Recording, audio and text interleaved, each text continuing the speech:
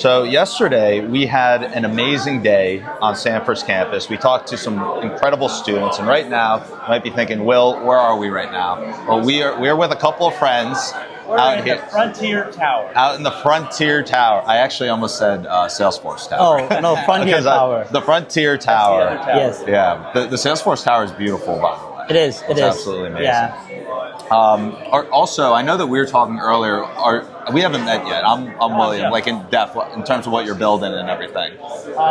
So every floor of this tower has a focus. My focus is AI, so I'm on the 9th floor with all the other AI people. Oh, the perfect person to be speaking with. Yeah. We're both building companies, and I'm working in AI at the moment.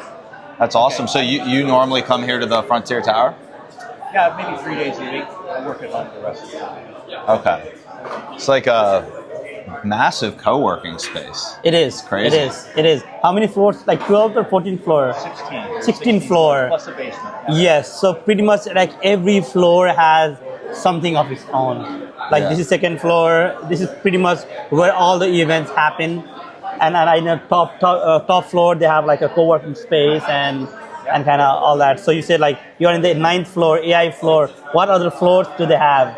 Oh, there's too many for me to remember everything, but there's arts and music, there's human flourishing, there's biotech and neurotech, I think it's called. They're actually doing experimentation with integrating with the brain. Like BCI, brain-computer interface. And then we have the equivalent of a maker space on one of the floors.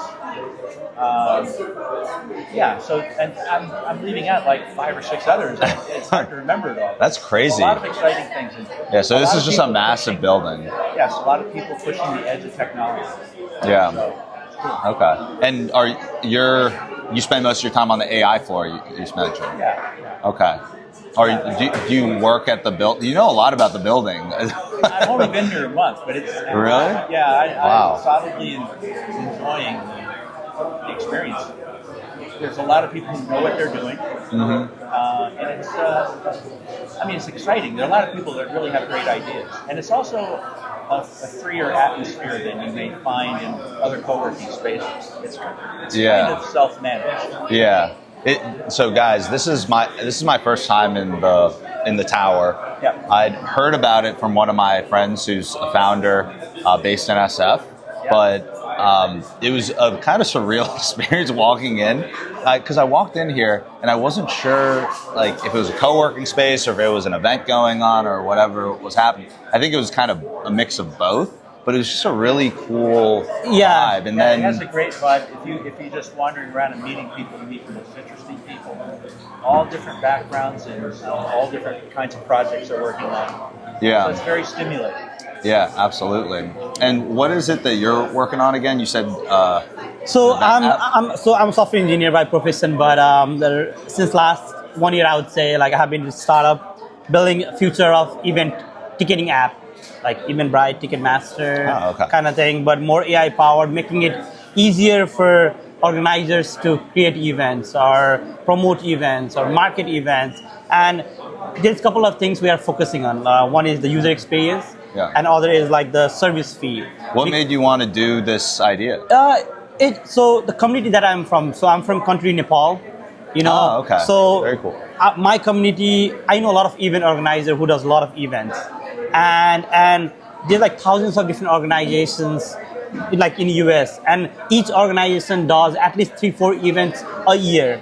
Yeah. And they don't have a lot of ticketing platform. Like when I say platform, like there is a web-based platform where they can buy tickets and all that, but especially with AI technology these days, like making it easier for them to market their events, and for those small organizations, they can't afford using Eventbrite because the service fee is very high. Oh, I didn't know that Eventbrite was that expensive. I mean, like comparatively, yes.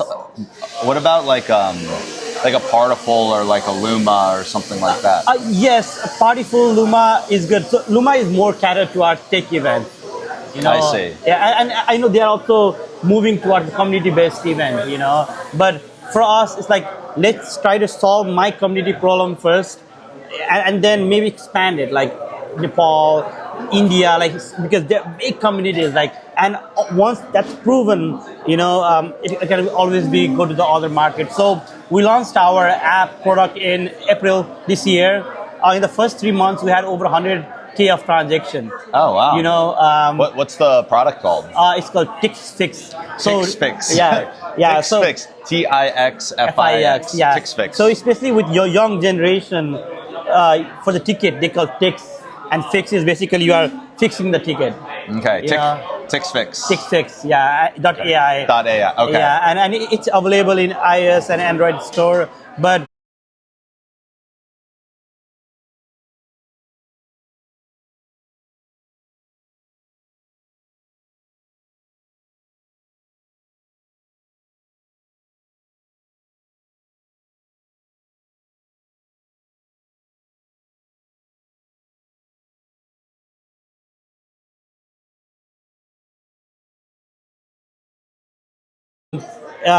it's kind of like MVP.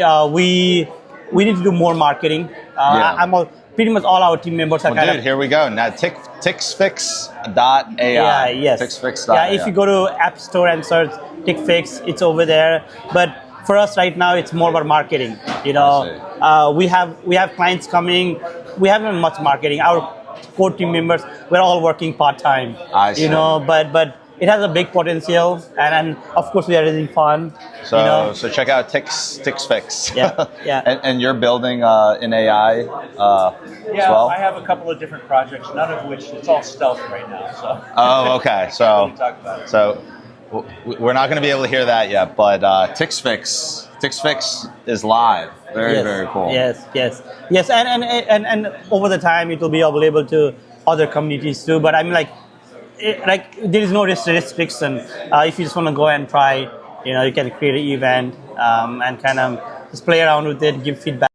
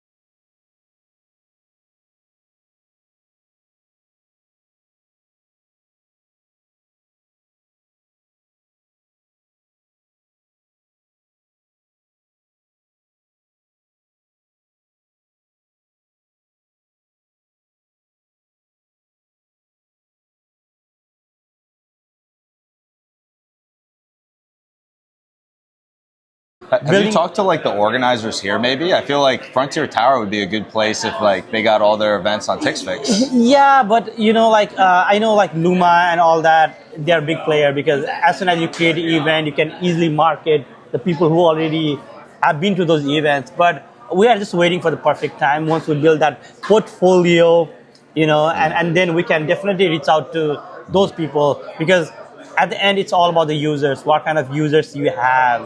And for us, it's not just the ticketing, creating a whole ecosystem of that organizer needs, like being able to sell their merchandise, being able to look for sponsors, being able to do donations directly from the app, all those kind of things. Oh, yeah. I feel like if you did this, so you guys know Tech Week and maybe this was obvious knowledge, but I didn't realize that A16 founded LA Tech Week, SF Tech Week, and New York Tech Week. A16Z. So that was news to me, and I realized no matter how great your product build, it's all about marketing. It's all about So I was at the sessions over there where we were talking about product market fit and who is your users, who are you catering to. We have a lot of users. We know the market, at least to start off with, the community of people. and then over the time, it's all about scaling. Yeah. Right. So on the AI front, you've been spending time at, like, I guess a lot of time at that floor. You said you're going 3 days a week, speaking with interesting builders. Yeah. What are some of the most interesting takes or things that you've learned while spending all that time around other people building very cool stuff? Also, you don't have to hold it. I'll hold it for you, but I'll hold it out here. So. That's a good question. So it's only been a month, and so I haven't had that much time to dig deep into what other people are doing. But I did happen to run into someone building a very similar product, and it looks like now we may join forces or we may cooperate with each other. So that's one of the great features here is you have that opportunity. Unfortunately, I can't tell you what that specific thing is doing, but there's really good energy here. People, in fact, we encourage each other to ship. You shipping this week, you shipping this, that kind of thing. Yeah. And people are willing to help a lot. Probably the thing that gets talked about the most is the practical aspects of building agentic AI right now and trying to avoid problems and that sort of thing. So yeah, there's just a lot of helping out. Like I said, I've only been there a month, so I don't have specifics of different companies. Yeah. It almost feels like an accelerator vibe to a certain extent. It's very much like an accelerator, although it's not sponsored by a VC or anything. Mm-hmm. Although they do show up. We have mixers, and we do get VCs in once in a while. Okay. Very cool. I almost want to explore the different floors in this building. But I guess, am I relegated to this floor for the event, maybe? In general, I can escort you maybe to 1 or 2 floors if you like. Unfortunately, I think when they have events like this, you no longer have access to all floors. I see. Okay, so you were going to the AI floor. Yeah, I could take you there. Okay. I could take you upstairs to the top if you want, where there's a just a general co-working space. That'd be awesome. And a nice view. Really? Yeah. Okay. Should we go hit it? Go check it out? Yeah, I think I'll let you guys go. Maybe maybe you can grab this one, and then you guys can have a nice conversation. Alrighty. And then I'll see you guys. Just wait over there, yeah. Because I've already been to all the floors. So. Oh, you have? Okay, yeah. I was here for one event, and then I was able to go around. So. All right. All right. Yeah. Great meeting you, man. Yeah. Likewise. Take care. Yeah. I'll see you in a bit. All right. Maybe I'll come to LinkedIn once you come back. Yeah, for sure. I actually think I'm gonna at 2 coffees. I might just chug this one. Well, the Frontier Tower runs on coffee, so have no fear. There's plenty. Oh, there's more on other floors. All right, I'll be back for that other one later. These baristas are pretty good. So nice. So tell me about your channel again, or your what you're doing. So I've been a founder for the past decade, building crazy stuff that people say sound impossible to build. Yeah. BCI stuff is actually something I'm really interested in, but I haven't taken the leap there. But yeah, right now I'm building a company called, so my last company was in the Bitcoin mining industry. Uh-huh. So we would we'd mine Bitcoin with renewable energy. Oh. And today we're got data centers on 4 different continents. Mm-hmm. And my current focus is a company called MyWorker AI. MyWorker AI. Yeah. Okay. So for founders, it's like a full stack outbound sales team currently. Oh. And the future. That's very interesting because that is one of the things I'm involved in. Really? As a service, yeah. Oh, nice. But the focus is outbound in terms of telephony, in terms of calling. Okay. Ours doesn't do the calling yet. Right now, it's like a lot of data on who, your company and who your target customer is, and then ultra personalizing I see. outreach. Yeah. All right. So this is the AI floor. There's amazing. Yeah. It's this building. I don't know what it was before, but it's a bit old. Yeah. What I really like is there's very large spaces on every floor, and they can set it up however they like. This is sweet. Am I in them? Yeah, no, this is it. Okay. Scan card again. All right. So this is the AI floor. I think it's not populated much today, maybe because AI Halloween floor. is coming up. So, and you can see the beautiful fogginess of San Francisco out the windows. We have these nice big windows. Very cool. Yep, and this is a common space co-working area. We have some offices here reserved. They're coming in soon. They're renting that little suite. Oh, nice. Another suite that's going to be available eventually. There's a conference room. We have a bunch of people here that are busy Grinding. working on their AI projects. Yeah, probably best not to disturb them. So that's this floor. It's a fairly cozy space. It is, yeah, very intimate. And We like have- you mentioned, coffee on every floor. Yeah, so if you need a refill, let me know. On the other side of that wall is a conference room space that we use sometimes. Ah, okay. Yeah. Awesome. So let's go up to 15. All right, the AI floor, Frontier Yeah. Tower. Now So- we can say we've been here. What's the name of your channel, or how would I find it if I wanted to go look at it? Yeah, so it depends where you're trying to watch it on. Okay. Right now, for the stream, we go to X, YouTube, Okay. Kick, and Trovo. How about X, if I want to look on X? Yeah, on X, it's Will_SAZ. Okay. That's the handle. Name's William Simsegi. Okay. Yeah.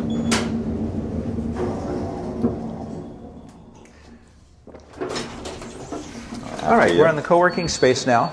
This is sort of like if you're not sure where you want to end up and you're just hanging out, this is the place to do it. I really like Amazing. the metal work on these old rails. Guys, we're so lucky we ran into you. It's like we got well, like a full. I'm doing my Full thing view. for the tower for The Frontier this is Tower. we call it a vertical, what do they call it, a vertical village or vertical city, and they're trying to hook us up with one that already exists in Berlin, and they're trying to open other ones around. Oh, they have some like these in other countries. Yeah, it's based on a concept that was developed in Berlin where they created a city. Basically, they think of it as like a kind of a city, a digital city, if you would, or an internet-based city. Oh, that's awesome. Yeah. So this is a typical co-working space like you might find anywhere. You got your booths, you've got an open area over here. Yeah. It's quite nice, actually. So kind of similar to the AI. Yeah, a similar layout, right, exactly.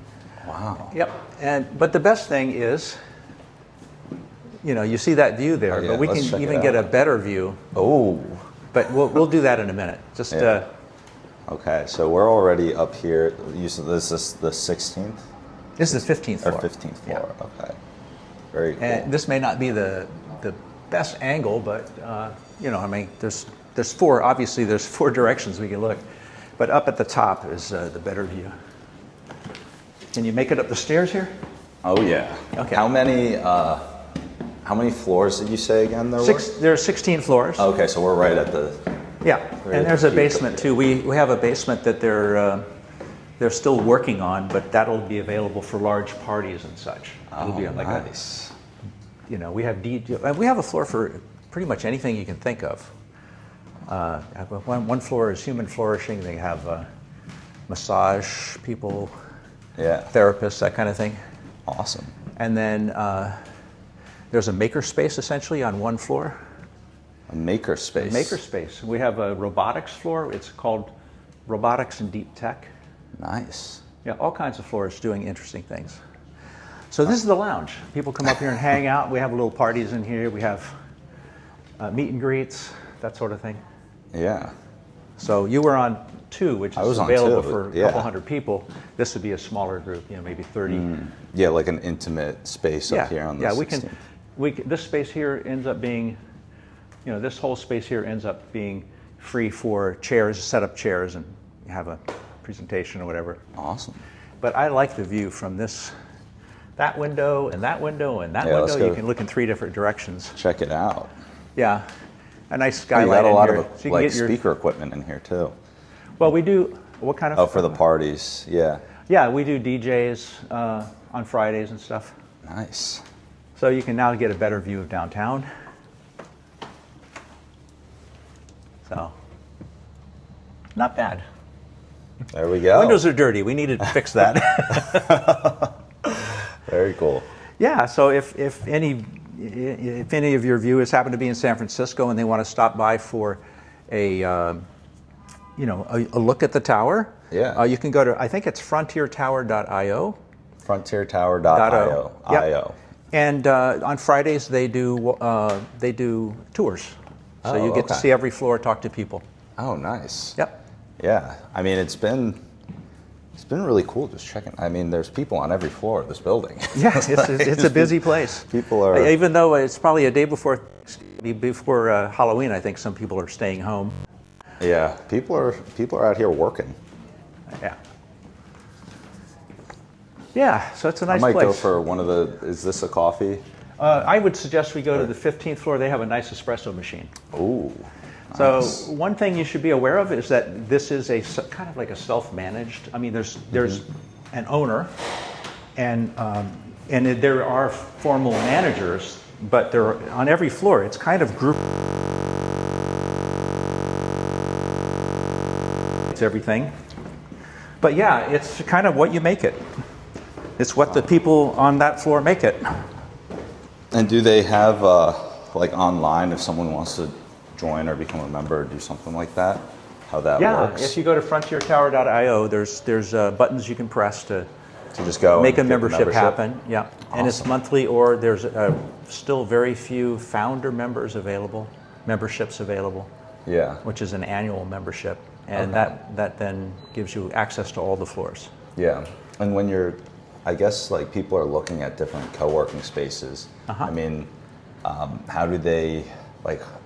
I guess what are the things that you think with Frontier Tower that a lot of people decide to join here versus like I guess maybe What like would a make WeWork? this place special? Yeah. The dynamics of having so many different points of view, so many different people doing different things, rather than, normally you go to a co-working space and you're going to be like, oh, they're all usually technical people, Yeah. founders and technical. You don't have that here. We have several floors that are like that, but then you have other floors where it's touchy-feely. It's arts and music. Yeah, it is a very, Yeah, I don't know we how to have, describe it. Like, it feels, it's like a different type of vibe. It kind of mirrors what you'd see in a city. I think that's the idea. Yeah. You have different people with different views of things. So I'll make you an espresso. Just tell me what you like. You want a lungo? Awesome. You want a normal? I'll go for, just a normal espresso. Sounds great. Okay, I've got to make it happen here, which might take me a minute. Yeah, I feel like Oh, whenever I that's see what I these machines, Yeah, I have to it's do me this me first. clicking around for a little while. Here we go, espresso. Oh, there we go. Yeah, Okay, making some progress. Yeah, so I want the temperature to be high. I think that works better. Mm-hmm. You like it strong? I do. Very Okay. strong. Yes. Stick that under there, and we'll just hit the button. Sweet. I think there's a start. Somewhere there's a start. Maybe there down it is. bottom. I knew it. Nice. How long have you been in the city for? Well, I've been living in the general area for 16 years. okay. But most of the time I spent was south in the true Silicon Valley, San Jose area, Mountain View, San Jose, Palo Alto. Yeah. I was out there last night. It was beautiful. Like Oh, the absolutely weather, that was a great night to be in I that did, kind of area. Grab some. Oh my God! I wish I remembered the name. It was like this noodle place. Oh, there's some downtown area. Which town were you in?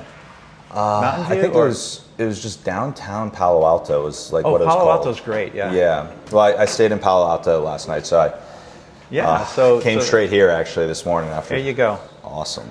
Yeah, that area is.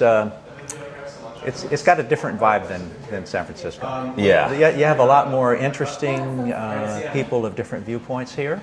Mm-hmm. In San Jose, it's really, or San Jose in general, that area there, it's really focused on the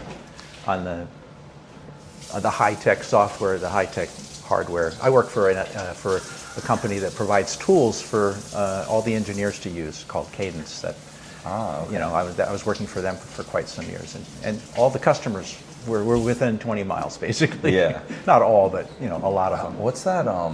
I got lunch with an investor there the other day. It's like on Sand Hill Road. It's like Yes. you go down and it's like a hotel, I think, or there's like a restaurant in it, and maybe not a hotel. Like I don't know specifically where you're talking. I don't hang out at Sand Hill Road that much, but I just that's remember, where like, I got all this the one- VCs have their at least an office there. Yeah.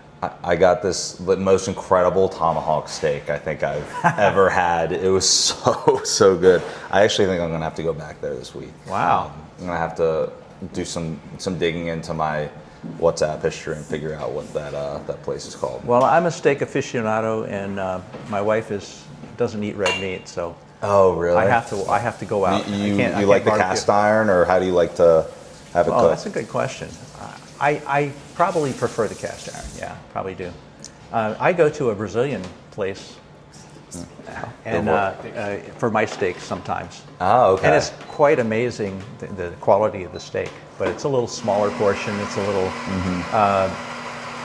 maybe not the cut that you'd get at a really good steakhouse, but it's good stuff. And they have a lot of interesting sides that you get with your. If you have any yeah. good recommendations on steak, I'm all ears. I mean, Well, you'd cook have a to lot be of steak. in where's that place? Oh, it's in El Cerrito, which is East Bay North, and it's called Brazil Bistro. Brazil Bistro. I like that place a lot. Yeah, but Okay. you'd have to be over in East Bay for that. Awesome. Sweet, man.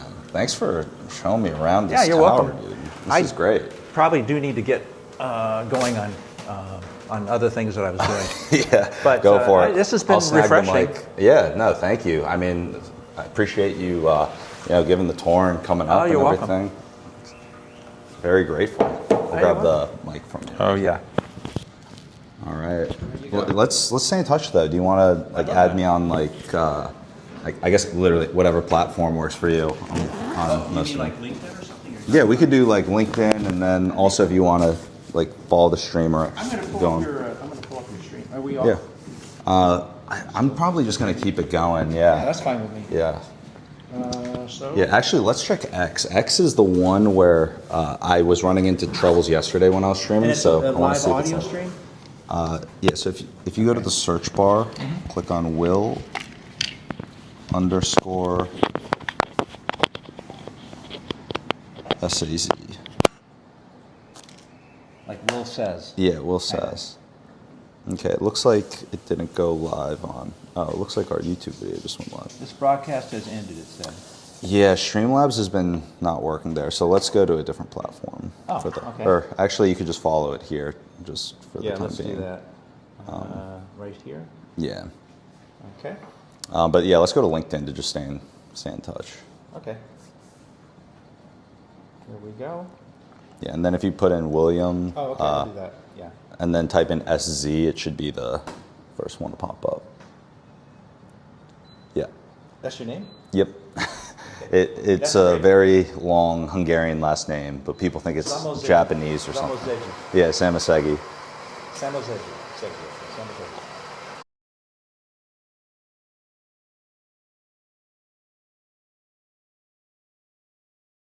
Sweet. Well, dude, amazing. Will, it's great to meet you. Amazing meeting you, man. This was great. It's good happenstance, and Yeah. I'll send some viewers over. Okay. I'll let the tower know through our messaging. Oh yeah, that would be great. I appreciate it. Yeah, this has been really nice. It's just great vibes. Well, welcome super to the friendly. tower, and I hope if you come another time, if you stay in touch and let me know that you're coming, we can see if there aren't some other people you could meet or some interesting things. There's honestly. every floor has a different story, so you could probably do. Yeah, chat with some interesting founders and there's people probably building. do a dozen different interesting conversations. Yeah, amazing, man. Yeah, I'm actually going to be out here until through Sunday. So I'm staying in Palo Alto, but I can make the trip down to SF okay, whenever. so I also have some friends out I'll here, feel it so and see what's going on. yeah. But if there's any particular day that you're like, hey, maybe this would be a good day to come, like maybe over the weekend or something. Check the calendar and see if there are any events that might. But you're till Monday, right? Yeah, I'm going to be driving back to Santa Monica on Monday. Oh, you're down there. Yeah, I'm out in Santa Monica. Might be making another move here soon. Or actually, I think I am going to be making another move here soon in the next, within the next 6 months. So I'm on the road a lot. But the content stuff is actually fairly new. Like this is a little on the newer side. I So thought about doing some of the same things because as you can you're great I at like it. to talk. Yeah, I'm like you're ultimate professional. Well, okay. I'm a bit of a ringer because I used to perform professionally as a blues harmonica player and a singer in bands and that sort of thing. Okay, that makes a lot of sense. I've been on stage a lot. I can, you know. Yeah. I don't get nervous in front of a camera, that sort of thing. So. Yeah, which is actually, I can tell very quickly because most people get very, very nervous fast in front of a camera, especially I was walking around the Stanford campus yesterday. I feel like you could just sense the energy in this. People kind of get the deer in the headlights look. Yeah, and so like I try not to like get them on camera if that's like the case. I'm just like, all right, I'll just move on. But yeah, I mean, it's like, well, once it's you right start away. talking to someone, I haven't done much of that except bringing somebody on stage, and kind of using them to set some atmosphere or something.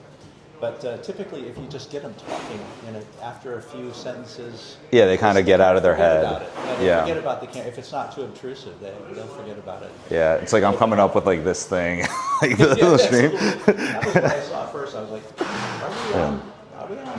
Yeah. So this is the stream, but this have you ever seen one of these, the Insta360s? Yes, I have. Yeah. They're amazing. I've been with the idea of buying one. I would 100% recommend. You get everything all around. Everything. Yeah, and the software is really cool. I didn't realize this until I got it, but you can choose any type of like, it's kind of like, warped, but you could have it like the flat. You could have like all these different types of views and however you do it, and it just captures everything. So you don't have to like frame shots. Like this, it's kind of like, okay, we got to frame it. It's like a little difficult to keep everything in frame. But you got the gimbal, which helps. And I also have another one that's more of like a static. Like this one, I can also toss on another contraption and have it follow a face. So if I really want to just walk around and not chat with other people, then it can stay focused on me. That's a nice. So I mean, nice feature. Yeah, this is great, but I do kind of like, this is actually on the other one right now. I just have it spread out at the bottom to keep it straight here. But yeah, the handheld on the other tripod. It's like one of those things with like bendy, like you can just kind of push it however you want. Yeah, it's a nice setup. And you're doing both at the same time, or you're just streaming from this one? I'm just streaming from this one. This one's just recording. Oh, okay. So you can go back and edit or post a non-live event that way. Yeah, we've got a team of 3 that kind of take care of everything in post-production. So they'll take all the clips, they'll edit them, they'll post them across all the channels, and they like do all that. Yeah. Actually, if you pull up YouTube, we just launched a video that I can kind of show you. Yeah, if you go to YouTube. Yeah, YouTube, Twitch, and Kick are all like newer for us. Search for Will? Yeah, William, and then the last name is SZA. Oh, wait a minute. We need an underscore. It's just space on YouTube. Space, it's just my name, yeah. And it actually popped up there. SZ. You're right there with William Shatner. There we go. Yeah. So this is there's us. Whoops. That's okay. I was going to do that anyway. So this is the video we just launched. At 25, I thought speed was everything. Ship faster, think faster, live faster. But the people who actually changed the world, they learned a different way. Clarity outlasts speed. Bill Gates learned it the hard way. One clause he wrote in a single contract. We just launched this today. It's a new series. And it all started with okay, so that's what. Okay. Being fanatical. That's good production quality right there. Yeah, I'm pretty excited. And then we're about to do some like content like this, but more like vlogs as well. So this is going to be part of our mentor series. Like this is episode 1. I actually haven't seen this fully yet. So I'm like watching it like, oh, this is pretty good. Well, I watched almost all of it. He just changed up the sound design. I'm just like, yeah, you can post it. That's great. Okay. Yeah, so that's the vibe. As a longtime founder,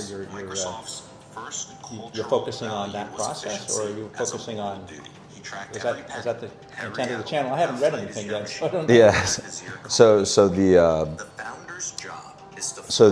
with this, like, I kind of whenever I get into something, like try and go really deep on it, and so I've been like building companies for the past like 10 years in tech, and my view on like if you take a step back and focus on like, okay, what's going to be most important, highest leverage in the future, I think that the content side is going to only become more important.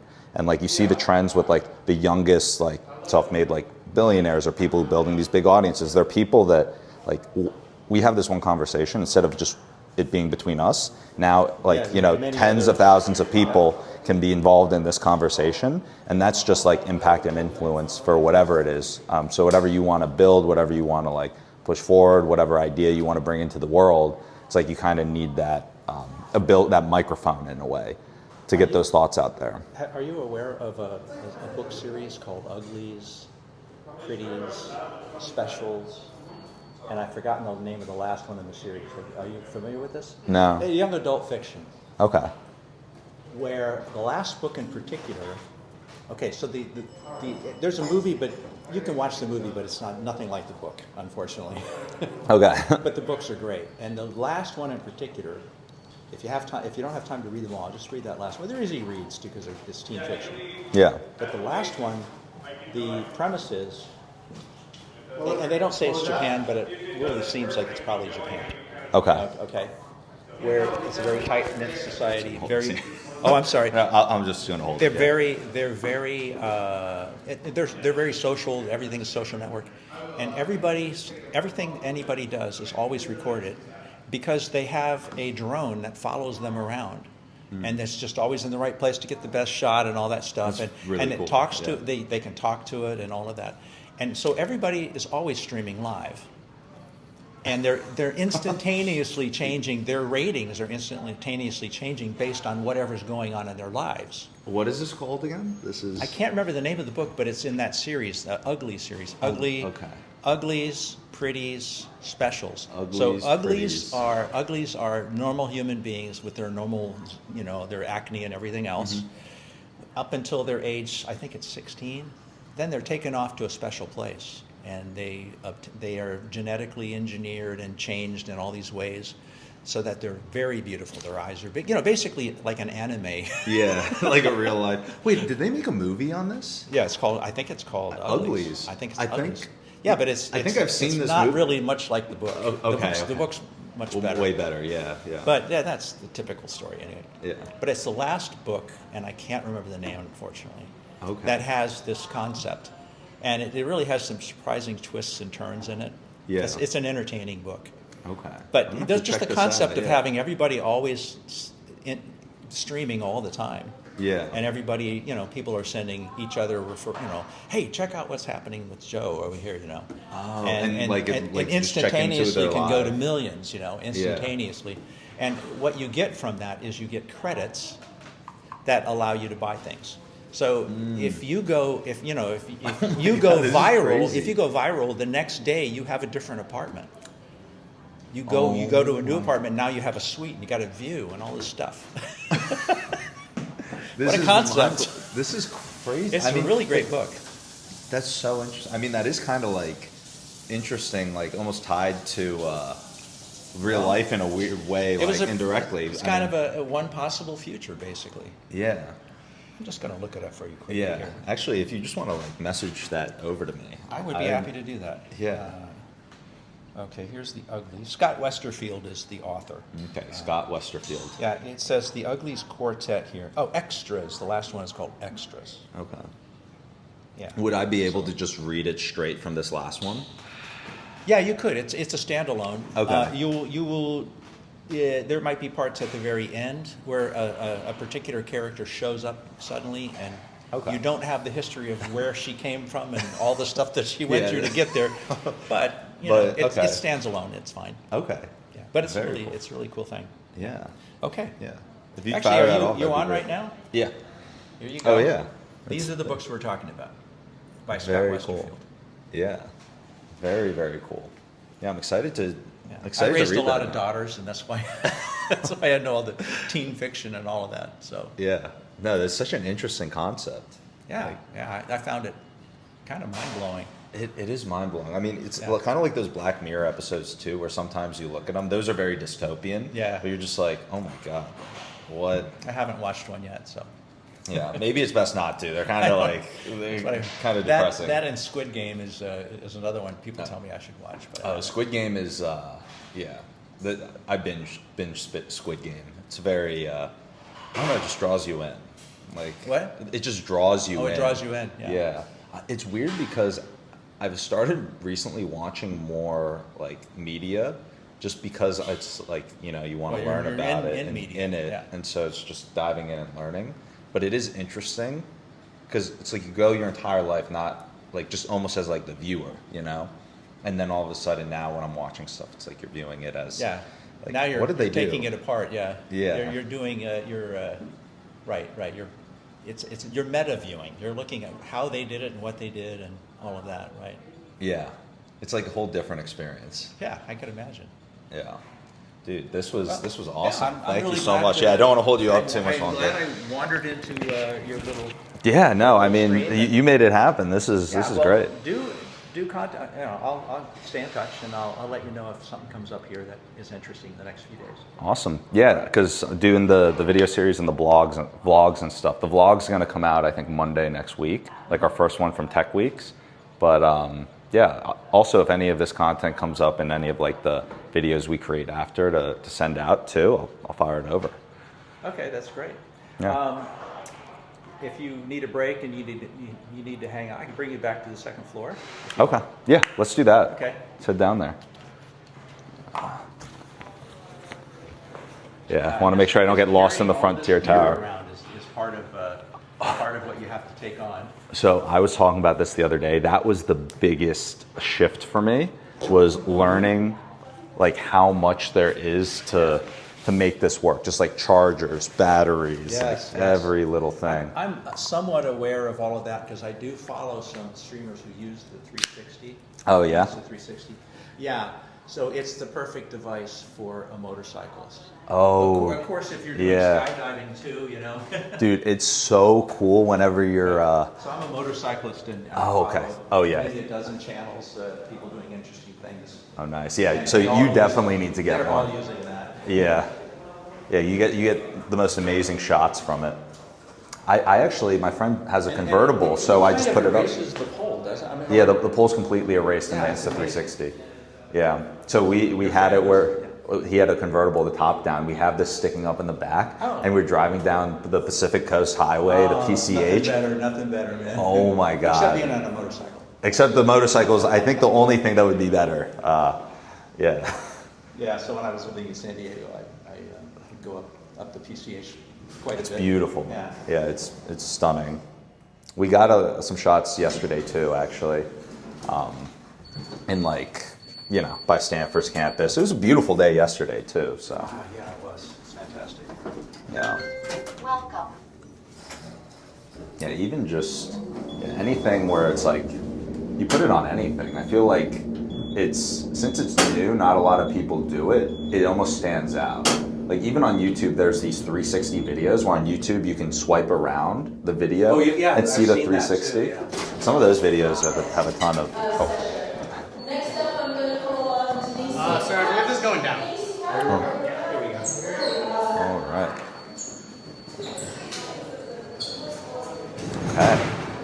So, thank you guys very much for those of you who came to the Will, I'll be in Science of touch. Cloud Yeah, Marketing absolutely. workshop. Yeah, take care, man. I think that one of the best things about this workshop was we had some teams solving their real problems of mapping out their company flywheel, so that was really great to see in the room.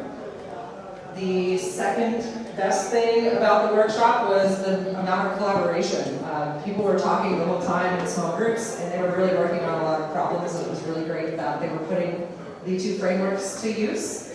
Kat, do you have another highlight? It was a great session. I was married around S-curves are important. Yeah. So Kat added that her favorite piece from the workshop was using the merry-go-round reference to explain flywheels was probably one of the favorite pieces as well. So thank you all to those who came. Thank you so much, Denise. Next up, AI and connecting humans. Do we have a convener or a scribe who is in this session? AI and connecting humans in session 1. Sir, come claim your microphone. Do we have a convener or a scribe from AI and connecting humans? There was also a session on capital. Do we have a convener or a scribe from session 1 on capital? Sorry.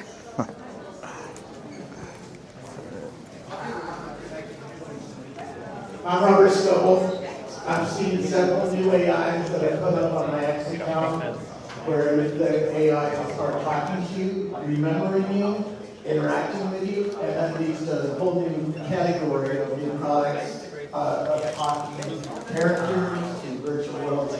I'm seeing a lot of cool shit. Connected humans is where it's going to be. Thanks so much, Bob. Thank you for coming. Yo, yo. How was it? It was great. Yeah, we got a pretty sweet tour. All the floors? We checked out three other floors. So we checked out the AI floor, then we checked out the 15th, and then the top floor. Nice, very nice. Yeah. Have you checked out all the floors? Okay. Maybe let's connect in LinkedIn. Yeah, let's and do then it. maybe I'll follow your. Yeah. You live? Yeah, we're still live. Okay. Okay. We're back with our bud here. Yeah. So William. Let's see. Oh, I think maybe we did. Yeah, that one. Oh, okay. Yeah. Okay, yeah. Oh yeah. Yeah, I just haven't had a chance to accept yet because I'm on the stream. But and then from here I can. Oh, and actually, if you go to my. Oh yeah, this is the new video we just posted. Nice. Yeah. Very cool. Sweet. Oh, nice quality. Appreciate it. Yeah. Nice quality. Yeah, we're getting started on YouTube. What's up? Pizza, food. Yeah, I think I might pass on the pizza because I'm like, it just like fucks up my stomach. I don't know how to. I think I'm like partially lactose intolerant. Yeah, it's not the best one though. Can AI sandboxes really be fast? So I'm going to this event. Oh yeah, if you go to YouTube, I'll tell you the channel for YouTube. William. Just the 2-3 things that were most interesting. And then last name spelled S-Z-A. Can AI sandboxes really be fast? I really want to know this. Trying to grow on YouTube. So. Oh, there we are, dude. Oh, okay. Very cool. Yeah. We're gonna have some crazy shit coming out in the near future. Okay. We're up in the production quality, so all you guys streaming, watching the stream, make sure you subscribe. So this is the event I'm going to now next. Like once this is almost done, the AI startup job fair. You know, one of my friends was telling me about that. Should we go? I'm going there. Maybe I'll go with you. Because I'm going here and then I'm going to go to this AWS. But I think. Oh, my buddy has also told me about the AWS one. Yeah, the reason I'm going here is because the future of job search or the future of AI, especially with these days, everything is AI, right? So and that's 501 Folsom. AI startup job fair. So if I do a startup, like basically hiring people. I'll go there with you. Okay. Let's do it. Okay. Yeah. All right, I can. Are you going there now or in a bit? In a bit. In a bit. All right. I can say this link. Yeah, fire it off. You might talk before you realize that one has to be authentic in posting the content. Like, if you're posting content, the content should be you. The content should be related to yourself. You can use AI to automating parts of things, like posting on different platforms, posting on email. But you have to be authentic. You have to post your own self to get that thing. And once you have that reach, then you can. How's it going? What are you recording for? We're just recording, streaming, for socials, building in public. Okay, so you're doing a social thing for the event.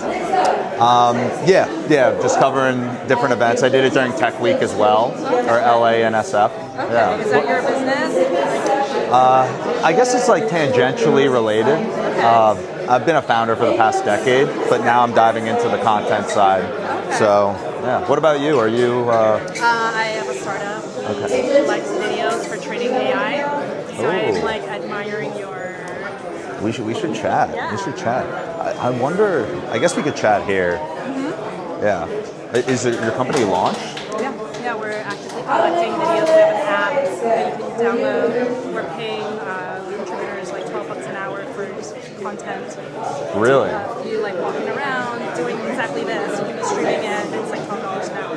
Okay, well, I have a ton of Insta360 footage and doing a ton of... We have to do it through the app. Okay. Okay, so to do it through the app, how does that work? So you can just... Also, if you want to say hi. Yeah, so you can... is it streaming right now? I'm streaming right now, yeah. I have a little Wi-Fi thing here. Cool. So yeah, you go here, download the Centribee app. Centribee, guys, I'm actually super interested in this so far. So let's see.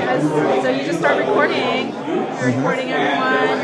You start talking into it or whatever. Yeah. You probably need to get another one that has like a Y mount, so you can do two at the same time, and then start recording. And this video is not going to get accepted because it's all shaking and blurry. But with this thing, you can make sure that it's not shaky, and then you get uploaded. You earn money. You cash out whatever you want. That's it. Okay. Yeah. And so I'm trying to think how to do this. So I could do it from the. Can I connect an external camera? It's just with the app. Yeah, because we want to make sure the data that we collect is authentically collected for training for this purpose. Not scraped, not like, hey, I have these, like, oh, I have a bunch of Insta videos that I just want to dump in there. And we can validate that you own it and that you're giving this permission, even though you said you did. I see, yeah. Okay. Okay. That's actually super cool. So I want to think about how I can do this. So if so it would have to be through an iPhone? Any phone. It has to have connection to the internet because it's also capturing GPS. Okay, capturing GPS. So I have like an external hotspot that like I pay for the data for, so I could actually have Wi-Fi anywhere. Yeah. So that covers that. Yeah, so you can just get a dummy phone that is like unlocked. So you can have another one. And, Okay. Are you getting paid for this? So I have like a brand deal. So the channels are still like newer. But like I have one brand deal that is going to be like the first real income stream, and then we're ideally going to get monetized on YouTube soon. And then we're trying to build up. We're building all the audiences from scratch on like Twitch and Kick and those. So based on followers. Yeah, but like definitely in total hours, not being monetized at that level yet. Yeah. So. Exciting. So I guess I maybe should do this. Yeah. Okay. If you have like another thing that you're not, you can carry around. Because you're getting really interesting content of people talking, wherever you are, you're doing conferences. That's great. That's great for the AI to learn from. Okay, very cool. Yeah, let me get your contact. Let's do it. Yeah. Guys, I think I'm gonna do this. What's your name? William.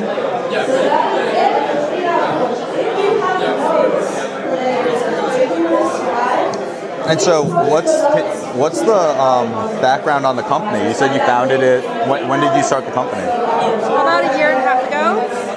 We started built like you had to go through the legal process. We built the app. We launched the MVP earlier this year, and so we started collecting. And recently, we just launched that version, which includes a Stripe connection, allowing you to scale, allowing you to like manage your whatever you want to check out. Every video that comes in, we actually do the rating, so you can see like that video probably didn't get accepted. It hasn't loaded yet because my internet. How's it going? I'm Will. I'm Claire. Nice to meet you. Nice to meet you. We're doing some live streaming and then capturing content for social media. We're all the platforms we're streaming through. Well, five platforms. Yeah. All the platforms. Yeah. So that's why I was asking if we could do Streamlabs, it would be good because it's streaming out. But I might need to find if there's a way that, because sometimes I'll go. When I was in SF, I had a cameraman that has like when he does it with the camera. Gimbal on the side can have iPhones. So I think I need to have, I'd be able to do it when I have my cameraman. Yeah. So right now you're not streaming to 5 platforms right now, are you? I am, yeah. What app do you use to do that? I use Streamlabs. They have Streamlabs Ultra.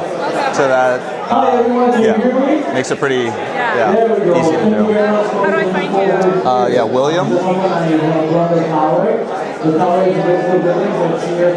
And then last name, if you type in SZ, yes, the top one. Yeah. Okay. I'll message you the link Yeah, I'd love to learn more. So did you, I guess like history of the company, did you go and raise capital? Or like how are you? Yeah, we're fundraising right now. Okay, because I was going to say like $12 an hour for, depending on how much video content, you know? Yeah, we have people worldwide contributing. That's really cool. That's awesome. Yeah, but we've been bootstrapping. That's how we're fundraising, and we have customers. Okay, and how does the, I guess, video like approval process happen? It's immediate. Well, I mean, you have to upload it, and then it's AI rated. So if it's stable, quality is clear, you have iPhone really clear quality. Yeah. And then it's learning useful stuff, and it's going to pass. If you point this at a wall for 20 minutes, that's not Okay, I see.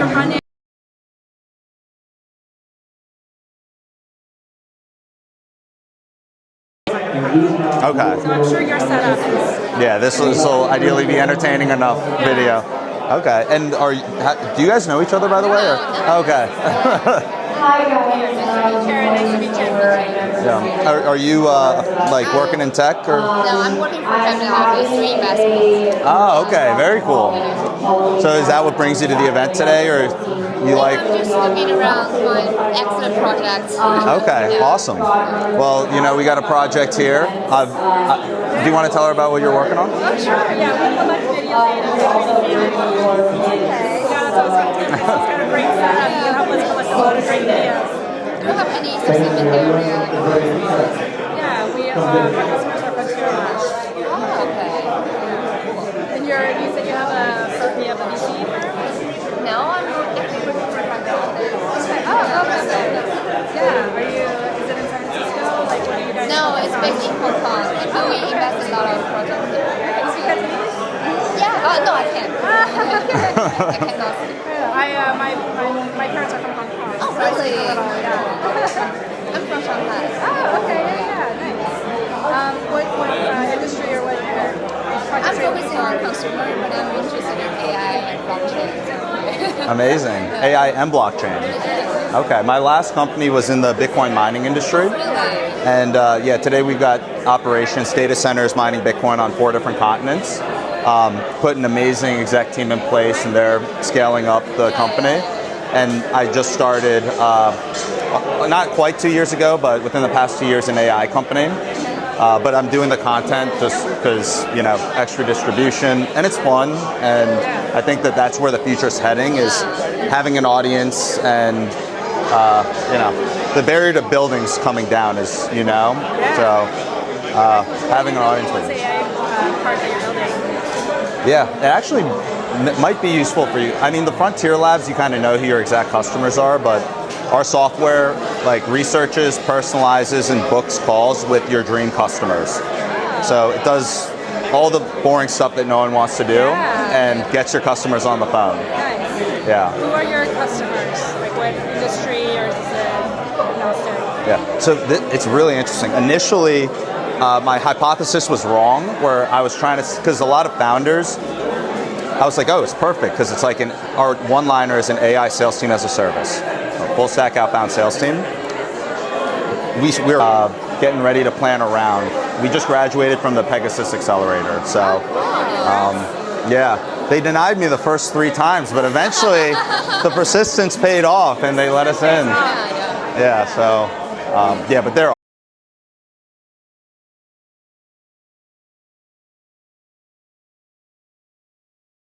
like you guys did stuff, moved to the next stage, or like how did it? Oh, how did we get it? I should ask them what the big difference was. I have like weekly calls with them, so it's like I talk to them a lot. I think the big thing was we were just executing. Like when I first applied, we didn't have like customers, we didn't have like anything. Social media.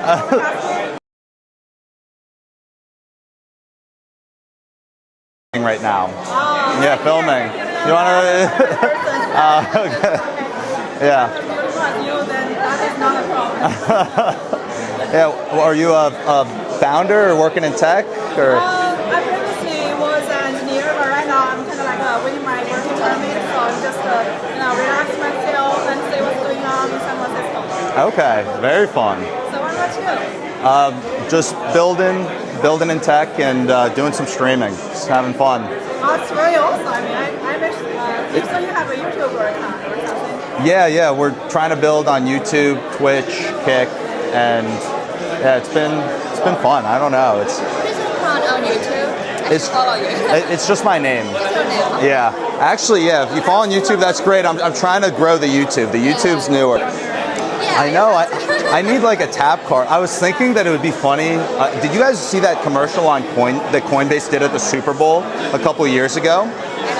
So Coinbase, it was a YouTube or a commercial that went viral, and what they did was they just put a QR code up on the screen and just had it like for the entire time. Because everyone's just so used to all this like crazy stuff, and then all of a sudden it's just silence and a QR code just going across the screen. And they got so many people scanned it that that their system crashed because they couldn't handle how many people were scanning it. Yeah. So, but I was thinking off that idea, what if I just everywhere I went just had a big like a shirt. Like made it look nice, put like a t-shirt, and it's just a map code on my chest. I think a lot of founders do that too. Yeah. Do a temporary tattoo. A temporary tattoo. Damn. Yeah, that would be. I have the ideas flowing. I actually do have some merch. It's like not gonna work. Like part of it is rubbed off. Actually, in my, I'm going to show you in my backpack right now. I've got a. Let's put this up. So I got a little. Oh, I almost hit you with this. My bad. Oh, an Insta360. Oh yeah, for your. I've been experimenting with different things. Yeah. So I am making some of my own merch. So this is the company, MyWorker AI. Yeah, and I just like for fun made like a Sora generated image on the back. Yeah. Oh yeah. This is. My buddy and I were messing around, and he came up with this idea.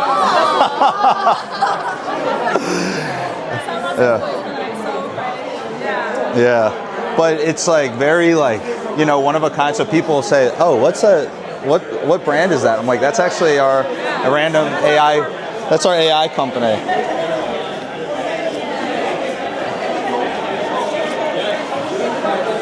What's the name of your family office? Hollybridge, okay, nice. What got you into the, I guess, family office side of things? I mean, how did I get Yeah, how did you get into doing all this? I was interning there, and I just got returned. So I was working. Okay. I'm also a student at Columbia, so I'm part-time working for the family office because they invested so many projects in San Francisco and New York. My sister went to Columbia for. She did like a mix of William and Mary undergrad and I don't know what the program is. She did 3 years at William and Mary, 2 years at Columbia. Yeah. Okay. I just arrived yesterday. Oh, really? Okay. How are you liking it? I think it's very different from New York.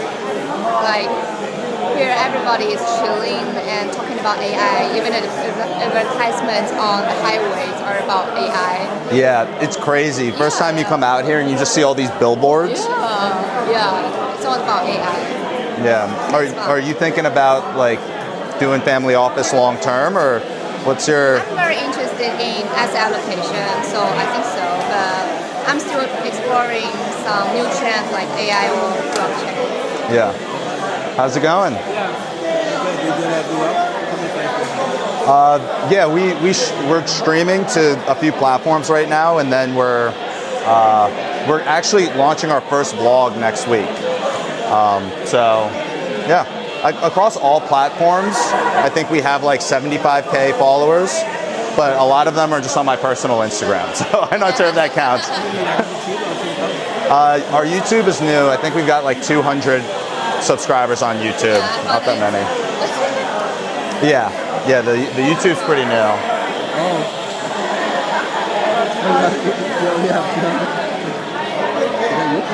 Yeah, that's like an AI image of me. Oh, it's AI generated.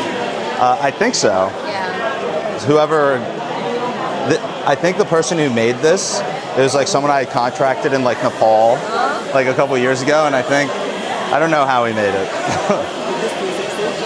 Yeah, this is the Insta360.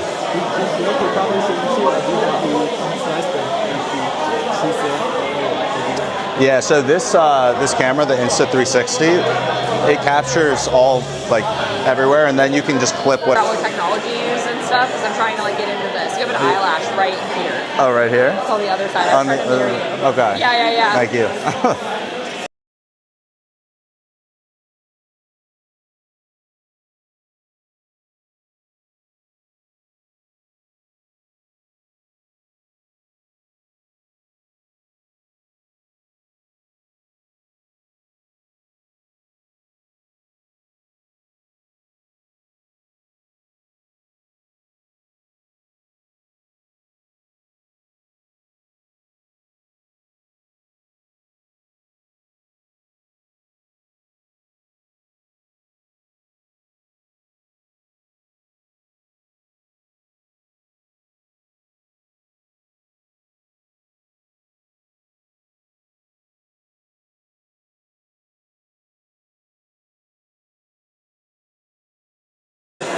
We could do LinkedIn.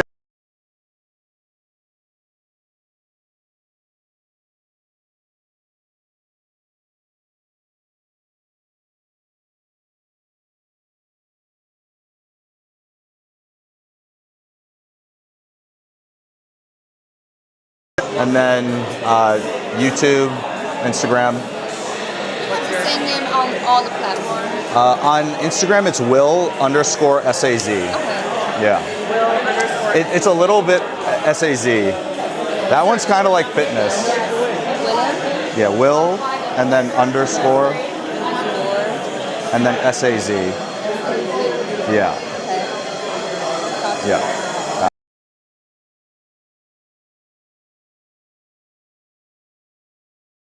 Yeah. Yeah, great meeting you. So I am very like what's it called? Like don't want to be immersed in social media, but I know it's like part of the whole game. Yeah. But I also just want to help people like live better lives, and I feel like I can reach more people if I go on social media. So I just got a TikTok 3 days ago. Okay, I love it. We're doing some live streaming right now, Cool, actually. So cool. I love the energy too. Like, Thank you. That's yeah. my whole thing. Yeah. That's what you do. Yeah. Yeah. And so you work at the tower? So or I'm you're... actually just a founding member. So the Frontier Tower. Oh, one of the early members who Yeah, joined. so I see. once it's gone, it's gone. So like Okay. you will never be a founding member. You can go on LinkedIn and call yourself a founder after you do that. I actually Ooh. changed my LinkedIn to founder. I love that. Yeah. Actually, can you hold this for Yeah, 1 second? I'm gonna get out my other. Can I add myself? Yeah, of course. Hi, my name is Amber. I am the fairy godmother of the Frontier Tower. I'm having a party. It's going to be on Luma, Luma, on Saturday for Halloween. It's going to be a non-alcoholic event. Just bring your vibes, be yourself. Oh wait, let me give you a mic actually. Oh, That's why I was getting. perfect. Yeah. I'm just gonna toss it on you right here. All right, perfect. Okay. So my Instagram is symbioticsoul13. So if you want to follow along on my adventures, I will be there. Symbiotic soul. Yeah, Love symbiotic it. soul, and my whole brand is symbiosis. So Yeah. it's gonna have so many facets and things. So Awesome. Yeah. Very cool. Yeah. So you're looking at getting into the. I mean, I could show you all the gear I have if you want. I or- gotta give a tour, but do you live in the city? Shoot me a message on. Did you add me on Instagram? Yeah. Okay, yeah. Just shoot me a message there. Okay, cool. Perfect. Yeah. What's your name? William. William. Okay. Yeah. Nice to meet you, William. Nice I'm to meet Amber. you. Good luck with the tour. Yeah, thank you. Tour. All right.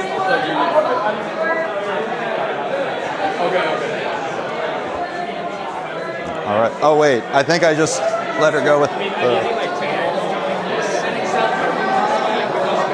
I almost forgot to pick the mic up.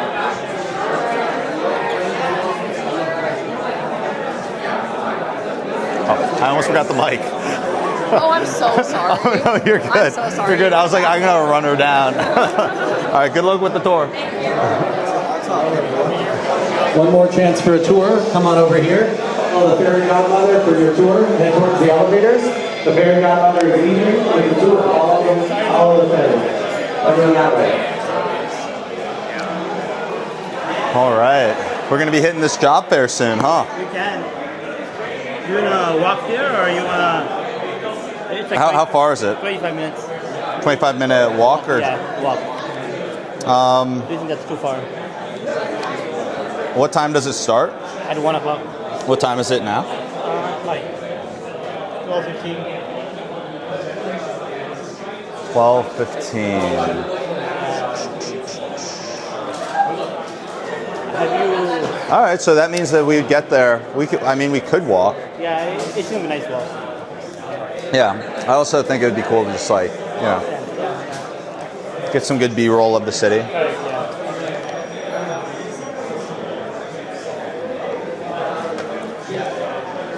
So are you living around here? I'm in Santa Monica. I'll also just. I want to say, are you living in San Francisco or?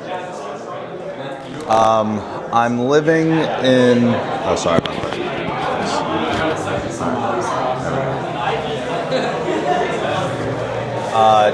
No, I drove down here for like the week.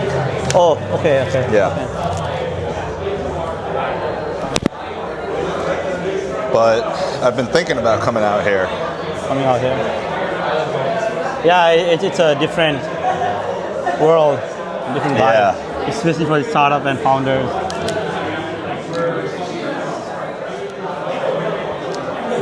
So you got a chance to go around the Salesforce Tower? The Salesforce Tower is amazing. Yeah. Did you go on the top? Yeah. Or actually, I went to the WeWork there. Have you been to the WeWork in Salesforce? Not WeWork, but I have been on the top. Because I have a friend who works there at Salesforce Tower, and then he was able to take me up. Topmost floor from where you can see the whole. And then, there's a crypto floor, 12. And then I went to 15 and 16. Frontier Tower. Yeah, and they also have something like. What is this? Kind of like all the floors and. Refer a befriended founder startup. Yeah. So we are in the second floor, spaceship for the events, and then. I see. Pretty much same thing. Okay. Cool. Nice. So you want to start walking to the job fair? Yeah, we can. We can always. Or do you want to see the other? I'm open to whatever you want to do. Yeah, we can go there. Yeah. Okay. I think that'll be a nice one, especially these days.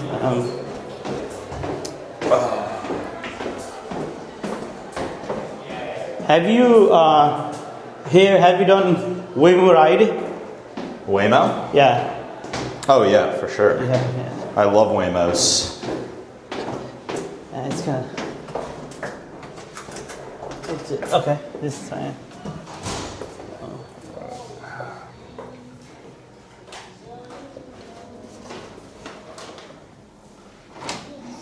All right, take Thank care, you. man.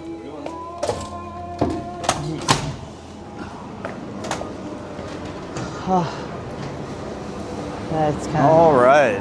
Nice today. This way. Let's see. Might be early, but I think that should be fine.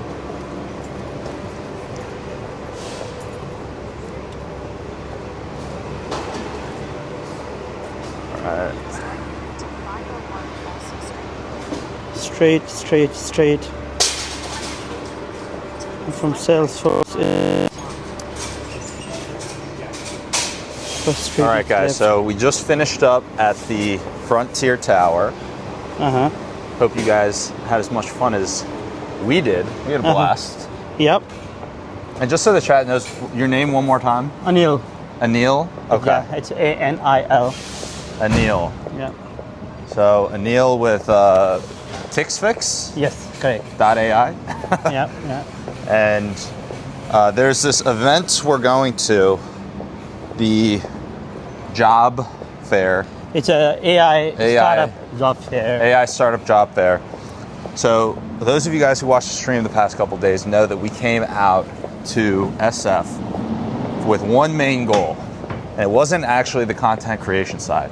It was to find a top level CTO and COO that is going to make the VCs wet for our company. Okay, so we are out here we hit Stanford's campus yesterday. To be honest, we were kind of disappointed with the talent on Stanford.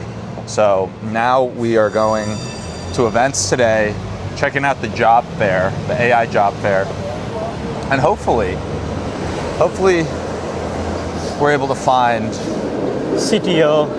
The top level CTO is going to help us eclipse the $1 billion unicorn valuation. So that is what we are up to.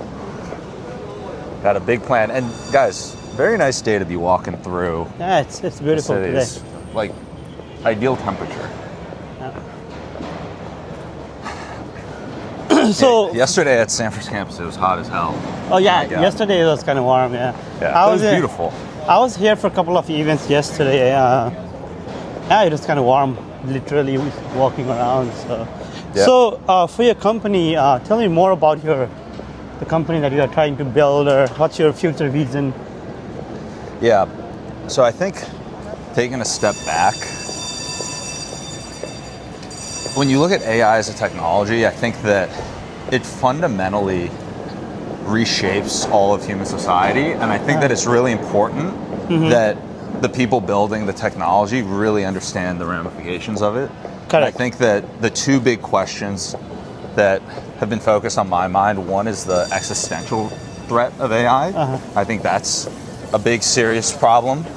And then the other one, run to get across the street. I want to get run over. Yeah. Okay. Okay. The existential threat of AI. The other one is the future of work. So correct. How is the technology going to be integrated into the workforce? Correct. When I looked at it, I was focusing in on the future of work challenge. Okay. Because at the end of the day, the other challenge, the existential threat challenge, that would require me doing something to slow the pace of the technology from the large labs. And I thought that I think that the challenge that I can work on, that I saw that we were moving in the wrong direction as a society, was in the future of work, where the companies that in reality are pushing a future of like very dystopian. You see the billboards like stop hiring humans, all this stuff. Yes. I think that those people pushing that are the wrong people to be leading that charge, and those are the ones that some of the big Silicon Valley VCs have backed, and we want to build in the same space, but have the tool and the technology be used in a way to help founders actually bring their visions to life, and not have it where you have this dystopian society. Okay. Like, yes, giving founders their the power with AI, but approaching the market differently.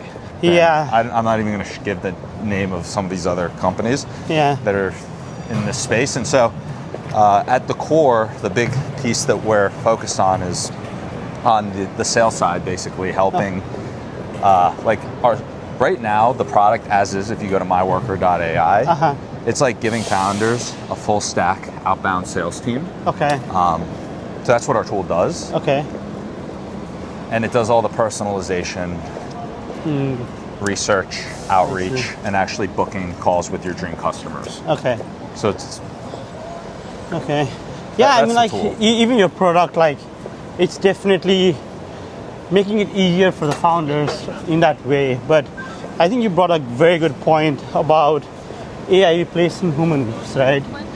You heard the news a couple of days ago that Amazon laid off 30,000 people and kind of all that, But one thing is for sure, the future. I think Sam Altman said, the OpenAI CEO, he said that AI is not going to replace the job, but AI is basically gonna people who knows how to use AI will be more powerful than AI, right?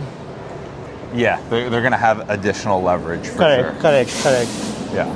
So, but yeah, it's kind of interesting world, and everything is happening right here in San Fran. Yeah, you're living in the heart of it. Yeah, San Francisco. Yeah. Dude, You look very like young and sprightly for your age. You said you graduated in 2013 from college? Yeah, undergrad in computer engineering. Yep. It's crazy. So it's been a while. It's been a while. Yeah, when I first met you, I was like, this guy's probably my age. Like 25? 20, 29. Okay, 29, yeah. Yeah. Kind of around there, but it's all about experience, you know. For me, I worked in corporate for quite a long time, over 10 years, and now it's with all the experience and all that. Like I think it's time to build own startup, and there's so much you can do. You can play around with ideas, and these days you don't really need a big team, you know, to scale it up. You can pretty much with, I think Sam Altman said, I think, you know, you can build $1 billion company, next $1 billion company all by yourself, you know. And there's a whole lot of tools. Like earlier you used ChatGPT, OpenAI to, you know, give prompt and kind of say, oh, where you are, what kind of script you need, and kind of boom.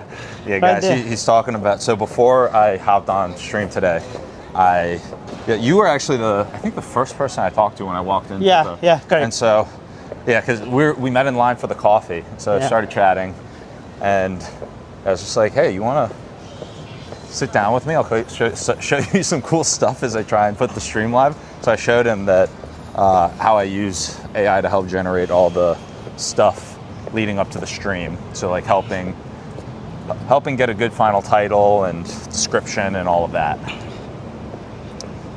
It's kind of weird. It's like doing everything. If you think about it from like a job perspective, it's like kind of like I'm coming up with like the production, the video, the edit, like 6 different jobs, like the setup of the camera. Like I had to learn all this shit, and it was such a pain in the ass to learn. But now that I know it, it's so much easier because I can just do this on the go. I don't have to coordinate with like anyone. The coordination piece was the biggest pain in the ass. Yes, and if it was all software, you could kind of like build an agentic model. You could make a workflow. You know, so you are doing this. Do this after this. I know how to do all these like different little things. Yeah. And the hardware is also changing. Like even these mics, I think I'm gonna get another mic. Like I like these, but there's a newer version that's even better. So like new equipment just keeps coming out too. Yeah. But yeah, back to, so you're originally from Santa Monica or like? No, I'm just out there right now. Okay. I'm gonna be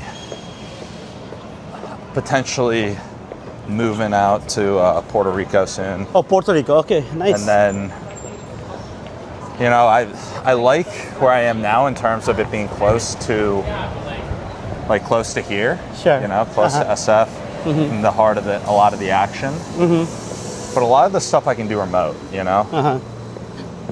The big downside is that capturing content is obviously going to be easier to do out here. Yes, I mean, like when you say content, it's more about what kind of content do you want, right? If you're into startup or whatever you're trying to build, and who is your potential customers, where do you need to go and find those kind of customers, you know? Yeah. Definitely this is a place to be, but... Yeah, this is a pretty good place to be for that. Yeah. It's kind of nice today. Kind of. All right. Oh yeah, are we going the right way?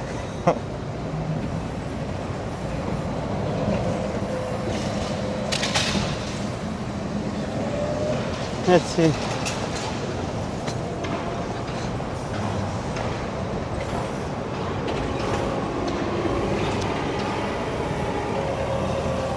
So, when did you come here? Like, what kind of people did you meet? Honestly, I never really know who I'm going to meet. I think it depends on the events. I mean, there are some friends that I have in the area that I spend a lot of time with. Probably going to meet up with one of them today. And then there are just events going on like out and about, you know. So I think mostly hanging out with my friends Leo and Andres. Okay. Like okay. if you watch the stream, then you definitely they've definitely come up before. Okay. Like yesterday, even when I was filming on Stanford's campus, we did a lot of. I mean, I was with Leo all day, so we did a bunch of interviews and stuff like that. We did in Seattle instead. Okay. Okay. So, do you go to TechCrunch or? I actually didn't make it to TechCrunch. Dude, my schedule's all up in the air right now. Because I know, almost went to Puerto Rico this week. Oh wow! And I ended up coming out here. And dude, the days are long because during the day, filming, doing all this stuff, still like work related, but not really like deep in actually running the business and all the stuff that I got to do there. So after the full day of filming, like walking around all day, I'm like, okay, I got to go and do all this other stuff once I'm back home.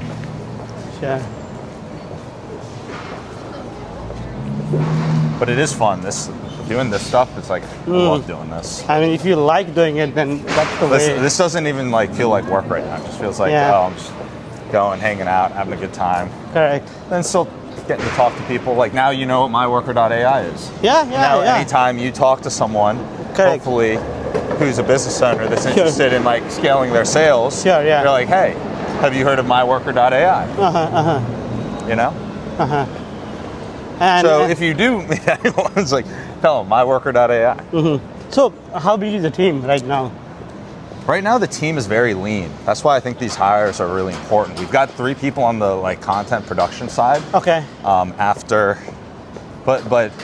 then we've got an interim CTO. Okay. And like some devs that help, but they're not all full time at the moment. Okay. So. Yeah, especially with startup, like. Yeah, it's kind of very. If you want to scale it up, you need people working full time, and you need to have funding because if someone is working full time, you definitely then because that's the thing is like, so this is like a big challenge I ran into earlier on is that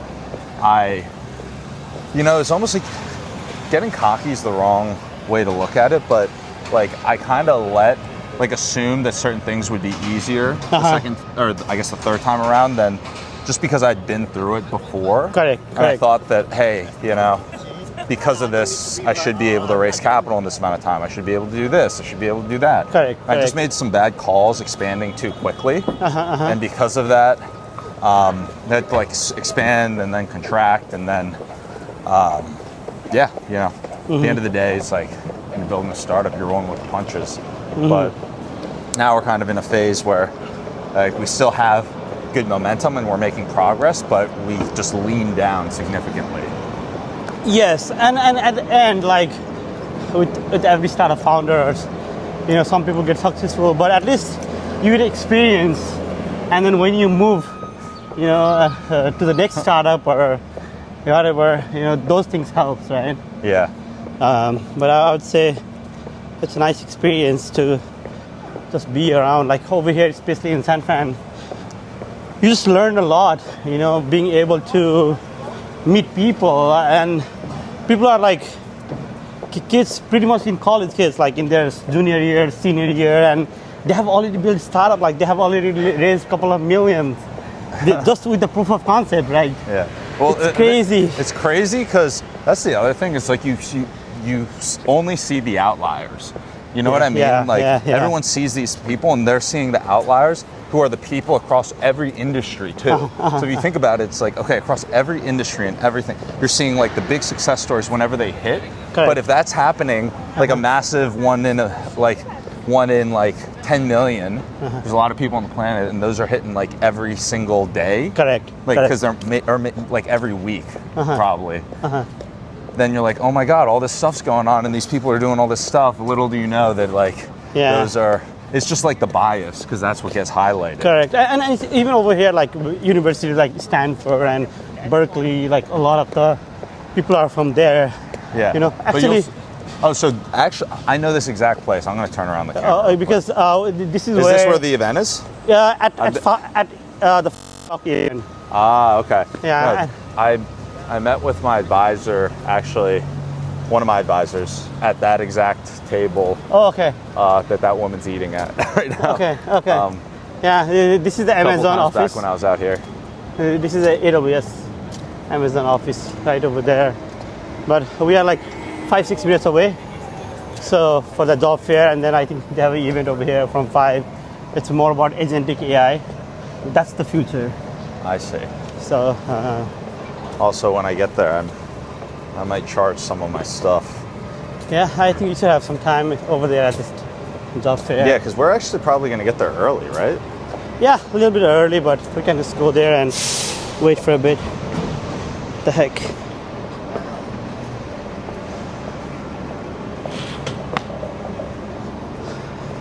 I think from 1st Street we have to take a right.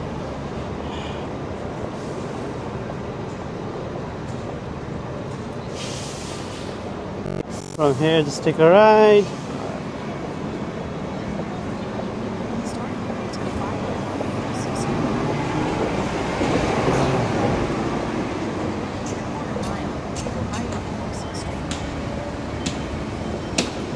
So I think you were at the Salesforce, right? Ah, yes, the Salesforce Tower. I think I have been to this place before. What are the buildings now here? Interesting. So what's the best thing you like about San Francisco here? The best thing? That's a good question. I would say that the biggest thing that I like about San Francisco is the density of other people building in tech. Like this area, it's got some big pros and some big weaknesses, to be honest, but I just love how so many people are just building. And there's so many events. There's so much to do.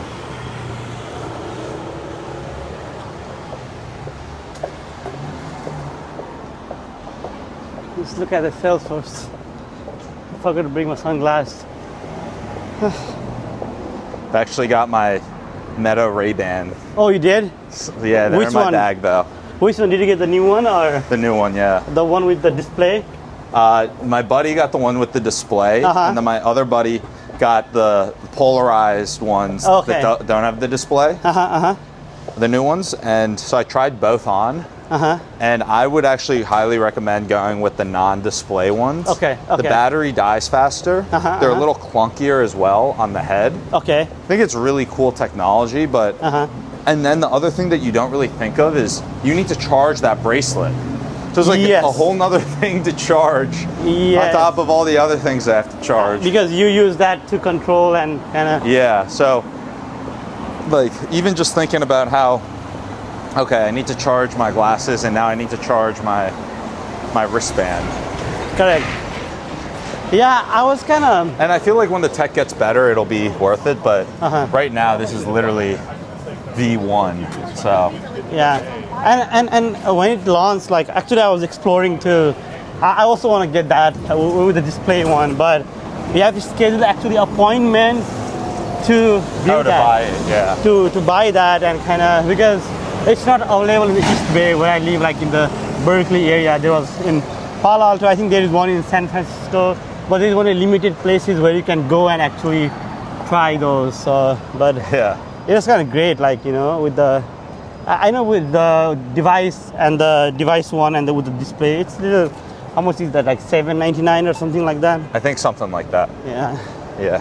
I think it's about 700. The ones that I got, I think before tax and everything else is $469, $479. Okay. I mean, all in, it's about $500. Sure. Yeah. So. Yeah. You know, like when first Apple released that Vision Pro, right? Yeah. My friend has that too. Big hype. It's so funny. So my friends, they're both founders as well. They're super into tech. They buy all this shit. So they literally, they live in different places and they work together remotely, both wearing their headsets all day, working together in the metaverse. Ah, okay. It sounds so silly, but like that's what they do. And then one of them has the Apple Vision Pros, and Oh my god! And the other one just got the new Meta Quest. Okay. I also have the Meta Quest. I was about to say. I have the think Meta I'm gonna Quest, have to get the Meta Quest. Yeah. Actually, I have the Meta Quest, and it's kind of nice. But if you use Vision Pro, damn, the quality. It's way better. So great, like it's amazing. But it's also about the content, because you need the content to see in there. Like, isn't it like limited to a certain extent? I mean, yes, it is. But you know, like I know they had few short movies in Apple TV that you could watch using Vision Pro. But you know, like how they wanted to have being able to watch movies. So my buddy, what he'll do is he'll go when he's on a plane and he'll just put his Meta Quest or whatever on in the plane, and then he'll just, I think there's no one. He'll just toss the, like make it full screen. So he says that when he's sitting there, it's like he's in a movie theater. Ah, I see. And he's just chilling there on the plane. Okay, okay. Dude, you should try that out. Okay. I mean, you can definitely watch Netflix or, you know, yeah, some other streaming channel, but I think that's the one thing is if I buy that, then that's like a whole nother thing that I'm going to be lugging around. But I feel like it could be worth it. Because, so let's say, he said he likes it because when he's working on the go, he doesn't need to bring like another display. He just brings the laptop. Correct. And then he can have a bunch of... Correct. Yeah. Correct. How do you use the... Oh, yeah. Should we run? I used in the beginning, and then, I mean, you just lose the hype if you don't have a lot of things to do, you know, especially with Meta Quest. Some people just use it for playing games, and if you ever also yourself, like, I don't know, you don't get motivated too much. So do you like it? I haven't used it for a long time. Okay, so you don't use it too much. Nah, not really. That's the big reason why I'm a little more on the edge with it, is because I could totally see myself getting it, and then just not really using it that much. Actually, one of my friends got VR, like, when it first came. I mean, like, he almost spent like $1,500, like in 2015, 16 time frame. Like, he bought that. Like twice as much. When it first came, it was, I don't know what company it was from, but I played game during that time, and it was like really bad quality. Things have changed so much, like in last 6-7 years, like, you know. Yeah, I have a feeling that it's going to be one of those things with both the Meta Quest and the glasses, where right now, like, I think the glasses are definitely good enough now where people are... Yes. It's like, okay, this is like fucking useful, you know? Yeah. Like, I'll walk around. I'm actually not wearing them now, and the whole reason is because when I'm streaming, for some reason, I can't like take the photos or videos. Sure. So, which I guess maybe makes sense, but and even that's for the you, big downside for why I can't use it when I'm filming. Yeah, and even for you, like if you want to stream and do all those kind of things, I mean, since you are doing streaming in all your platform, right? Having that Meta watch, Meta glass, because you can show people where you're walking and emotions and all that. You don't have to carry it like this, right? Yeah. Actually, that's another thing too. Maybe I could set up where when I'm streaming, I could switch the audio or the camera source. Yeah. I'm pretty sure you can do that. And I think I'll have to check it out. The big challenge is that when I try and connect, I think I need to get some new equipment if I want to actually make that possible, because I don't have like the normal streaming setup to be able to link up an external camera. Okay. Like the computer. Sure.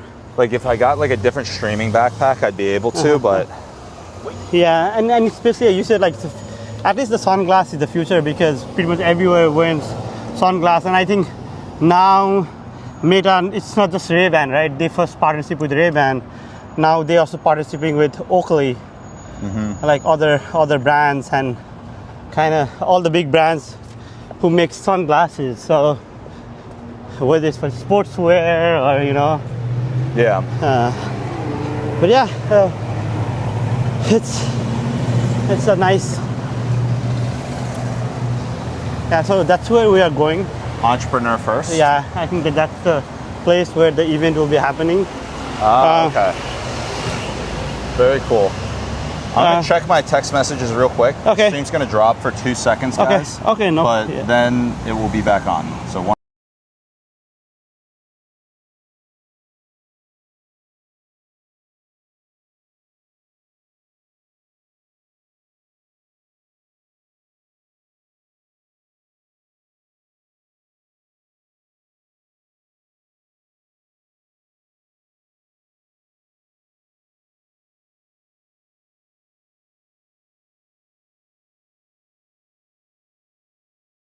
Could you open up YouTube real quick? I just want to see. I want to see something.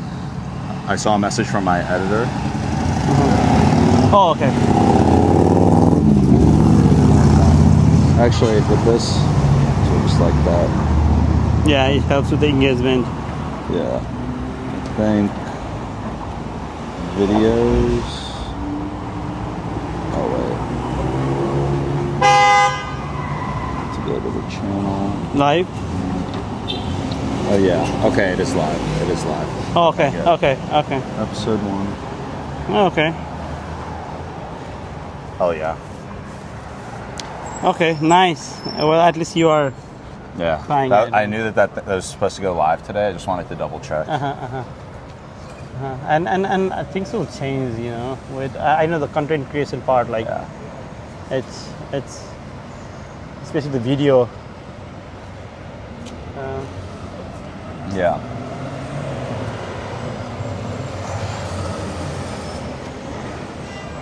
Let's see. Hopefully, the job fair will be. For me, it's just to network and connect.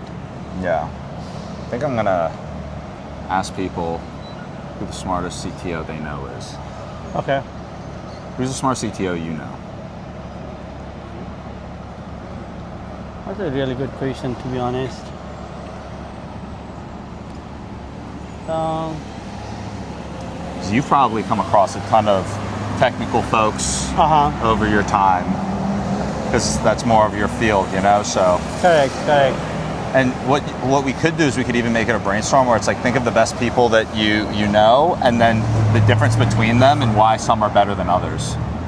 Yeah, that's a good question to think about, because like, how many people came to mind when I asked that?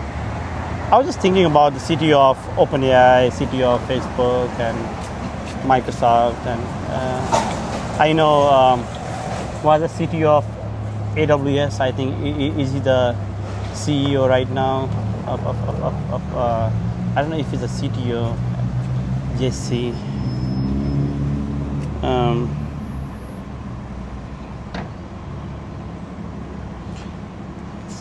CEO of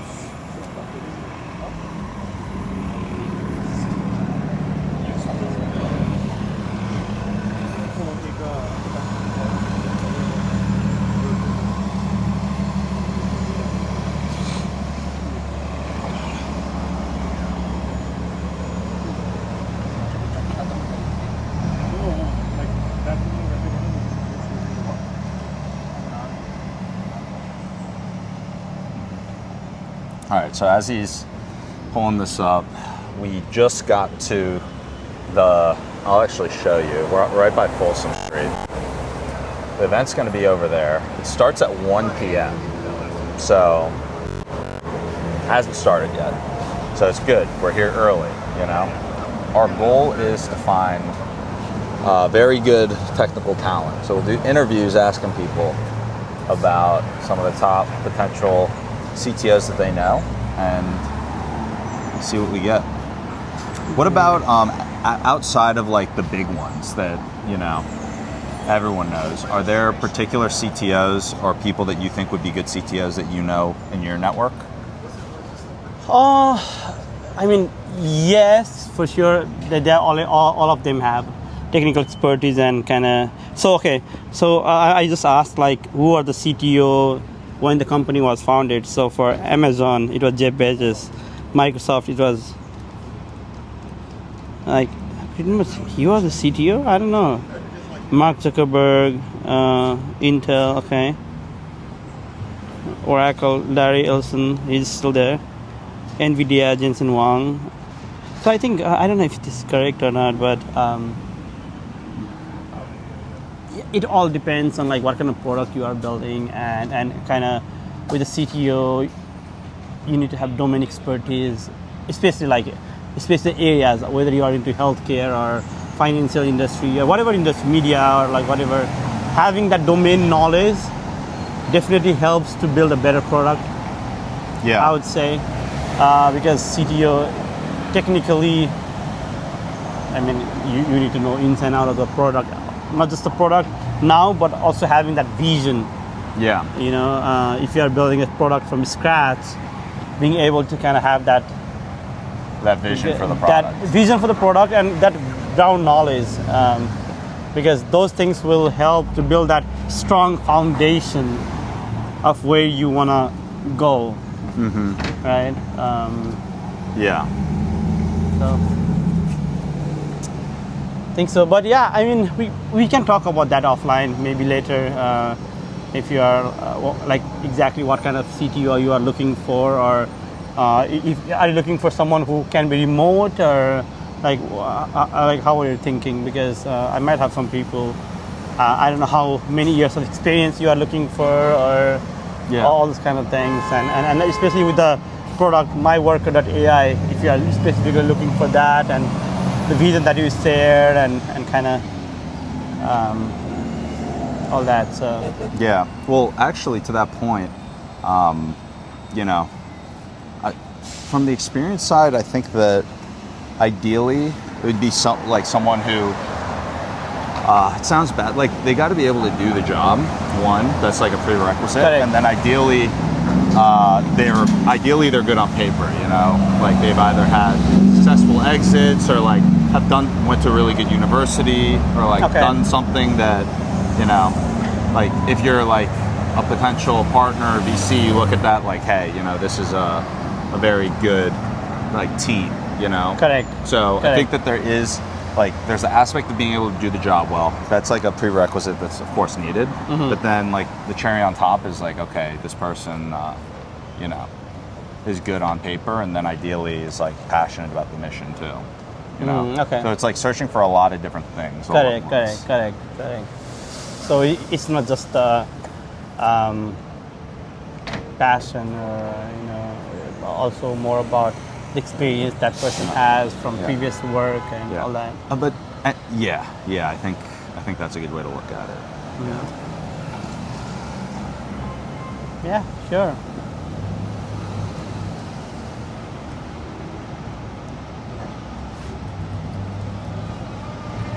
So you said you went to the WeWork. What floor was the WeWork at? The Salesforce Tower. You know, I can't perfectly remember. That's a massive tower. Yeah. I think. It's huge. I mean, it's pretty high up. I don't remember the exact floor, but it's high.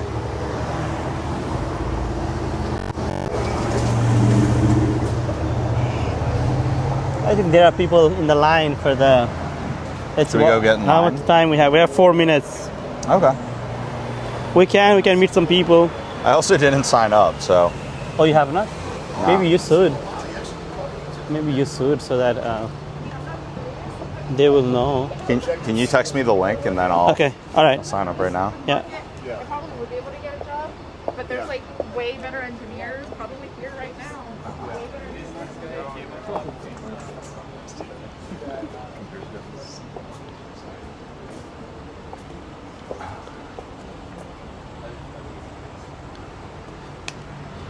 Okay. Maybe we can. Guys, we're gonna have to pause the stream for 1 sec because I'm gonna sign up for this event. Okay. Oh wait. Just wait. Let me. I don't think I can do it when I'm on stream. Maybe Really? Just text me. Okay. On WhatsApp. WhatsApp. Okay. Let me just copy this. Or yeah, perfect. Or you could do text, either one. What's the number?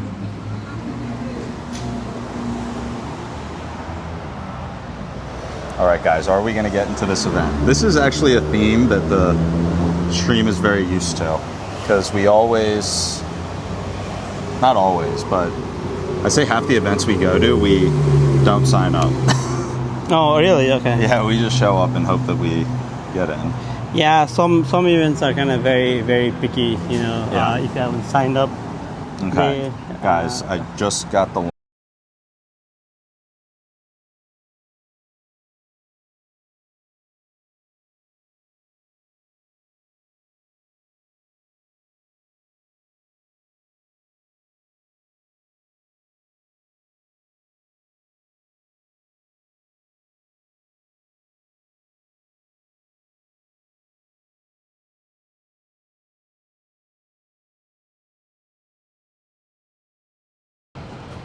All right, we are back. All right, well, I feel like we'll be good. We'll get in. Yeah. Because realistically, I feel like they're gonna want to Get coverage. Yeah, I mean, we're a job, Correct. a hirer, Hmm. and it's a job fair. Yes. And you also want to hire, right? Yeah, we'll be good.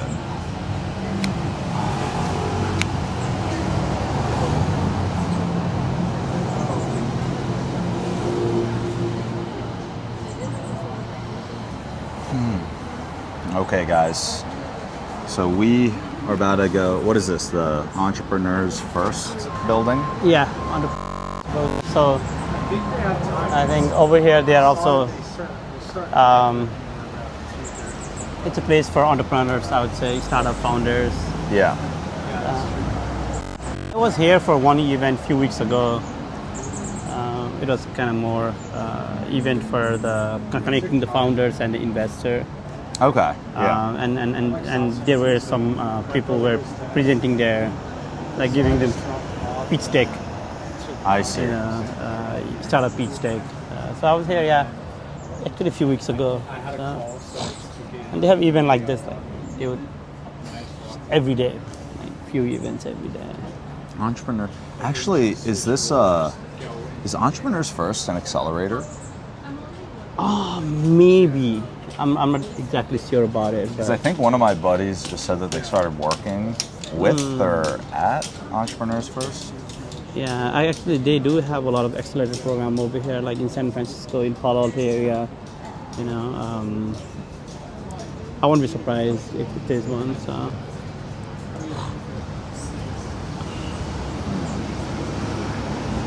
Well, it's already one, so.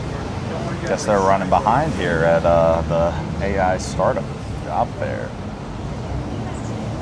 I'm kind of more curious about what's the future of job fair looks like. Job interview, actually, more like job interview, because before you had to go through a lot of technical interviews, or even like and these days, because everyone at the work these days use AI, right? Yeah. Even developer and all. Basically trying to understand, like for me, you know, like what's future is going to look like if I want to go back to working 8 to 5. Yeah, I mean, for the technical interview, like, I hope people are using AI. People are trying to build these things without it. Yeah, you can just do vibe coding and you can build your own application, like right there. Yeah. Even for the product that you have built. It's like when you're building, you're going to use those tools anyway, you know? Correct. And also, like, even it's not just the building the product, but how fast you can scale it. Yeah. How much cost is associated with that, because with AI tool, right, before, if there are 10 people in the team building a product, like now you can just, maybe 5 people can do that, or maybe 3 people can do that, right? Same thing, because you don't need as big of a team. No.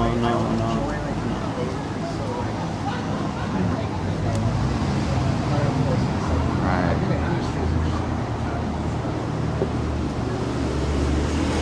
I actually just realized that there's a message I got to send to a partner. I might hop off stream and send a voice note real quick. Okay, yeah, you should do that. Yeah.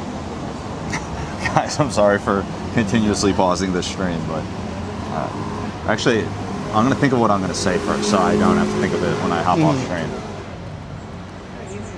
Dude, look, the chat, it's like impossible to see. It's like I have no idea. I need to have like an external thing that I can read the chat on. So when did you start streaming?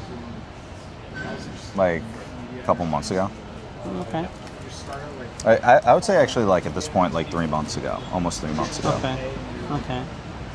Yeah, and like if you start creating content and putting it out there, like definitely you'd gain not just followers, viewers, and it just takes time, man. It just takes a lot of patience.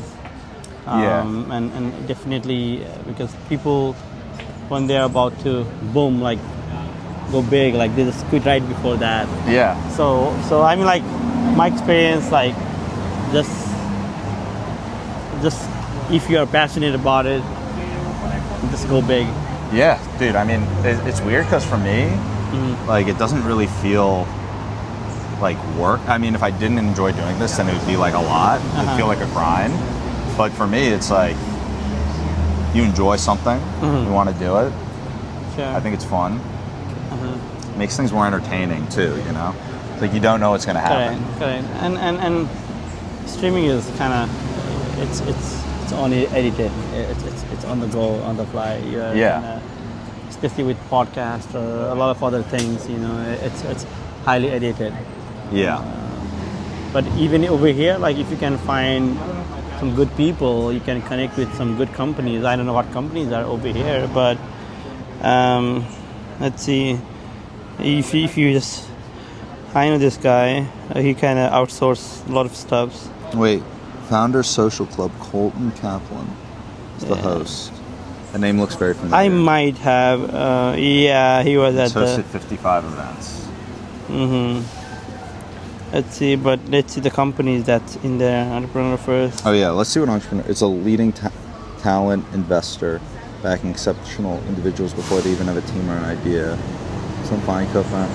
Oh, who here is from Entrepreneur First? I guess I should just go and try and connect with someone from Entrepreneur First. Yeah. Let's make hiring. Let's get hired human again.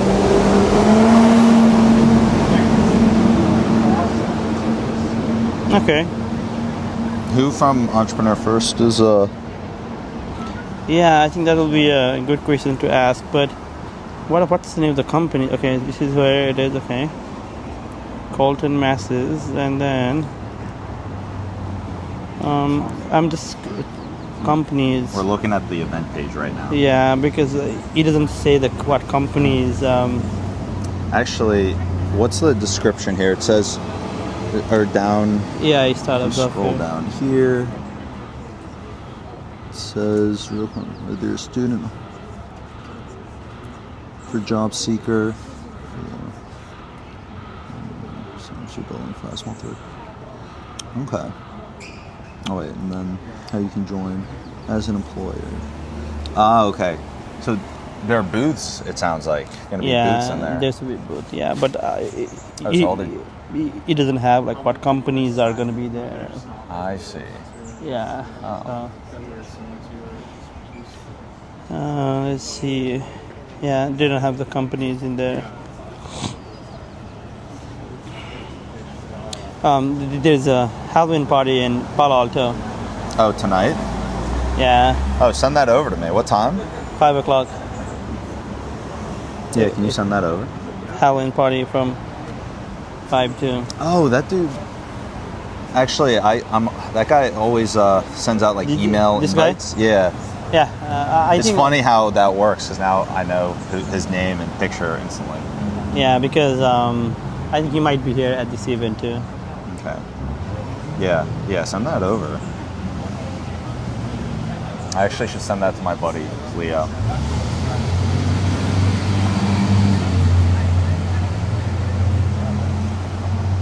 Yeah, so that event is done. There's All so right, many. Any other good ones? Yeah, we're going through the list of events like here. Today or just in general. Like today or tomorrow. Oh wait, the AWS one's another one that my friend sent me. Yeah. Agentic AI. In action. So I think This would be a good one because especially in the future. Oh, it's in Marina? No. It's right near. Oh, the Market Yeah, Street. near the AWS building where you first meet your manager. I see. Yeah. Okay. It's kind of. Dude, send over. This one? Is there a way to share your calendar with someone? I don't know. There we go. I just sent you those. What about tomorrow? Tomorrow, I'm just going to be home working. So Okay. I don't have I haven't explored for tomorrow, but I'm pretty sure there'll be like a lot of Halloween party. Yeah. But if I do, so you can go to Discover and kind of discover different events here. All right.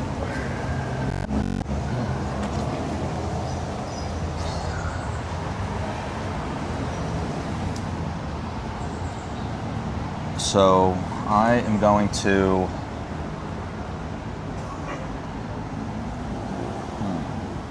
Oh, damn, that's a big line. This is a good thing we hopped in line when we did. Yeah. Okay. I'm gonna pause the stream for 1 second and respond to the messages really quickly. I'll be back in like 30 seconds, hopefully, or like a minute.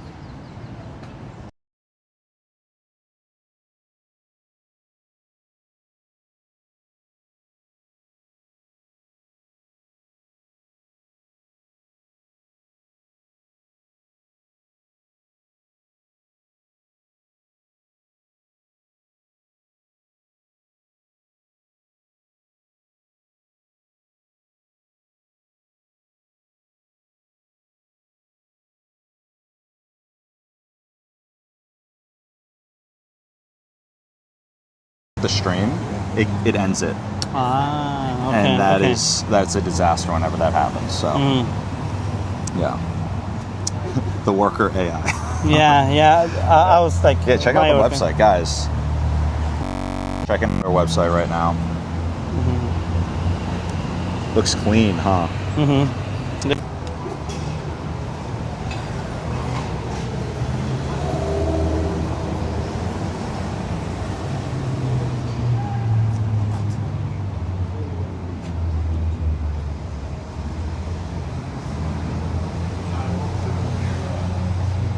Oh, we're going in. Let's go. Okay. Basic. Are they even scanning it?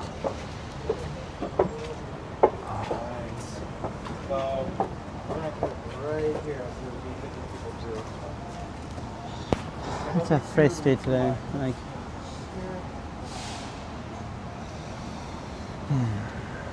We're so close. I feel like when you have to wait for something, it makes it better, you know?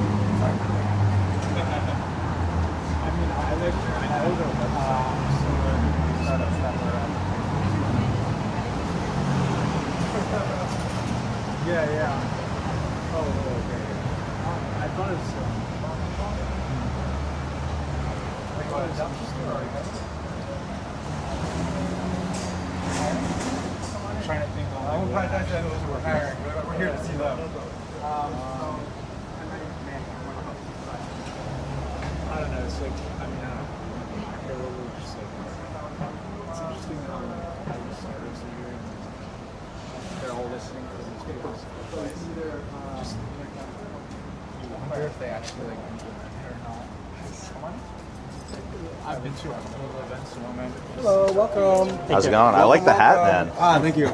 Welcome. Thank you.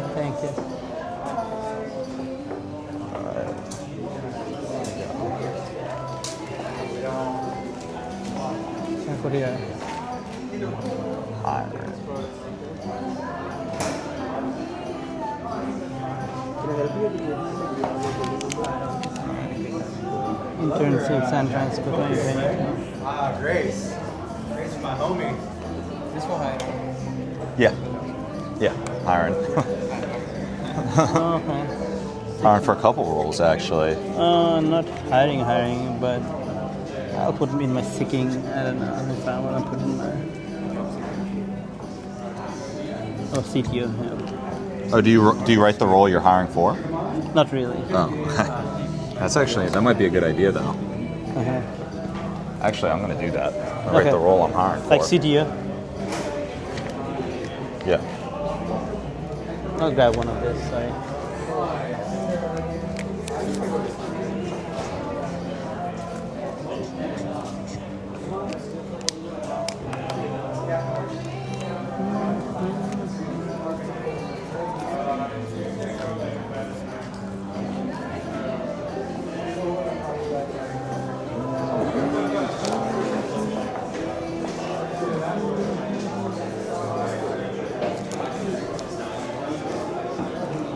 Sorry for the close-up on my face there.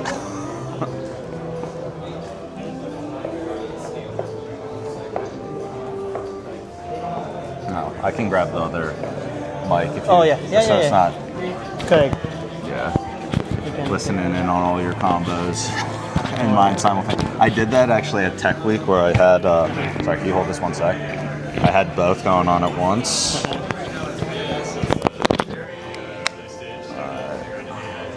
Sweet.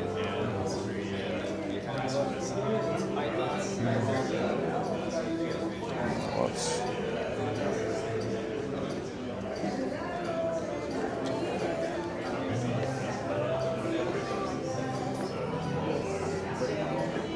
I mean, I just focus on it.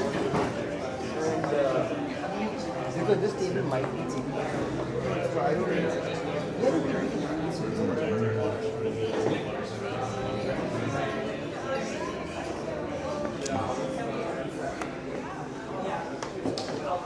What's up? Long time no see. From city to city. Yeah. Checking out the booth here. Wear it. Yes. Are you promoting? I've just been doing. Yeah. We're putting it out there. We're manifesting. Yeah, we're doing our first vlog actually launches Monday from Tech Week. And yeah, we just launched a mentor series today, like another YouTube channel. I didn't mean to interrupt your conversation. I'll let you finish up. All right, we're back.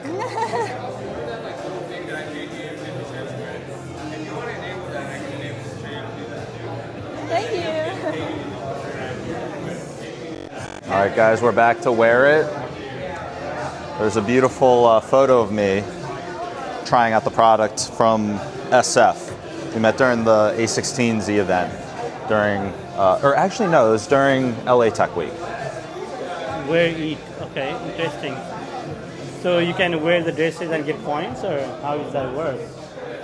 You can like try on other outfits. So let's say that they took a photo of you and a photo of me. It'll switch it so I'm wearing your outfit and you're wearing my outfit. And you get points for that? Yeah, I guess so. All right. How's it going, man? All right.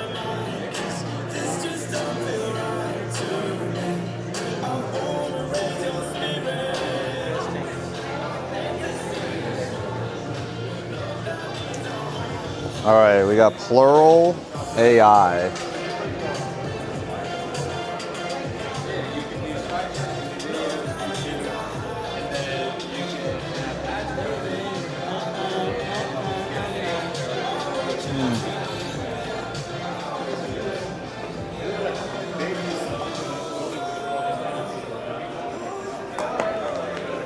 All right, let me just go and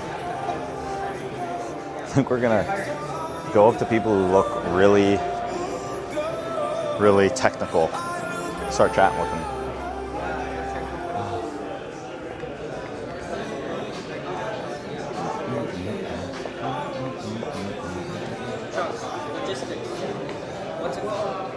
Hey, how's it going, man? Hi. I'm Will.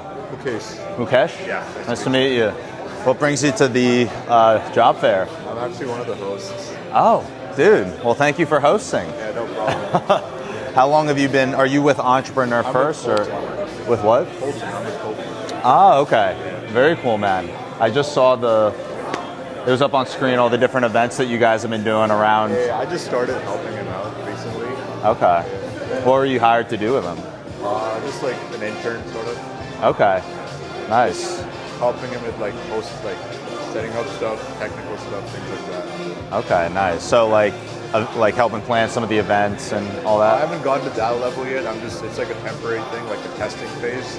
And then once things go right, like I'll be more involved. That's the plan. I see. Yeah. Well, dude, I mean, if you come across any really good AI CTO level talent, hit me up. Sure. I mean, okay, yeah. If I do, I 100% will. Yeah, yeah. Are you on LinkedIn or I any of these? am. Yeah, let's connect. Are you a blogger? Yeah, or just live streaming. Okay. Yeah. Oh, we've been going around. Went around during Tech Week. We could just search the name probably. Yeah. My friend put me on that. All right, sweet. William. And then SZ. And yeah, it's the top one. Oh, great. It's one of the benefits of having a really odd last name. Yeah, they just stand out. So yeah, what do you build or what are you working on? Yeah, so right now it's a company called MyWorker AI. And so it's basically like a full stack outbound sales team for founders. So call it like an AI sales team as a service. And right now the product as it stands, it'll personalize, book, outreach, and like get your dream customers on calls. It does all the work, the full team. So you don't need to learn like 5 different sales softwares and all this other stuff. And like really like game's rigged against you if you're a founder and you don't have a large enterprise sales team. Right. So our tool gives founders their power back. Yeah. Do you guys have? Are you guys like? Do you have a lot of clients right now? We've got 15 clients at the moment. That's yeah. nice. But yeah, that's another thing. If there are any other founders out there that think could use something like that, and happy to chat with them. Yeah. Yeah. I think that's definitely one of the hardest parts of being a founder because you got to juggle a lot of different responsibilities. And if building was your only strength and sales wasn't, that like sets back a lot of people who do deserve to like have their dream or passion go big, right? Yeah. And I think like having a service like this like definitely helps out a lot of people to like make sure that what they want gets uplifted. Yeah. He said it better than I said it. What is your name one more time? Mukesh. Mukesh. Okay. Mukesh. What's your last name? Saravana. Okay. Mukesh is easier. I thought Mukesh was difficult, and then I heard his last name. I'm like, all right, that's. Yeah, everyone's got to struggle with the last name, but You saw my last name. that is. Yeah, like I got a wild one. Yeah. yeah. It makes you really good at spelling from a young age. You know. Once you start with like Samasegi, and with all the Z's and S's and everything, then it's like, all right. It's all building blocks to do something big. Yeah, there we go. All right, so I don't want to take you away from the event. What's your? What's your? I just help set up some stuff and just looking around, see what's happening. Yeah, you set up help set up the booths. Or I guess it's just the tables and everything and the. How crowded do these things normally get? I mean, this is my first job fair. I've never been to one before. Okay. But I think at least 300 people attend. Okay, solid. Yeah. And Colton's probably running around or busy. He is. Yeah. Or I guess he's in the hat at the front. That's Manny. Where's Colton? I want to give you guys some promo. Oh, you know? he's right there. He's talking to the dude with the hat on. He's talking to the dude. Yeah, right there. Like he's standing backward there. Oh, okay. With the glasses. Okay, there. Okay, that's good to know. Yeah, I've never met him in person, but I saw that he was hosting the event, so. Yeah. And so you're an intern right now? Sort of, yes. Okay. Sort of. Sort of. Okay. It's like a testing phase. It's not like entirely decided. I see. Okay. Very cool, man. And I'm just trying to like do all I can, put my time in so that I can actually be part of the team. Yeah. And are the beverages in the back up for grabs? There's pizza as well. Ah, dude. Well, great chatting with you as well. Yeah. If you ever come across anyone, feel free to shoot me the message on LinkedIn. All right, thank you.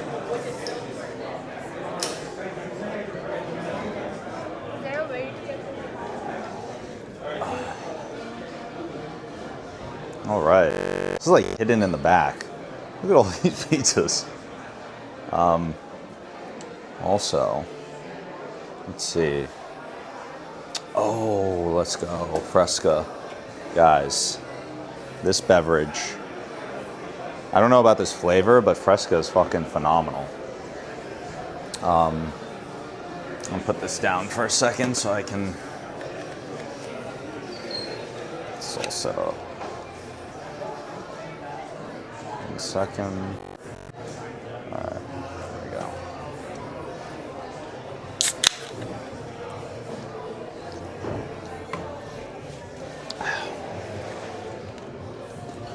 We're gonna do a,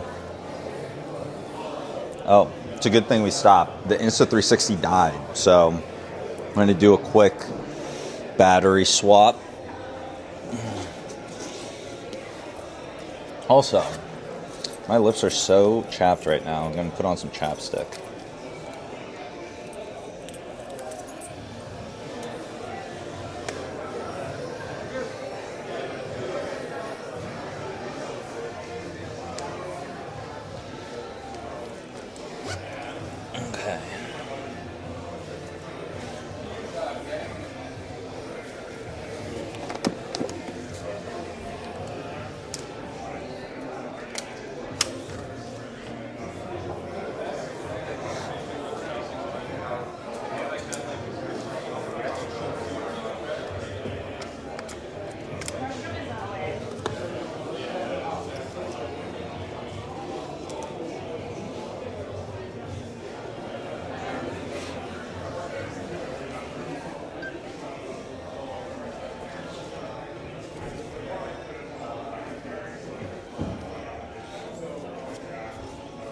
Okay.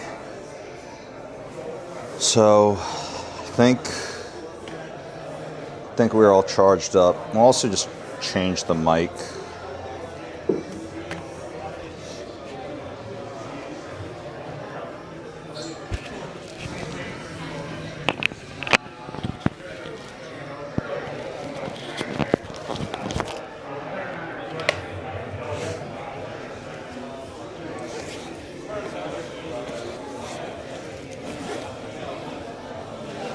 This is like the joy of doing it all yourself, is you gotta kind of stay on top of all the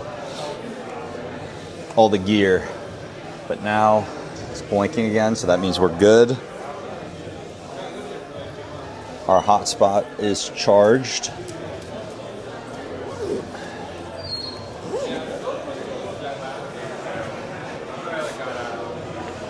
Oh, almost left our hoodie. All right, and also guys, if you haven't seen this, look at this beautiful art we got here. The MyWorker AI hoodie.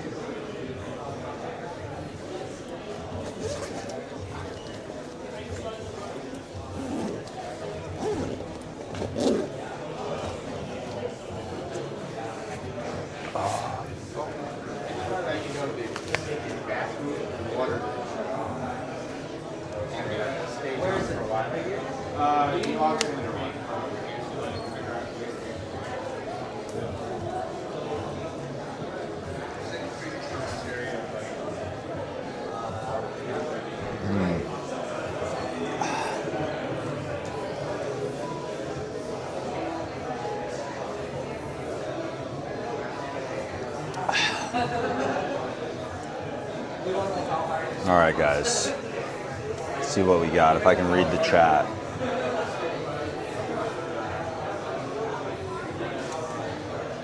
It's too small. I can't really read it. All right, we're gonna walk around a little more and then chill. I kind of want to sit down and drink this Fresca.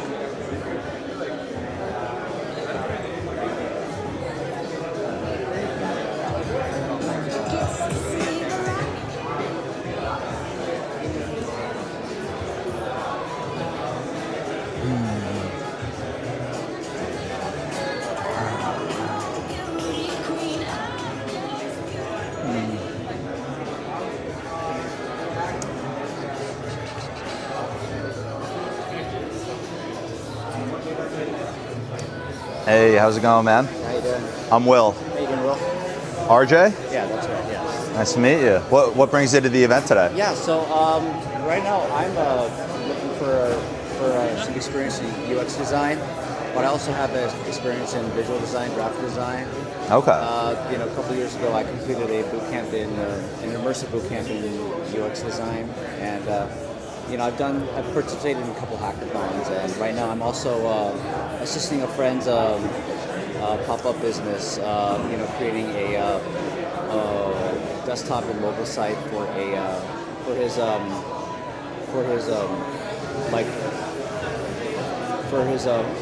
food business involving infusing pork and Mexican food. A fusion of pork and Mexican food? Pretty much, yeah. Sounds good. Yeah. Kind of want to try that. Yeah. Yo. Okay, very cool, man. Yeah. Well, I'm out here looking for CTO talent. Do you know any CTOs? What does that stand for, CTO? Chief Technology Officer. Not that I know, honestly. I've been only in touch with people doing UX who are like junior or mid-career level. Yeah. All good, man. Yeah. Well, best of luck on the job search. Yeah, I think it. this is probably a good place to be. Let's start off with you. Yeah. All right. All right. Great meeting you. Take care. Okay.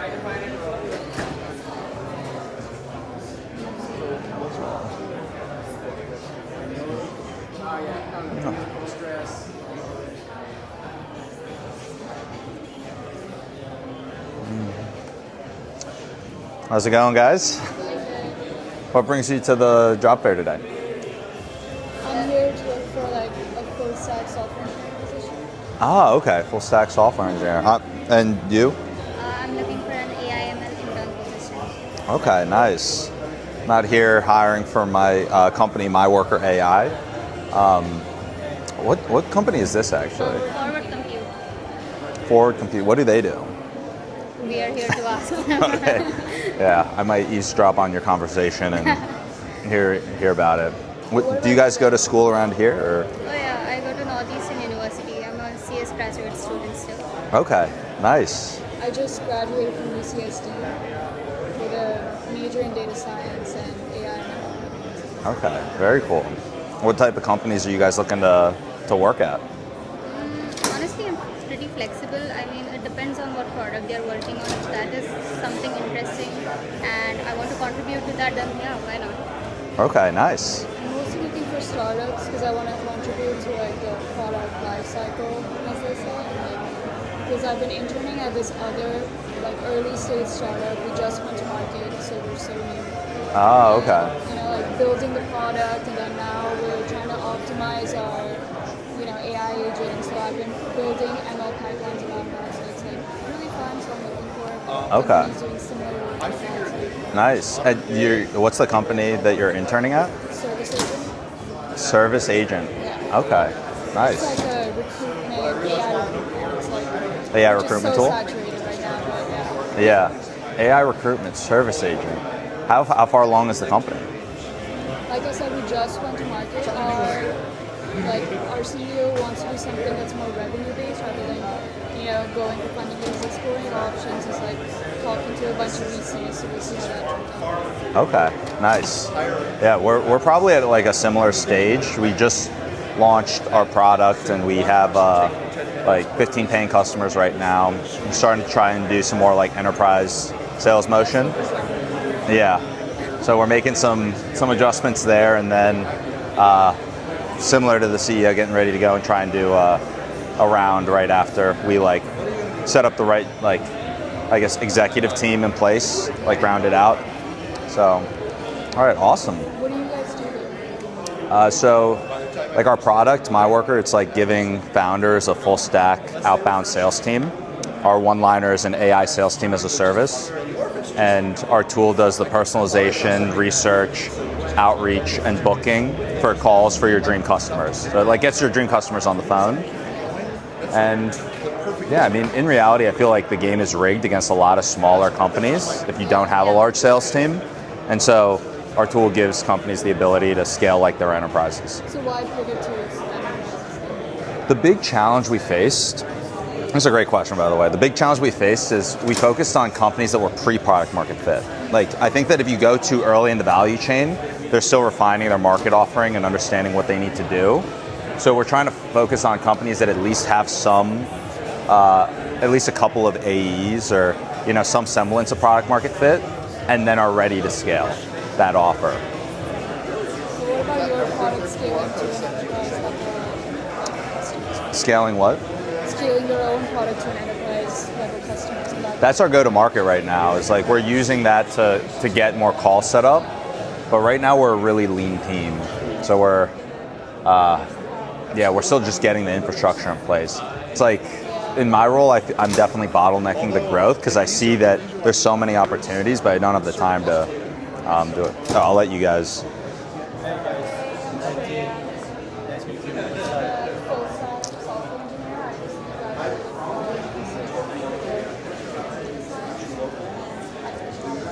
And your background, you said your dream position was like more just like a place where the mission or you can contribute.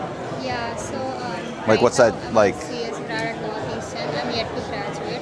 So my current focus is that I'm looking for an internship where I can start working in January, and then if you guys like my work, then you can of course hire me full time.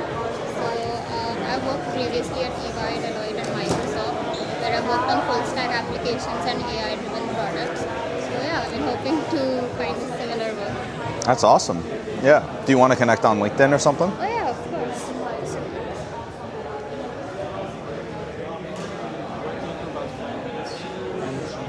Okay. William, and then the last name starts with SZ.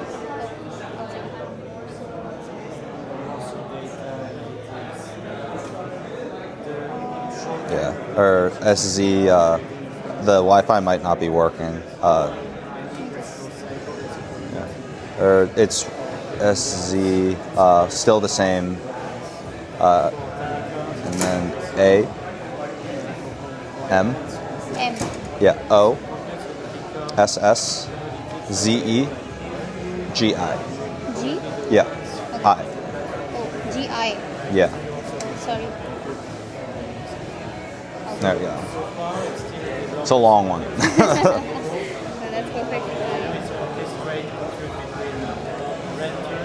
Definitely have to connect and talk more about Yeah, it. absolutely. I'm just bopping around here. I think my one of my buddies he's also a founder. I think he's gonna stop by here in a little bit. He's building a flying Waymos. Wow. Yeah. How's it going for him?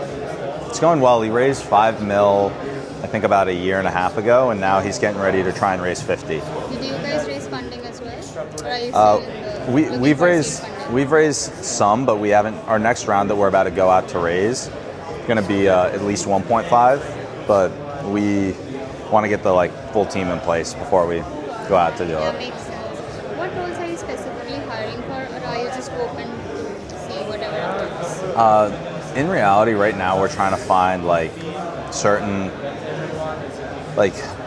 just super high agency people, like generals that can go and just execute. So more executive and leadership positions. Like that. Yeah. So you're not looking for anyone entry level? Not at the moment. Yeah. But we are looking for referrals if you know any good CTOs.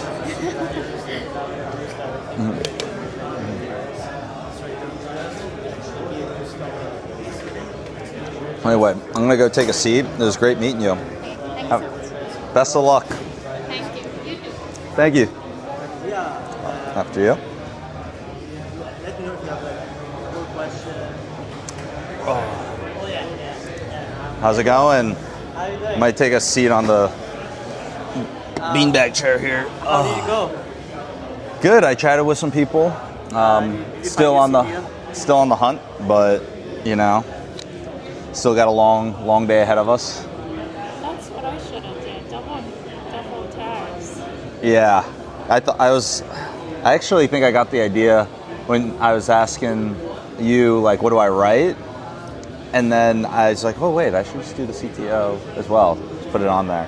What's your name? Catherine. Catherine, I'm Will. Nice to meet you. Nice to meet you. What were you guys chatting about? Didn't mean to interrupt. No, I mean, we're just chatting what kind of events I like to go to. She organizes a lot of startup events, but she's also in a startup, and she's also looking for kind of game developer, gamification type of role. Yeah. Awesome. Yeah, we've just been chatting, and then Nice. Okay, let's sit down and relax because I think we had a long day. Yeah, I've been on my feet. My feet are, especially after yesterday, my feet are just hurting. I had a little different expectations from this job fair. So what were your expectations? Like, Oh. more professional? Yeah, a little bit more professional format and kind of more, I don't know. Usually when you go to job fair and all that, it's kind of Yeah. I think I'm going to do another lap in a little bit because I'm just walking around kind of correct. just chatting with people, seeing what's up. So you're doing game development? So I'm building a gamified education platform for climate education and literacy. Okay, that's very niche. How did you, get involved with that? So I guess like I've always had a love for like learning, especially through games. So I'm a huge fan of quite a few games, especially like real-time strategy games like Age of Empires, Command & Conquer, StarCraft, to name a few. And I used to be a former science teacher, and some of my students at the time wanted me to teach them about climate science. There wasn't anything in the curriculum, so I taught them kind of like a makeshift like board game that I created from scratch. And they learned really well? Yeah. Very, very well. That's a good way to go about teaching. Yeah. I mean, that's, first off, more fun, and you're going to learn way better. Yeah. So I kind of like. So now you're trying to think how to turn that, what you were teaching, into a game. Yeah. I like that. That's where I got the idea, and I have experience with like teaching curriculum design, but I'm trying to like gamify what I like taught my former students into like more legit board game, mobile game, video game. Yeah. And there's like probably not that many, if none at all, that are like a climate literacy RTS type style game. Have you, or maybe you're already doing this, but are there any like big franchises or studios or anything that have a big audience that maybe are related to your game? That might give you distribution right off the bat, Like imagine if this isn't a good, like this is probably different, but imagine like Age of Empires, like, or maybe not Age of Empires, or like a superhero movie, or I don't even know. I'm just kind of shit spitball. I'm just throwing out random shit here. But like if one of them was like, oh, this is our game for learning this, then all of their fans like go and learn whatever you're teaching in the game because they all go and try it. And then you solve distribution like right off the bat. So I actually met someone yesterday at TechCrunch Disrupt because I was there also trying to like network and like meet potential people who want to join my team. And one of the people I met said I should like reach out to like the makers of Civilization. Makers of Civilization? Yeah, like the turn-based strategy game. Oh, okay, very cool. I haven't heard of it, sorry, but I'm sure it's big. I'm just not as into, yeah. It's kind of along the same lines as like Age of Empires. Oh, really? Okay, that's awesome. But it's not like real time, so it's like turn-based. So it's kind of like you're playing like chess with the computer essentially. I love chess, by the way. I love chess too. You do? I got a vibe. I'm like, she probably is like a solid chess player. Do you play on chess.com or you just like for fun? Just mainly just like for fun, like in person, the chessboard. Yeah. Someone actually asked me yesterday to give me like chess.com like vibe rating or like. Oh yeah, like the like the ELO or yeah. And I was like, I've heard of it, but I definitely don't have one. Yeah, that's when you know that you're going deep, when you're like getting a rating, you know? Yeah. I just love the app. It's fun. Don't download the app or else you're going to get addicted. I mean, I already have Pokemon Go on my phone. So Okay. You don't need another, yeah. Like, I go through phases where I delete the app, like, off my phone just because, yeah, I just waste way too much time on it. Yeah. Yeah, let's do it. Yeah. Yeah, we're just, you know, bopping around, doing some streaming, see if we... See the future is going to look like. Oh, dang. Yeah. I'm tossing. Amazon is going to replace all the worker with robots. 600,000 jobs. When? Maybe in the next few years. Damn. All the warehouse people is gone. It's going to be crazy.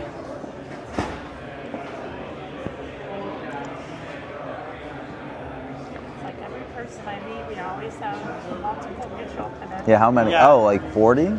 Damn. 40? Oh, wow. That's a lot of mutuals. I like plan, like host my own events here in San Francisco, and I attend a lot of conferences. Yeah. It's like the same like overlap, like industry sector, like role types.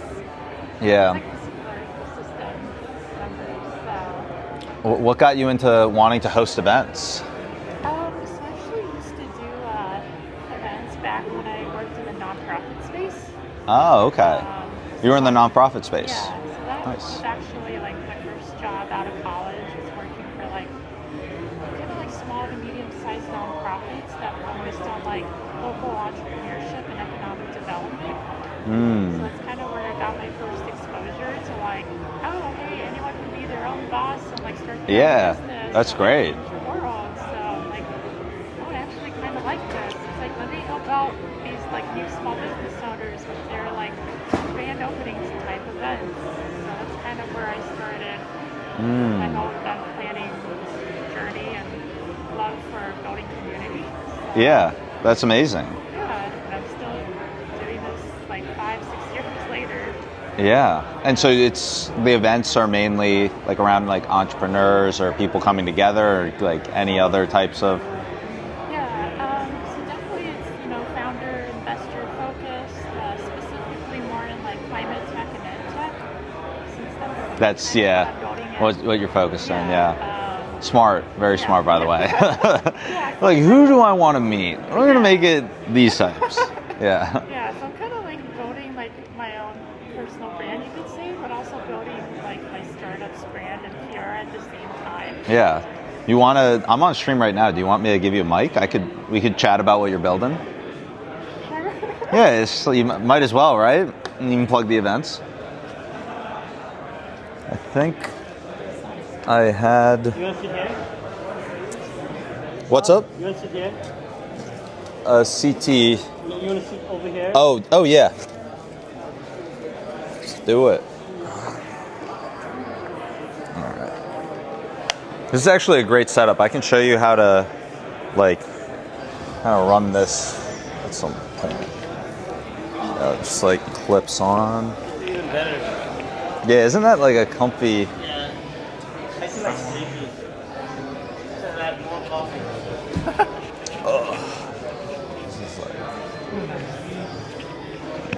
Oh, I can mic you up if you want. Oh, okay. I forget that like people don't normally play around with these things, and they're like super fucking confusing. Yeah. So I'll just clip it like this. Right on there. All right. There we go. All right, and then I'll just toss this. Honestly, we've been on stream the whole time. It's super like chill. Like this stream, just to put it into perspective, that there's not that many people watching, and this has been live for like 2 hours 45 minutes. So I don't know how many people are like sticking around or whatever, but yeah. But this little thing here, I mean, have you ever seen one of these, like the DJI? I have a couple of times actually, but mainly at creator economy type events. I see. Yeah, so that's why I'm not used to getting mic'd up. Oh yeah. Well, I kind of forget that I'm wearing it.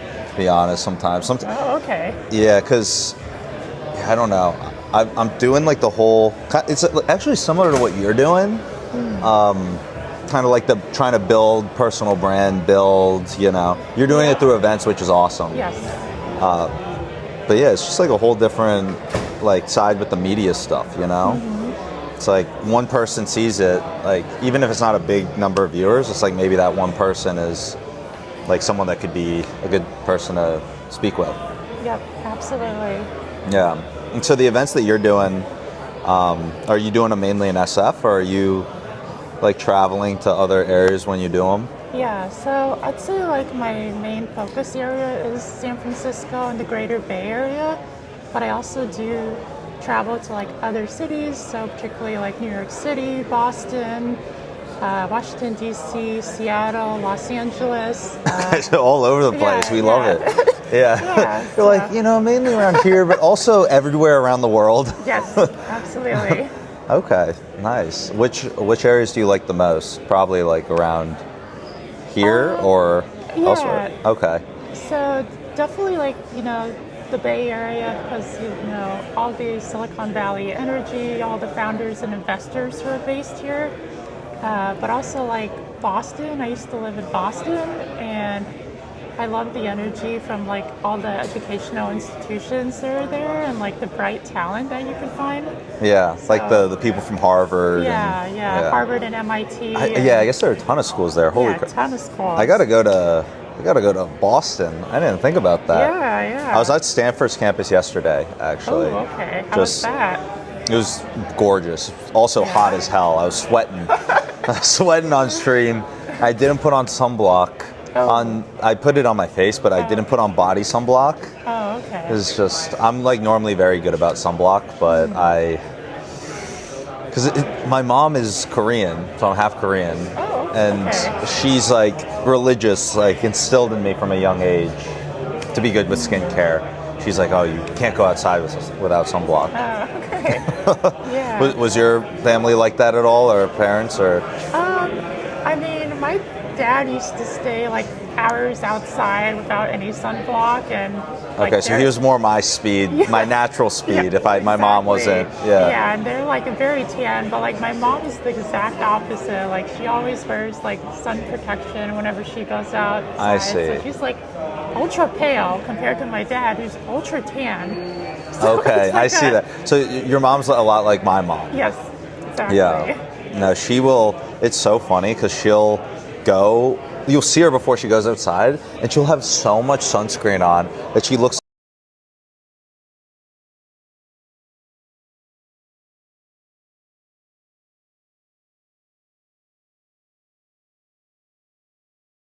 I see that the connection piece, there's like a little Wi-Fi box for hotspot. Okay. So sometimes when we're indoors, the signal gets kind of messed up. I'm gonna like put this here out of the bag so it can like transmit the. Yeah. I've become such a nerd with all this tech stuff.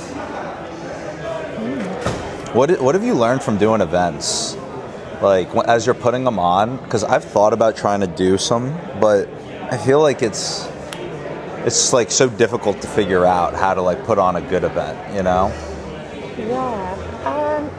So I mean, have you like had like any like shit show stories or anything like that where like shit has gone? I have so many times where shit's gone wrong with the streaming. I feel like there's got to be some stuff on the event side. There's like disasters. So actually last year I hosted kind of like a pickleball style event for like founders and investors. Yeah, so that sounds like such a fun concept. Yeah. And actually hosted it at one of the Bay Club locations here in the Bay Area. And pretty much like up until like 2 days before the event itself, everything was all like peachy and rosy and everything was set in stone. But then like the initial Bay Club location that I wanted to host the pickleball event at actually like couldn't host the event. They canceled on 2 days before? Yeah, so they canceled on me 2 days before. But then they were like, oh wait, we have multiple locations in the Bay Club. That's why we're called the Bay Club. Yeah. Yeah, and they're like, can you possibly move over to another location, even if it might not be convenient for, say, the people who are like out of town or... Yeah, any of the people who are planning on attending. Yeah, exactly. And I was like, okay, well, I've already been planning this for like, 6-7 months now. I don't want to cancel. What? They canceled it last minute? And you've been planning for 6 to 7 months? Yeah, and I was oh like, my God. Okay, so I'm not going to cancel it because I don't like canceling events that I've already like planned in my head and logistically everything's been figured out. Yeah. So I'm going to move it to like, the secondary Bay Club location. Yeah. And I was like, okay, I got that over with. What's next? Yeah. And it's like after that, like the caterer that I actually had already planned everything out with like a month and a half in advance was like, oh, we're like out of like 2 items out of the catering order that you initially wanted. Are you able to like substitute? Oh my God. They're just put zero respect from these partners here. Yeah. And so what did they try and switch out? So actually like they didn't have like a few ingredients for like the sandwiches that I wanted for like a brunch type meal. So I was like, okay, if I can't get sandwiches in the quantity that I wanted from them, what do I do? So I'm like, okay, I don't want to get pizza because pizza is very common at like you want to spice it up a little. Yeah. So I want to give people, a little bit of palate luxury for their taste buds. So I was like, I can't do sandwiches, maybe like some sort of like a cookie or like charcuterie board. Oh, charcuterie sounds. Yeah. Okay, that sounds a little fancy. Yeah. So I did like a charcuterie board with like a giant side of like fresh fruit and like a fruit bowl, along with like kind of like some homemade feel type like cookies and brownies. Okay. So I kind of got that all sorted out. Okay, so you're like, okay, we took care of the location. Yeah. Now we took care of this food change up. Okay. Yeah. And I was like, okay, nothing else can possibly go wrong, right? Yeah. And I was like, oops, maybe wrong. What happened? So the last thing that happened is I actually had some like event crashers who like didn't even sign up for the event. They just like somehow like wandered into like our like private area for the event and they're like, oh, free food. And like they saw like all the free food and they're like, oh, I'm hungry. It's lunchtime, So oh my God. They decided to like came in and just decided to eat all your. Yeah. They decided to like take a tray of like some of the cookies and then like some of the like charcuterie board and like they like apparently brought in like a container. I guess they had a reusable food storage container, so they grabbed some of the fruit out of the fruit bowl too. No way. Yeah. What? Yeah. So thieves showed up at your event? Oh my God. I wouldn't. You could say they were. I mean, I feel like it goes from event crashers. Like they were event crashers, but then as soon as they bring like a third-party contraption to put the food in and take away, that seems like an escalation to. Oh my God. Yeah, and apparently I learned. I guess they were like out of town or something, visiting like San Francisco, and they just so happened to be at the Bay Club while my event was going on. They somehow wandered in. The person I assigned to check-in people had to go to the bathroom, and I wasn't at check-in because I was actually talking with all the people who were like wanting to play pickleball and wanted the demonstration. So it's like, okay, maybe next time when I host an event, I'll have like more than 200 people helping me out. It seems like you learned like a lot from that experience. I did. So from the cancellations, was there anything that you learned to do differently? I guess you can't really control if people are going to cancel, you know, or do the change up. Did they give you a discount or anything? Yeah, so they did give me like a 20% discount. Okay, at least that happened, but still, like that's kind of difficult to deal with. Yeah, so it's like a 48-hour stress period. Yeah. For me, so. Oh my God, yeah, all within 48 hours. Yeah. How's the pickleball? It was fun. After I got all those issues sorted out, like the event went really well. I got some like local like kind of like press coverage from like one of the like channel affiliate stations, and then like Andreas and Boris, so at A16Z actually also covered my event. Oh, that's amazing. Yeah. Yeah, that's great. Yeah. So when you put on these events, is it the name of your company or like with partners? Like, how do you name them? Yeah. So most of the events I've hosted have been under my startup's name, so Climate EOS. ClimateEOS.com or .ai or? So it's like right now like a .com. Okay, ClimateEOS.com. Yeah. Okay. Yeah, but I've been having a little bit of like domain issues. Domain issues. Oh no. Yeah. Well, I guess this is like all classic founder stuff where it's just like stuff just happens or goes wrong or like stuff that you don't expect, you know? Okay, ClimateEOS.com domain is the current. Yeah. But it might be changing. Yeah, it might be changing. So Okay. right now I kind of refer everyone to like either my like personal LinkedIn profile or like my company page on LinkedIn. I Since see. I know like that really won't have any issues. You know that you're gonna have okay, yeah. Yeah. And so it's just Climate EOS on LinkedIn? Yes. With a space or? Yeah, climate space EOS. Okay. Yeah. Okay, cool. And what I know you told me a little bit about it, but you said it's like I guess when you explain it to people, how do you normally explain like what you guys do? Yeah, so I like to kind of think of it as like a personalized climate curriculum that lives within a real-time strategy game. So basically, any player that plays the game, they'll be kind of able to like live the climate solutions that are like done in the game. Okay. In order to solve like a real-world issue. So, say for example, like San Francisco, like sea level rise is a major concern, or like Los Angeles has to deal with wildfires. New York City has like, you know, sometimes major flooding after like, you know, nor'easters coming up the seaboard. So trying to make players more aware about the climate actions and solutions that they can participate. Have you seen oh my gosh, there's this one, have you seen like the tech comedy roast channel? Yes. So I saw this one where they're roasting this kid. He's like, people learn by playing my game. Yep. And so then every single, it's like a guy, it's almost like Mario, like you're just kind of going through, and every like 30 seconds the game pauses and gives like a multiple choice answer. It's like completely out of context. It has nothing to do with the game. And it's like, blah, blah, blah. All right, when was Amazon founded? Like, they're just random questions. But like the game like will stay paused until like you just like answer the multiple choice correctly.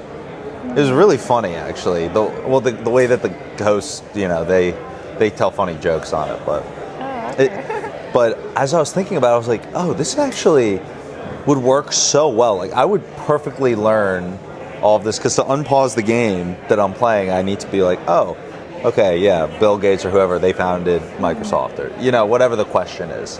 Yeah. Yours might be a little different. That I was just, I'm guessing yours is going to be very different than that, but Yeah, it's going to be definitely different. It's not going to be multiple choice. yeah, not multiple choice. It's like a mix of Mario and what's that question? Or yeah, Jeopardy, right? Yeah, Kind of I like could say Jeopardy, that, yeah. Or I guess just multiple choice, but yeah, because you know, like in the game that I'm creating, like every action that the player takes has some sort of like positive or negative consequence that leads you down like a different like climate scenario essentially.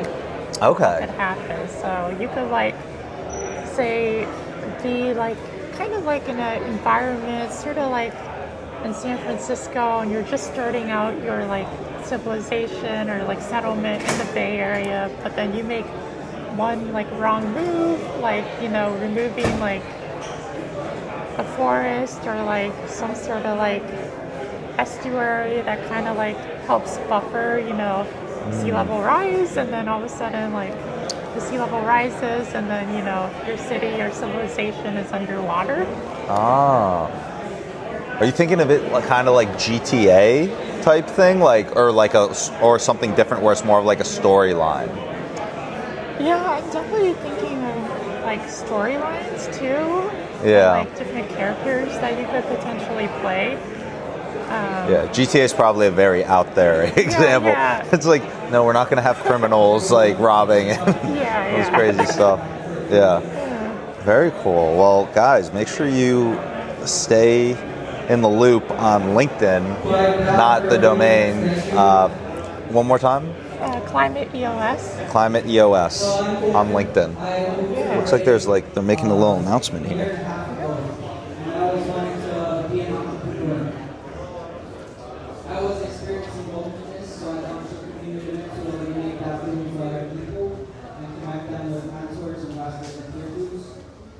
I posted 60 events now.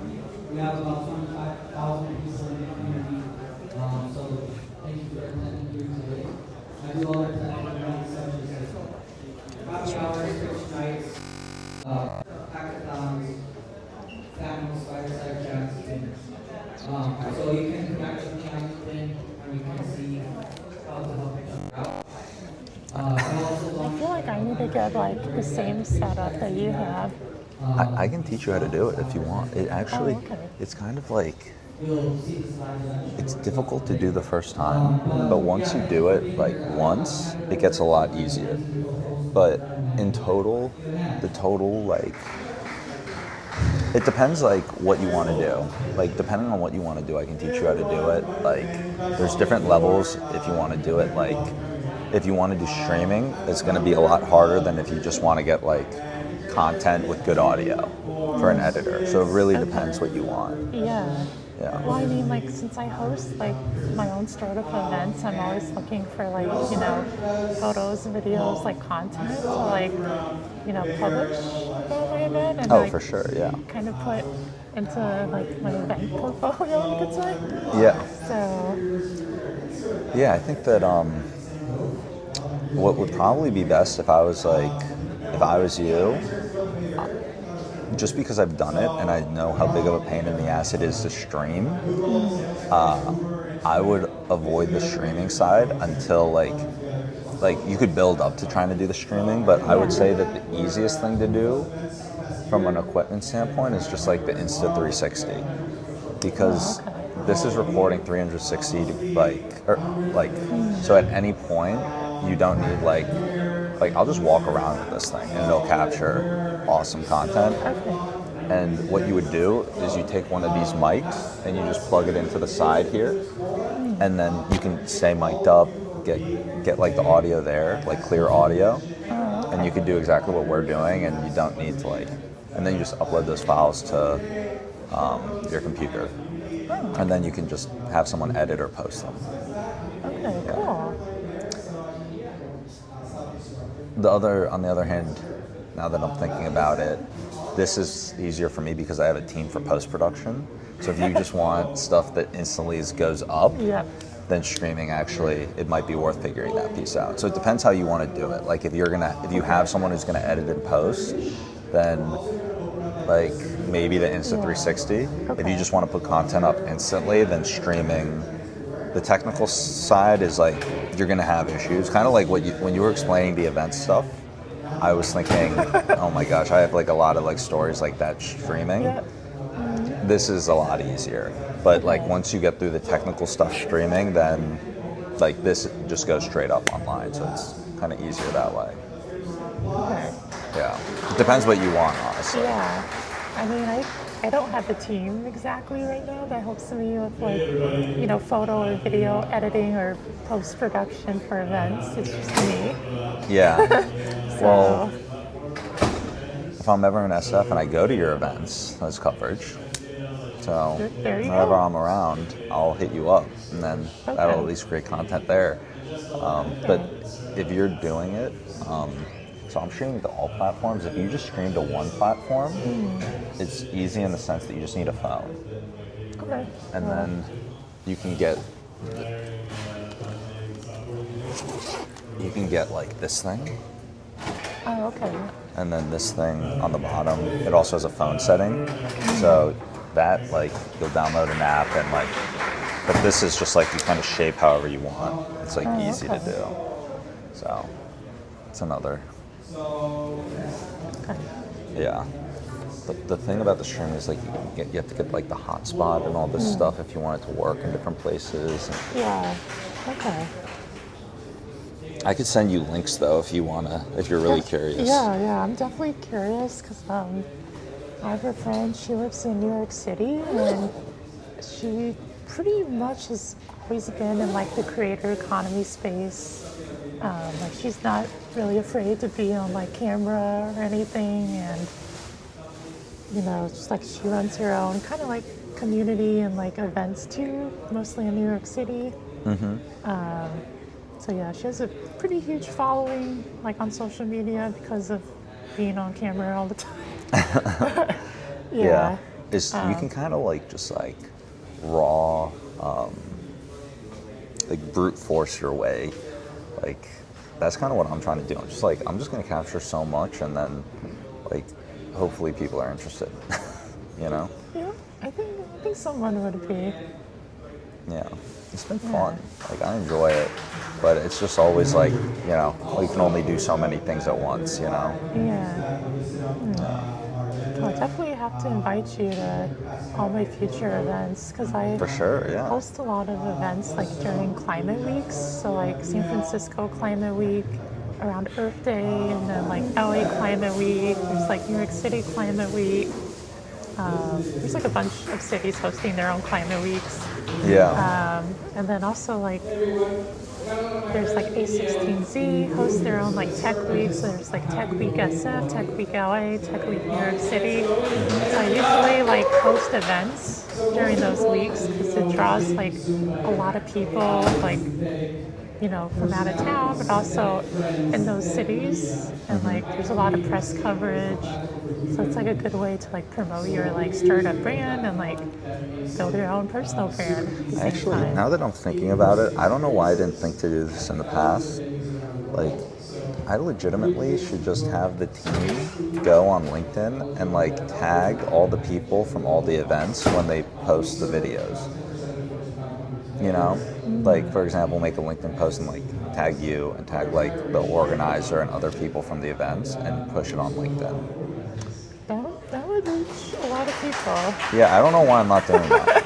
Yeah. I'm gonna send Joaquin, when you watch this, this is what we're doing. I'm gonna send you the links for Partiful and all these events we go to, and you can go in and clip or like see the organizers and attendees, and then like find the people that we speak to from those events and add them to the post. And then just toss all that stuff into our ChatGPT, like LinkedIn post generator, and then like, you know, create posts.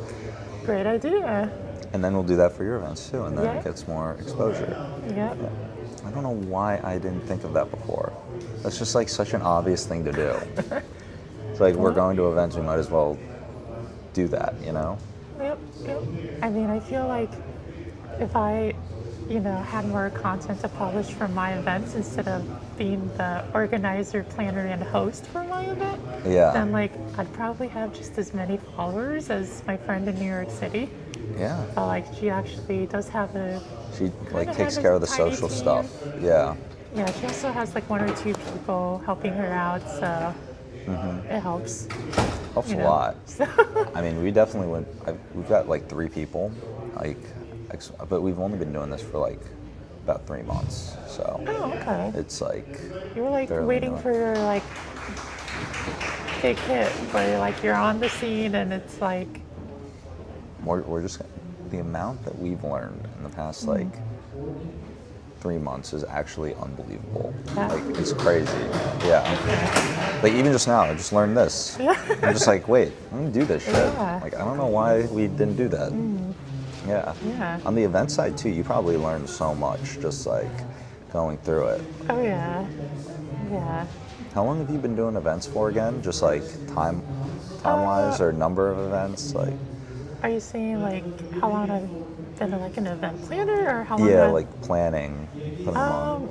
So kind of like 6 or so years planning events, like all together, if you include like the nonprofit side of planning events. So that's a long time. Like yeah. 6 years doing something. Yeah. Yeah, it's a pretty long time. So I'm pretty familiar with like the general workflow, going from like point A to point B, from idea to like execution. Yeah. How long does it take to plan an event? Oh, that depends what like. Oh, like how event nice of an format. event. Yeah. Do you want it like more impromptu? Do you want it to be more formal? Like how many attendees do you want? Do you want like sponsors, partners, the whole shebang? Yeah. So I could call it. I know my preference is the more like smaller, curated type gatherings, where I get to actually know the people who are attending my events. That's probably a smarter way to do it. Yeah, instead of like a giant like happy hour mixer and there's like max capacity at like a bar of like 150, 200 people and I can't even like No make way my you're way gonna around talk to everyone. like Yeah. all 200 people. So I'm like, I don't know if I like this. Plus, you know, I'm not like super like claustrophobic or anything, but like I do like a little bit of space where I can move around, you know, in an event. So That makes a lot of sense. Yeah. yeah, so I prefer like smaller. Like how many? Like, are you thinking like 30 people or like? Yeah. So you actually read my mind. I call it classroom size. Okay. Yeah. There we go. Look, Yeah. we're just on it. Yesterday, my buddy said, "Guess what the price of Bitcoin was?" I guessed it within $500, and then the last time he had asked me that too, I also guessed it within $500. Oh. Now here on the events, guess the number. Yeah, guessed it right. I'm a good guesser. I'm a good guesser. Maybe I would have gotten an A in your class. Probably. Potentially. Yep. Who knows? Yeah. Yeah. So on the event side, like, how often are you doing them? So usually like on average in a month, typically like 2 or 3 times. Although 2 or 3 a month? Yeah. Although, that's like pretty frequent. Yeah. Although the past like couple months, like ever since August, I've been really quiet. Like I've been planning other people's events, so I haven't been hosting my own events. I see. So my calendar has been really empty. Yeah. Now I'm kind of like, I really want to host my own events too. Yeah. So you're planning like for other events, like investor founder events, or like? yeah. So I'm helping out other like local event organizers with their events. I see. Yeah. Okay. Well, I'm down to rip events if I'm in the area. Yeah. It'd be fun. Well, I'm gonna start doing this like. Actually, after I hop off stream, I'm gonna send a message to Joaquin with that idea for us to just start doing that. Like, because on the Partiful link, you can go in and see the attendees. Yeah. Yep. And then, that's definitely good for the post. Yeah. Yep. And then you can tag some. You're probably thinking like, how has he not been doing this already? Like, this is just like, the most obvious thing to do. Yeah. I mean, if it were my friend in New York City, like she's been pretty much posting on social media, I feel like her whole entire life. Okay. So that's probably why she has a big following. Yeah, I mean, she's said she's always loved the camera ever since like she first got like Instagram and YouTube. Oh yeah. So she's been doing it for like years and years and years? It feels like it. I mean, she's only like mid-20s, you know, Okay. like, so she's an actual Gen Z. Actual Gen Z, yeah. I'm a young millennial. I'm the youngest millennial. So, Youngest millennial. yeah, like possible, like 96 was when I was born. Okay. So I think that's the cutoff year where I'm technically. That's the cutoff, Yeah, so I'm the youngest millennial. I'm almost Gen Z, but I'm technically millennial. So you're actually a zillennial. Oh, really? Yeah, so Gen Z and I millennial never combined. learned this. I'm a, what is it? A zillennial. A zillennial or O? A zillennial. Zillennial. Yeah. Okay. Yeah. This is actually so exciting. I'm so happy. I didn't realize that. So I have my own thing because I'm right on the edge. Zillennial. Yep, but you can also say youngest millennial too, which is true. I kind of like zillennial. So. I think I'm gonna go with that.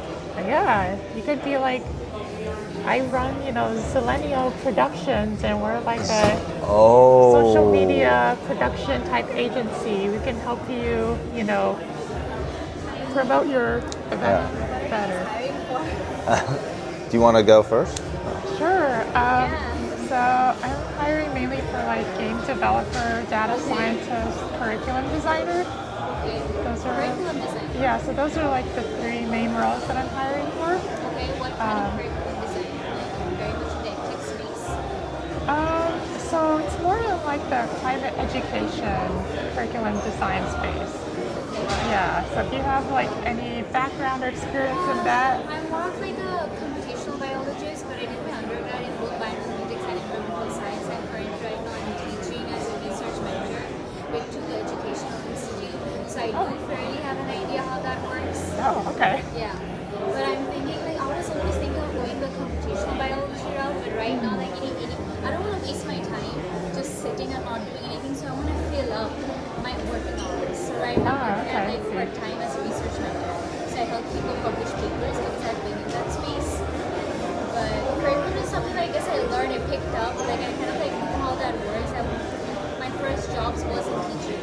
Oh, okay. So I don't know if you'd be interested in me, but I mean I know that I can do that for sure. Okay, yeah. I'm definitely interested in like connecting. You can reach out. I'm more like, I graduated, worked at UCSF for a year, but then I want to go into industry. I decided I don't want to go for a PhD or being a professor. Very fun.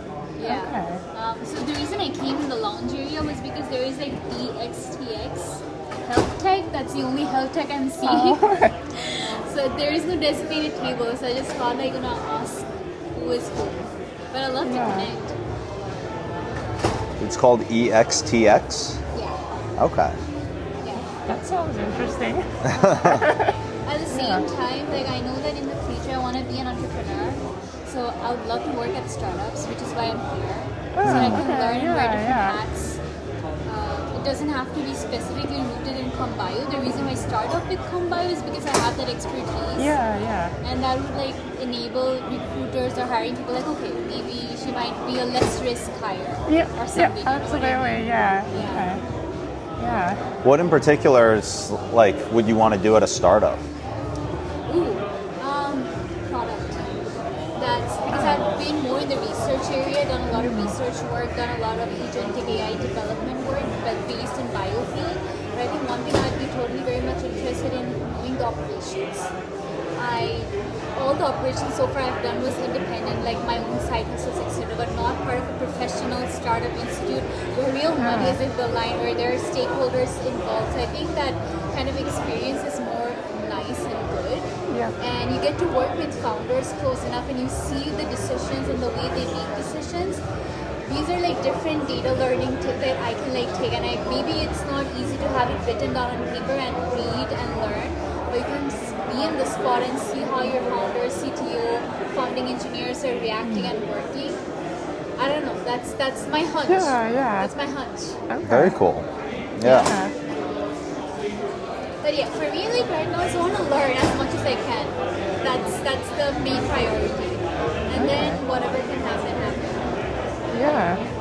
Okay, great. I'll send you my resume. Even if you don't work out or if you're not interested, if you know people who might use my expertise, I gotta be happy. I love learning. I love working. So, I love that. I mean, so like I do know like quite a few like health tech, biotech founders. So I'm also like an angel investor. Have they raised like funding? Because I know that biotech have a hard time fundraising, etc. And the thing is that in the industry right now, like I can go, there are a lot of big biotech companies, but they're looking for experienced people or with like PhD in life science, which I don't have, or like startups, they want experts because you want to shift fast, right? So velocity is the key. So they don't want to hire experts who can like do very fast work and get it out of the door. How's it going? I mean, I can definitely reach out to my network and see like what was your those name? like health tech, biotech Raymond? founders Williams. are actually looking for. Because I know some of them are definitely Oh, later stage I'm just startups, so doing they're like some kinda, streaming right now. Series B, Yeah, Series so C, streaming to so all they're platforms pretty, here. Yeah, what brings you out here? Yeah. So, yes. Yeah. Yeah. So my name AI companies are out that maybe relevant. Okay, very cool. I think maybe there are a couple of robotics guys or I don't see them around. Yeah, I mean, this place, it's gotten much more packed. There's a lot of people in here to meet, for sure. Yeah. What kind of company do you have? It's a company called MyWorker.ai. So it basically, it's like if you're a founder, it's like giving you a full stack outbound sales team to help you get your customers on calls. Oh, that's it. Yeah, so it'll do the personalization, research, outreach, and actually book meetings with your dream customers. Oh, okay. So Yeah, it's basically automatically. a whole, like automated sales force, right? Yeah, exactly. I was just casually sitting here. Yeah, like streaming exactly. with, William here. So you don't need to deal with the whole sales. Yeah, well, I think that for many great products and founders, the game's rigged against you because you've got, if you don't have a 20-person sales right team, now, like, you know, also creating, but like, these an larger, advisory so it's board basically giving of people, teams that might not be as big the ability be, to like, kinda like board members compete of my and scale like enterprises. So, I mean, for some of the board members that I have in mind for my startup, I want them to invest money. But I'm also like looking for board members who like they don't necessarily have to invest money. Yeah, we use AI to learn everything about your company and who your target customer is. So it's like, I don't know, like let's say that you're a CEO of your own company and you're selling to someone. That person has their own pain points, their own industry knowledge, etc.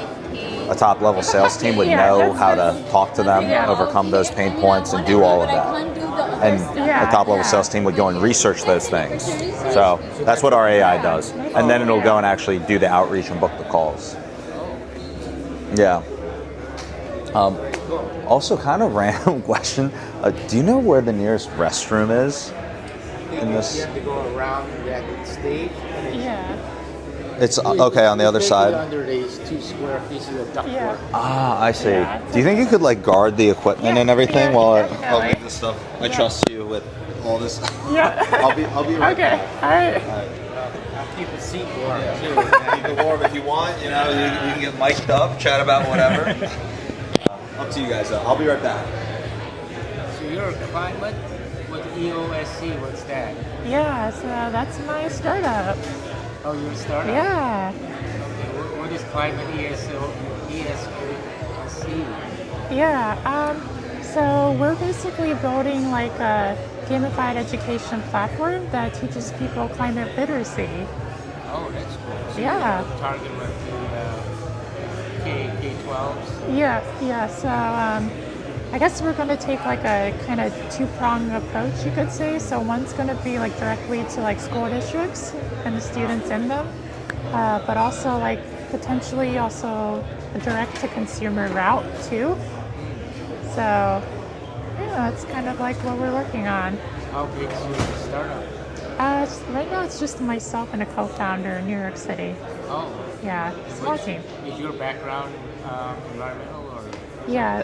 My background is in like sustainable event planning, teaching science, like environmental curriculum design. Oh, So do you have teaching certification? yeah, I have like a emergency teaching certification. Oh, that I have. probably from the pandemic, right? Yeah.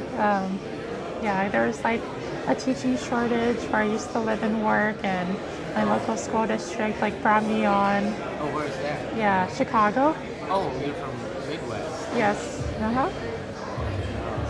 Did you move out here now, or? So I actually moved from Raleigh, North Carolina. Raleigh. Yeah, but Is that where you grew up? I know. Actually, Chicago is where I grew up. Oh. Yeah, but So you went to Raleigh, so you probably went to UNC. no. Actually, I went to Indiana University, Bloomington. Oh, I. Yeah. I moved a lot for like work, so. Oh, then you got a job in Raleigh. Yeah, so. Doing environmental or teaching? So I actually got hired as an event planner in Raleigh. Completely different. Yeah, completely that's different. Why you have event planning. Yeah. And you're a partner in New York, is it? Yeah, I have a co-founder who right now lives in New York City. Yeah, so what does she do? So they're actually a former like game developer. Oh, okay. So Yeah. you help with gamification. Yeah. So they're helping me with the gamification part of things. So you look like you're hiring. Yeah. What are you hiring? So mainly like 3 roles right now. So like a game developer, data scientist, and then like a curriculum designer. Yeah. So you don't have any software engineering? I mean, I might potentially, but those are like the 3 roles that I'm kind of looking for, unless you're a software engineer who has a passion for making games. Well, my son's friends are like in the theater. Oh, yeah, okay. So we should exchange for it. My other son, he's a software engineer. Oh, awesome.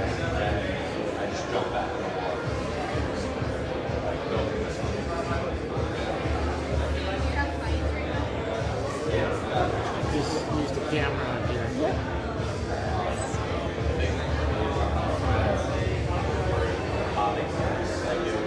It's really Cool. interesting stuff to find.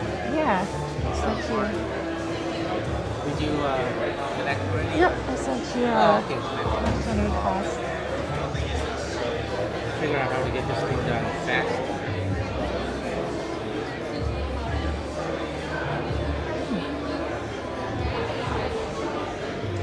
This guy connected a while ago. Catherine, is that you? Yep, that's me. Okay, so now you got to do this. And then Yeah. I finally figured this drowsy thing out. Yeah. It's like very, very laggy.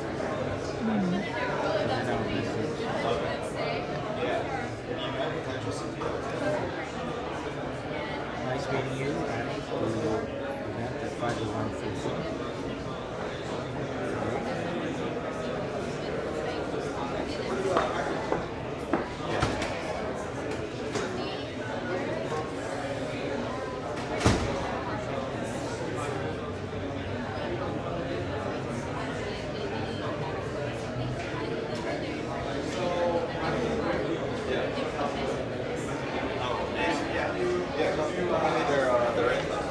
Thank you so much for looking over the stuff. I appreciate you. They're interested honestly because they have their own things that they're working on. But you never know. Like sometimes when things don't work for their end and a good match happens. Yeah. They're also planning to apply for Y Combinators and stuff. So Okay, yeah. I would love to connect with them. Yeah. Two people right now. Okay.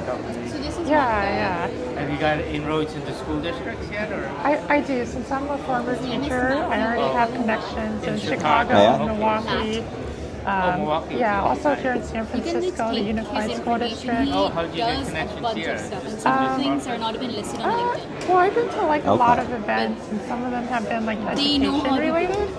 So Oh. there's They been know some there's- like employees from like the school district who come in. Okay. So Very cool.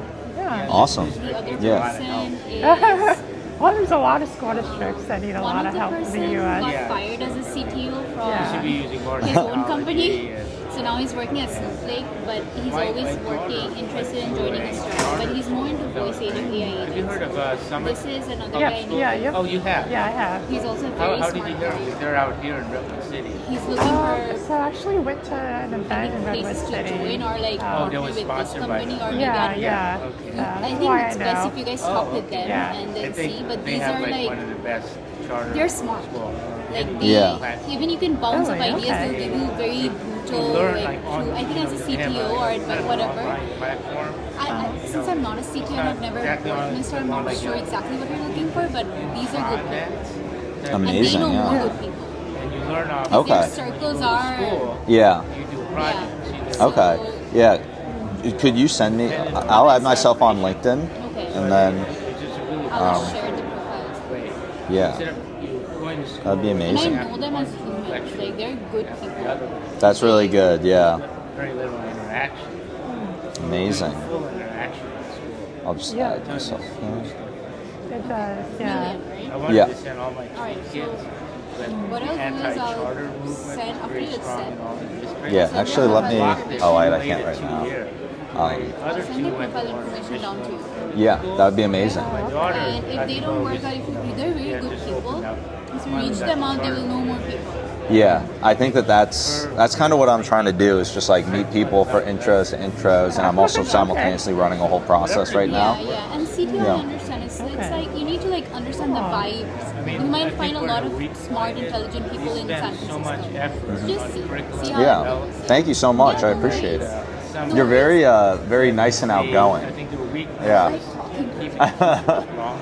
Yeah. What will I do? My company that I'm interested in is not here. Yeah. So you came to meet like a particular person from the company? No, I'm a combine person, right? So I wanted to like look for health tech startups because I think I can offer more to them than any other places. But if that doesn't work, just make more friends. Yeah. You know, you're out here making friends. That's good. And you got pizza. There you go. Yeah, thank you so much. Take care. They're there because they want to learn about the whole curriculum and pedagogy. Yeah. So it's a different business, so they're willing to like take less from the salary, just to get into that environment. Yeah, absolutely. But it's not good for the students and the teachers returning. Yeah.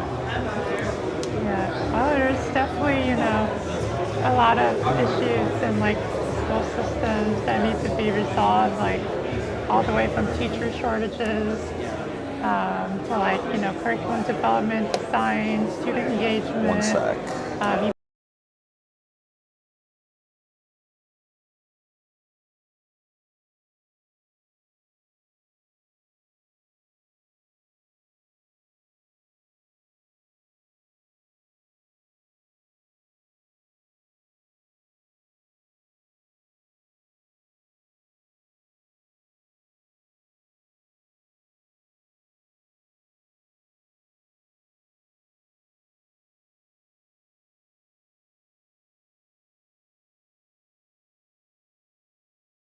And then we had a couple cases there.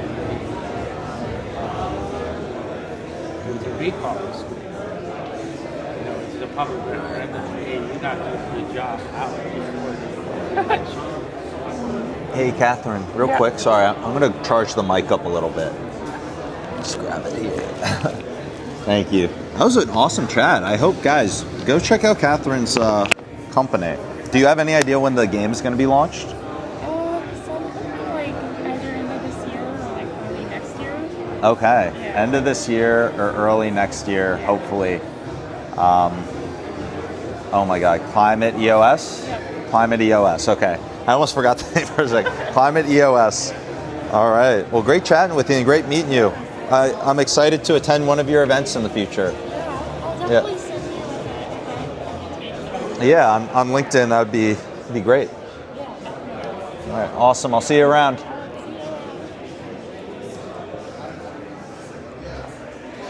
How's it going, bro? Oh. How is it going for you? Good. Not hungry? What's up? Not hungry? I am, but I don't want to eat pizza. You know what I mean? Did you have pizza? Huh? Did you have pizza? Over there. Oh, at the last place? Yeah. They don't have any food here. They have pizza here. Really? Yeah, do you want some? What kind of pizza do you have? Individual? No, I didn't have any.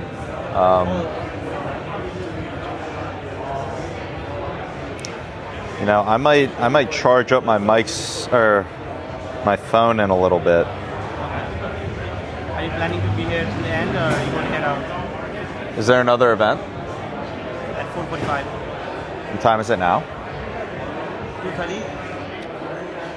Okay. 2 more hours. Okay, 2 more hours. Hey there. there. How's it going? How are you? Good, thanks. I like the camera setup we got going on. Oh yeah, I'm Will. Christian. Nice to meet you. What are you working on? We're both founders. Just I'm building in AI, and you're building in the event space. Pix. Yeah. Very cool. What about you? Yeah, I'm working at a private equity firm right now as a software engineer, helping them build like an internal CRM platform to streamline their deal flow, fundraising, etc., and adding a bunch of agentic services to help expedite those processes. And then just in SF for the week, trying to get plugged into the community and hopefully make the move out here. Nice. I'm graduating in a few months from Case Western Reserve in Cleveland, studying computer science and finance. Nice, man. But yeah, just love building things. Yeah. Meet other people. No, that's a cool use case. So are they looking at are you building it for internal use or external? Internal use, yeah. And it's sort of a hybrid product engineering role. There's a lot of understanding their current pain points and then actually designing it out and shipping the software. So yeah. And then also, how's that been shipping that product end to end? Yeah, I mean it's not easy, but I've learned a lot on the way. It's not fully done yet. I would say the core CRM functionality is there. Yeah. But there are some features that we're still working on. So hopefully looking to finish it by like December. Yeah. What type of infrastructure are you guys using? We're on AWS fully. It's TypeScript and Fast API stack, and we use like LangChain for agentic stuff. Okay, nice. It's kind of similar to my company is called MyWorker .ai. Yeah. We're built on Azure though. Okay. Microservice architecture throughout. Python backend, and we have we're using LangChain in the product as well. Yeah, nice. What do you guys do? So what's the name of your company again? The Ohio Fund. The Ohio Fund. Okay. Well, so what our tool does, it's basically like giving companies, founders, their own full stack outbound sales team. So our tool personalizes, researches, does the outreach, and actually books calls with your dream customers to get them on the phone with you. Cool. Yeah, because for many of these other companies, if you're not one of the big players with a massive 20+ person sales team, the game's rigged against you, even if you have a great product, great service. Yeah.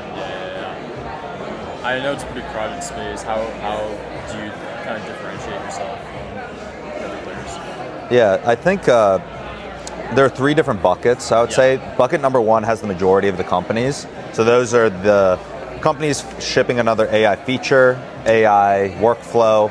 I think that those companies majority are going to get disrupted by, future release of GPT. Then I think you have bucket number 2, which we fall into, and a lot of the other biggest builders and biggest VCs in Silicon Valley have backed, which are AI native companies that get better as the tools get better. Like rising tide lifts all ships. Yeah. And then bucket number 3 is the incumbents that are going to acquire the companies in bucket 2, like us, or companies from bucket 2 will go and try and eat up market share and compete. Yeah. So bucket number 3 is like the Salesforces. Gotcha. Those. How would your platform compare to like a Clay or a Apollo? Yeah. So those tools are integrated into ours. So they're like a small part of our tool, and it makes our tool much better. Yeah. So ours, Apollo's integrated, smart leads, like master inbox. Lead generation, and then it basically everything up until your customer's on the phone. Okay. So you can just plug in, and then it's it'll build ideal customer profiles. It'll do everything. Yeah. Whereas Clay and Apollo, it's very small slice. Right. You need data enrichment, of course. Of course you need contact, all these things, but that's one tiny sliver that we integrate into our platform. Yeah, gotcha. Yeah. Very cool. And then you said it goes up until. Did you say there's a voice agent part as well? Or? We don't have a voice agent yet. We actually have a wait list right now for people to join to use our voice agent, but The technology, I think, could get a lot better, and right now we're getting good data on the, like building like company profiles, like everything about like your target customers, all of that. Yeah. So that's been the focus right now. Yeah, that's cool.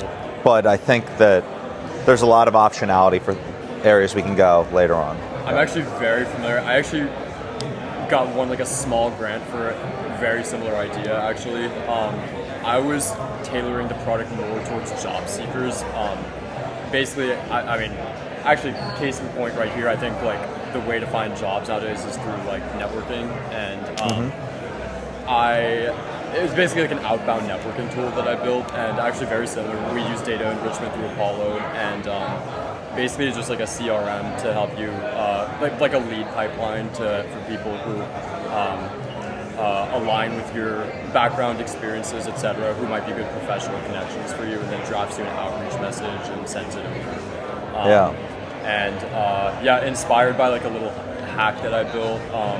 Like there was this university newsletter that I got every day that I never read, but I just like made an automation that extracted the people from it, and then just wrote like a message to them and like enriched them, and if they like aligned with my background in some way, and so built it out. I think I might pivot the idea, honestly. I think the hardest part has been finding high quality data, because my original idea was to find people who you have a good reason to reach out to, because I think it's too generic to say like, oh, you and I are both like developers, we should connect, because there are a lot of developers out there. But maybe you just like posted something like, a couple of hours ago, and I could say, oh, it gives me like a much better reason to like reach out.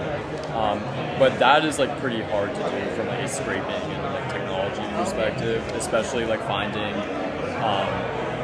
like for example, like one data source that I would love to scrape from is like Slack community channels. Yeah. But I can't do that. Well, I mean, I shouldn't do that.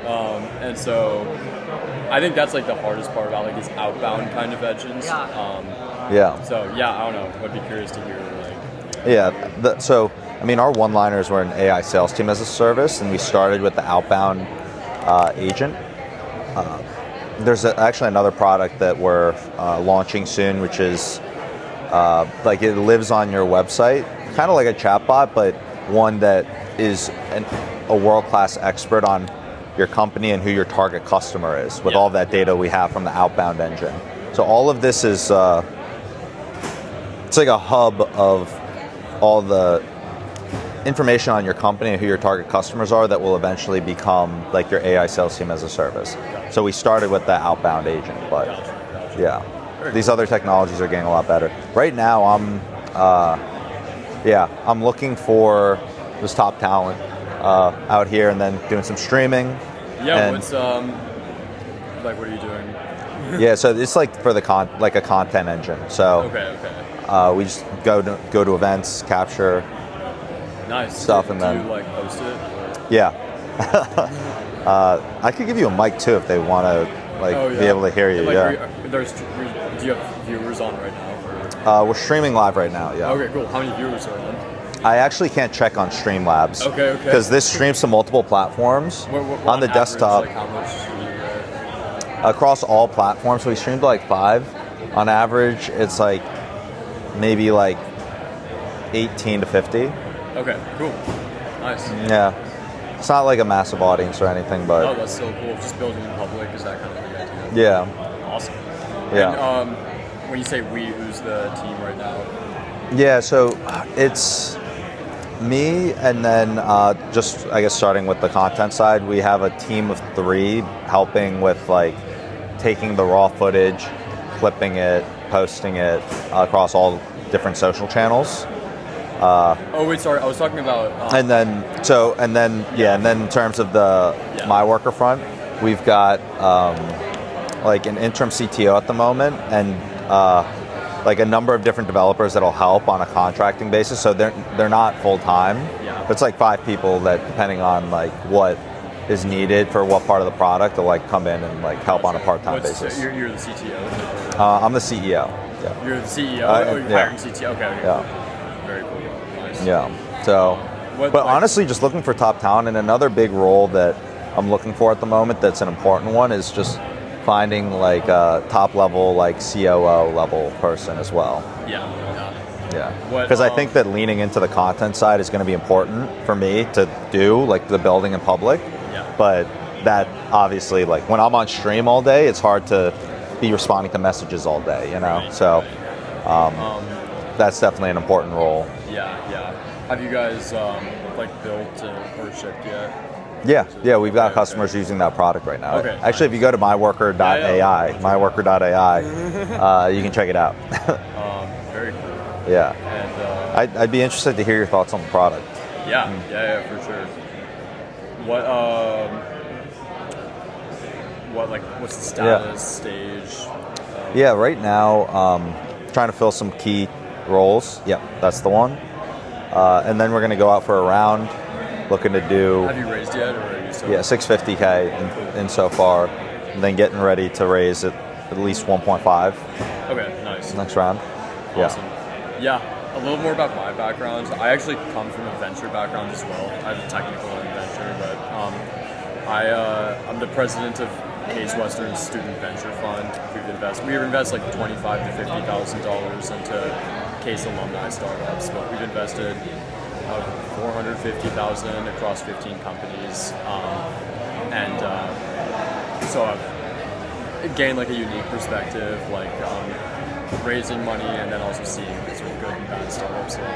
So that's sort of why I went into this current private equity firm, to combine that experience in my technical background. So that's awesome. That's really, really cool. Yeah. And then you did the CRM side. That's another piece with this too that, I mean, like really digging in. I was speaking with COO of Apollo during SF Tech Week. Oh, very cool. And you know, he said something really interesting that kind of like validates my approach to the market. So he was talking about actually how a lot of these outbound tools, that the total addressable market in it is actually fairly limited. Like you think about a lot of these companies being like, you know, the sales market being massive, but he said, okay, who are the biggest players on just pure outbound? He was listing these numbers. So to keep the story short, I guess, and not talk through maybe privileged stuff he doesn't want to talk through, one of the big things that they're looking at trying to do is how do you get entrenched on the CRM side or become a really sticky enterprise product that doesn't churn out users.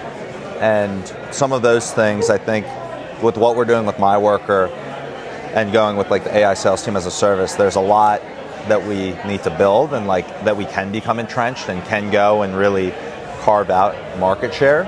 And it's a really exciting time. I mean, the company's very young right now, but I think that company's only as good as its talent. So I just out hunting for talent while creating content. And I think that like doing the uncomfortable and hard stuff that people don't want to do, like this, like figuring all this stuff out, getting unlimited, and like that's why I focus on the production and content engine, because I want to be able to get unlimited attention for whatever it's like we're building, and just upping the game there over time. So we've been diving in deep on this for like the past 90 days. And it's great, but I know that I need to lean into this because this is like a one of one that other companies can't replicate, no matter how much money they raise or whatever it is. Having like the founder go and do this.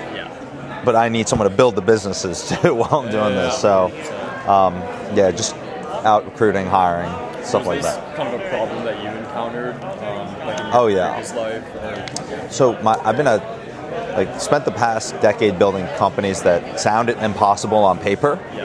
My last company went from an idea in a dorm room to a global leader in Bitcoin mining infrastructure, mining Bitcoin on 4 different continents, all with renewable energy. Sazmining. And have an amazing team there. Great exec team scaling the business right now. And I'm the president of the company, but my time and energy is going into MyWorker. Just building in that 0 to 1 phase again. Totally. when did you start that company and graduate? Or did you graduate? Or Yeah. Okay. So I started that company in January of 2018. Okay. And now it sounds kind of weird. I'm almost 30 now, so it's like, 29, turning 30 in February, and still, of course, involved trying to help that company continue to grow as in the president role. So I guess from the attention side of things, just telling people like, check out Sazmining. But outside of that, it's really just all going into MyWorker, trying to help this company grow. So what's your focus at the moment? Where are you based out of? Yeah, so I'm in Cleveland, Ohio right now. I actually just came to SF for this week to meet people like you and hopefully make a move out here after college. But I'm loving the work right now at the firm that I'm at, but I think I want to just expand my horizons a little more. Why not join there full time? I think I just, a couple of reasons. One, I think I want to be at an operating company just to like have more ownership and, I think just like have more skin in terms of like accountability and like, seeing the product. And the upside with equity too. Right. Smart. And number two, all the learnings that come with that. And then number two, frankly, Cleveland, this startup ecosystem and tech there is just nothing compared to what it is here. It's just unparalleled here. Just, I'm sure events like this happen pretty much every day in SF, whereas like this kind of event might happen once every 3 months in Cleveland. And so being able to surround myself with this level of talent and, people like you and stuff, I think my rate of growth would just be so much higher here than anyone else. Are you from Cleveland originally? I'm actually from Nashville. You're from Nashville, okay. Yeah. Very cool. And what brought you to Cleveland? Or Case Western, my school. Okay, I mean, I would say it's great at engineering and entrepreneurship, which are kind of the two skills and qualities that I've been honing. So that's sort of what drew me there. Okay. It's Very been great. cool. I mean, I've gotten a lot of great experience. Before this firm, I was at another startup called Afference. They raised from Samsung Next. They basically build a consumer electronics device that gives you haptic feedback in your fingertips, and so it's can be paired with like a VR headset or like an Aura ring or something like that for like notifications. And so I was like one of their first hires. I basically built out their software development kit that developers interface with to integrate Afference haptics into their games or whatever else it might be. So that was like probably the first like large scale software I built.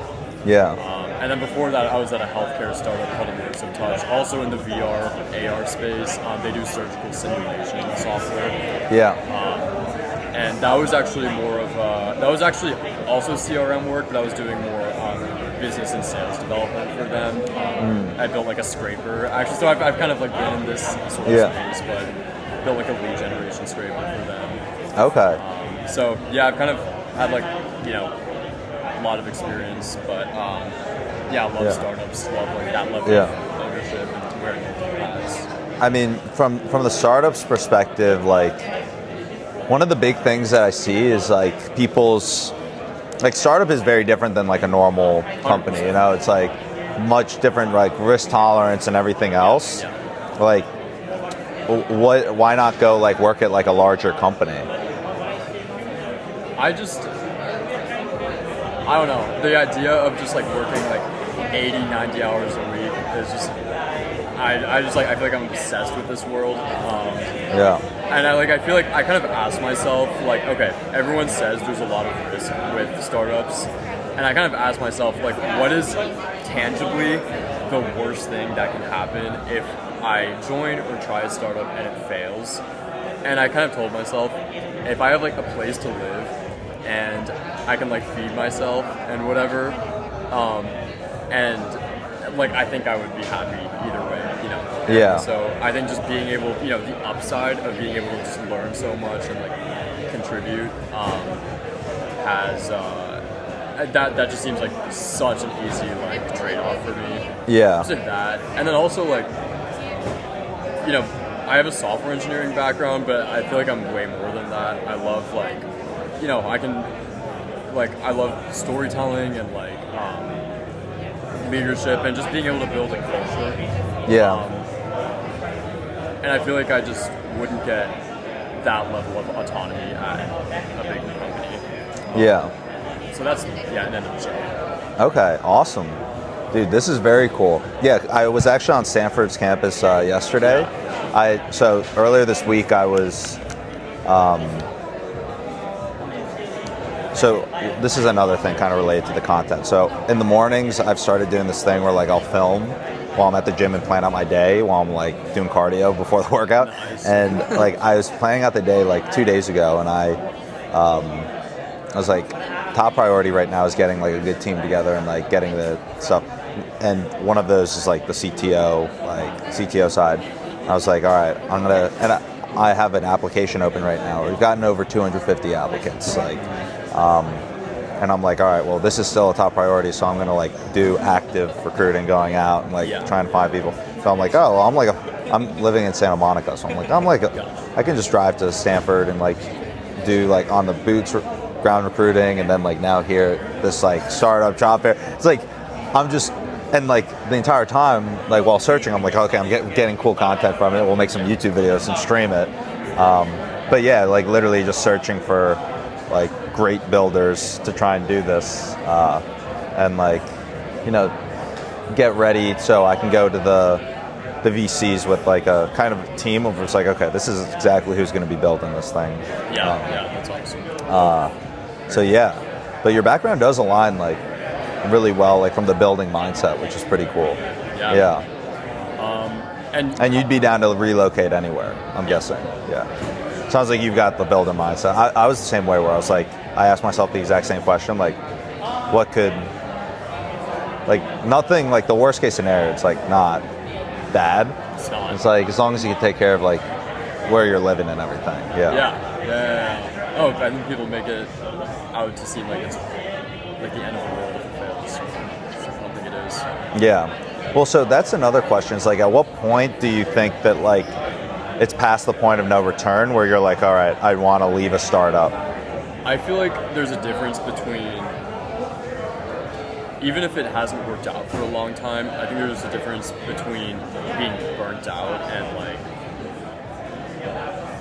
or like being like, okay, maybe here's how I would distinguish it: being stressed out and being burnt out. Like, I think if you reached a point where you just like weren't even passionate about the product anymore and you just like dreaded waking up every day, I think that might be like a red flag sign. But I think if it was just like hard work, but you're still like, you know, you're still convicted on like the vision, I think that's fundamentally different. And then in that case, I don't think you should give up. I think I think you should keep trying to push. What do you think leads to that like feeling of like you mentioned like burnt out, not wanting to work on it? Yeah. Like, what do you think are the ingredients of that? I mean, I think one is just a fundamentally flawed business model, which is why I think choosing sales is like a good market, but like there are a lot of bad markets that are small and or contracting, and that's just naturally really hard because you'd hope that there's a market pull. So I think that's like one ingredient.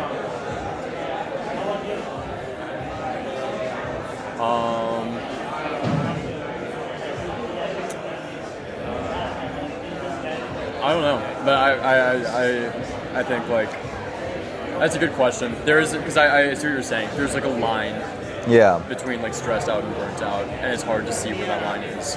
Yeah, it's an interesting question because I think that's like a big piece where it's like, I think founders are on the extremist end where they're like, okay, like no matter what, not going to give up, we'll pivot, you know, like in that type of case.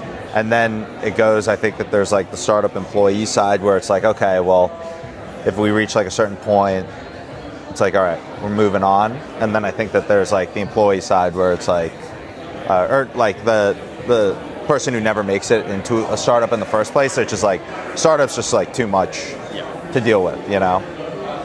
What do you? But yeah. In terms of like what aspect of it? When do you think is the right time to give up, if you should give up? Well, I think like for me, like as a founder, I'm like never gonna give up. It's like I would have to be like, you know, dead to have it. Like, yeah, I don't think that there's ever a point. There's always a point where it's like, okay, what are we doing? Are we gonna pivot? How are we gonna manage this? What are we gonna do? Like, it takes care of like, okay, it takes care of like, do we have food and shelter? Do we have like, and then like, once you have those necessities covered, it's like, okay, what's our game plan here to like make something work within a certain amount of time frame? Yeah. It's a pretty extreme mindset. Yeah. What motivated you to go down this path? It's obviously not easy, you know. Yeah. Well, I think that for me, it was like never even like a question of like, like I never could have seen myself doing anything else. Like, it's really hard to explain because I realized it's a really like weird way to look at it. But I legitimately don't think I could do. Did you have any other sort of side hustles or side projects or anything like that going on? Growing up? Yeah, everything. I did like every everything, yeah. But I mean, yeah, if you think of like a business a kid might try to start, like I attempted it. Yeah. So yeah, I was similar. Yeah. But yeah, definitely always had that hustle mindset. Yeah. And then gravitated towards tech. But sorry, what was that? And then I just ended up gravitating towards tech as I learned more about each. It's like you try a lot of different businesses, like selling water, like doing like that was one of my first things I ever did. Oh no way! Yeah. Yeah, when I was really young, I noticed that during my sister there's like a soccer tournament I went to. The younger sister, she was playing. It was just so hot out. I was like, why? And there's only one truck with all the water, and we're standing in line dying, and it's so hot. I'm like, and the person was charging like $1.50 for water. And I was thinking, why doesn't someone just come out here and sell water? This would be so. Everyone out here so many people are waiting in this long line for water. It's just one place. So like next tournament, I asked my dad, gave me a loan to get water. We bought a bunch of water, and I went out there, and then. Like when I started going up to people in line, like, do you guys need water? Like I sell it for like 25 cents cheaper than here, and you get it right away. It's like, you know, sell from a young age. You know, it's like I was so young at the time. But yeah, just every little thing. Did you go to school around here? I went to school at Bucknell in Pennsylvania. Okay, cool. Nice. Yeah. So I mean, when are you? You said you're in school right now, or you're finishing up? Yeah, or? I'm graduating in a few months. You graduate in a few months. Yeah. Okay. Hopefully I'll be back here again. I mean, I skipped like this whole week of school, and it was so worth it. Yeah, that's smart. Yeah. And so you're graduating in a few months, and then in May. In May. Okay. And are you doing a startup right now, or what's your game plan? Like right now you're searching, but I guess like do you have like a backup or? I'm not actively working on a startup. I've got like a side project going on right now, but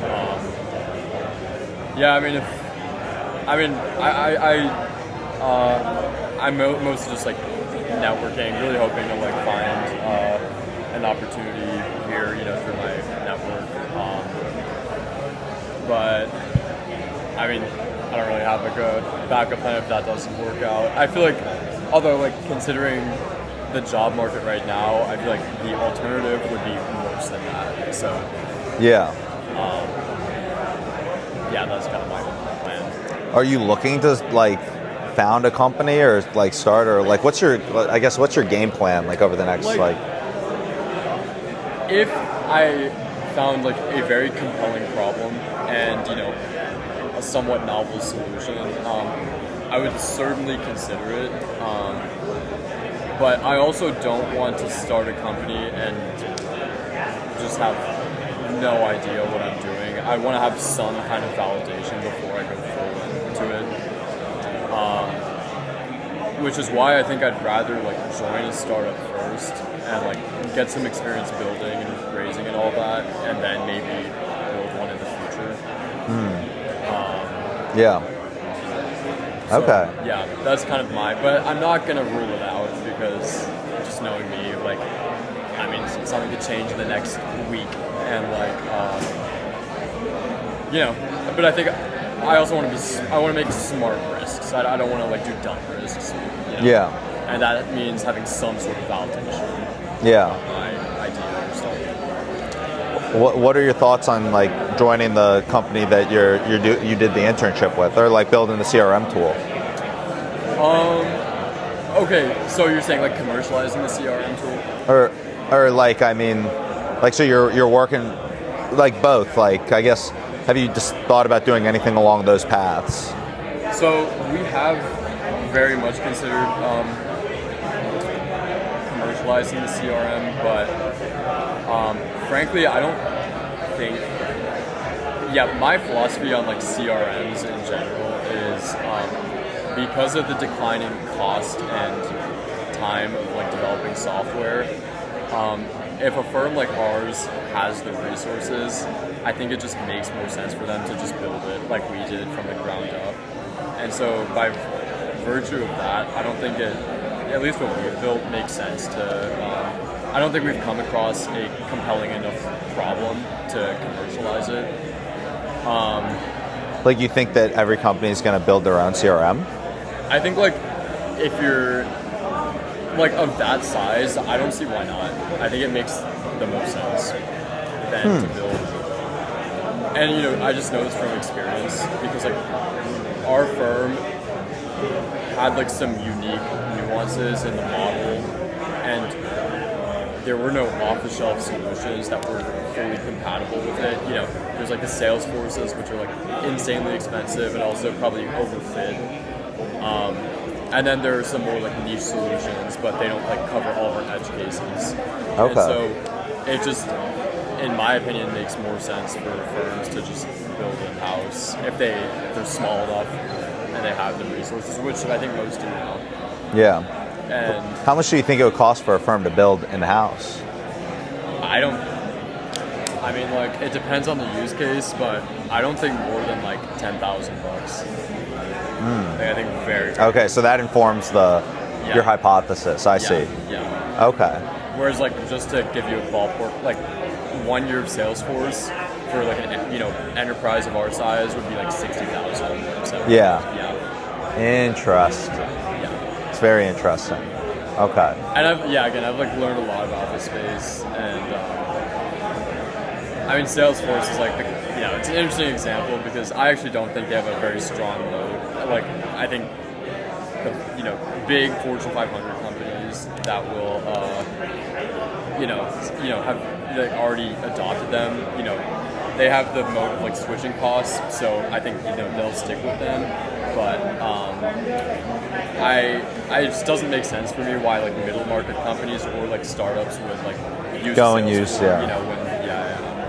Do you have any thoughts on that?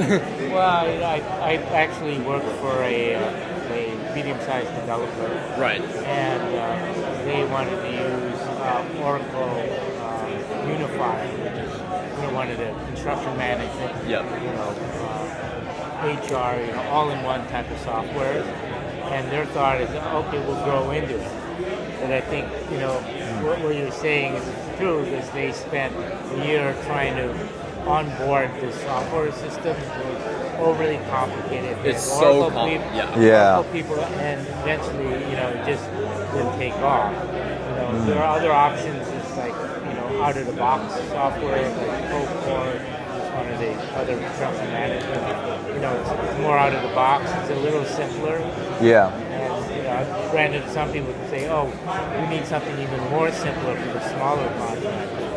But I think the thought is legitimate because what happens if you do outgrow? Because this company started doing like 1-2 units, and then turn around they're doing 100-unit buildings. Yeah. Huge growth. And the owner was, a tech person. Yeah. For him, it's nothing. But in the construction industry, that's like running super fast. And but I think the software needs to be able to grow at scale. Yeah. Like for a small company to medium to big, and I think none of it does it. My field of disruption, you have software that works for medium, large size project and company, and then for the small scale residential, it's a whole different. What do you think would make the CRM work really well for those smaller companies? I don't know, that's a little outside my field. Okay. I'm not a marketing guy. Yeah. But just from construction side, it's ease of use. Small companies want to be fast, nimble. They don't want cumbersome stuff. But then it has to be able to scale to the small company become a big company. Yeah. You're going to have to throw out all the work they've done on that, and then buy new software and go through all that pain. I see. So it's very difficult because how much stuff you can add on. Yeah. I guess historically software. You guys are more software guys.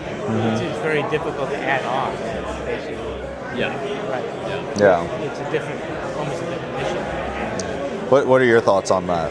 Like, I think I mostly agree with all of that. It is this is why I think the CRM space is tricky because there are even open source CRM solutions, but even those, you kind of have to. It's not easy to build on top of them or to modify it. And then I guess I think vertical CRMs is an interesting thing. Whether it could be construction. There might be a specific set of problems that a certain CRM could solve for that. But general purpose CRMs are just very, very tricky. And then there's the kind of no code. There's the Airtables of the world, and those are a nice UI, but you can't make your database schema very complex with a tool like that. So you run into that problem, which is why. And so then all these dynamics, just in my opinion, make the best solution to just build it in house if you have the. I see. What do you mean for each company do a custom in-house? Yeah. I'm also. That becomes really expensive. Well, what I was I'm mentioning gonna is put this on you real quick. Just so people can hear the conversation, so it's not a one-sided combo. Yeah.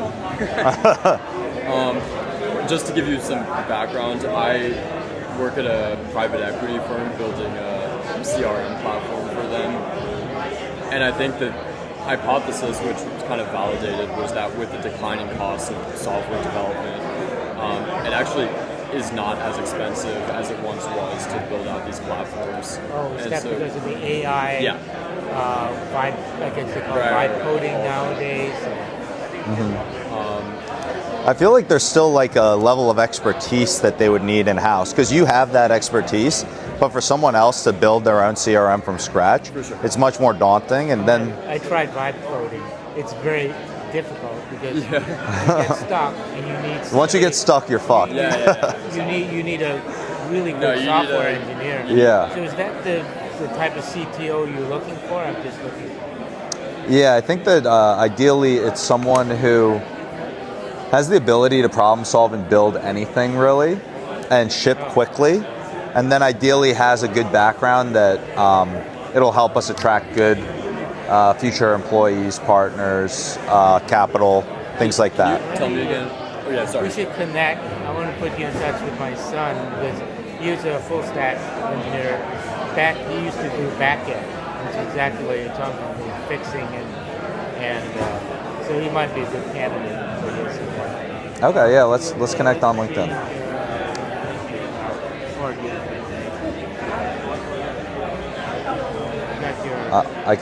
I can type in the. Oh, okay. Yeah.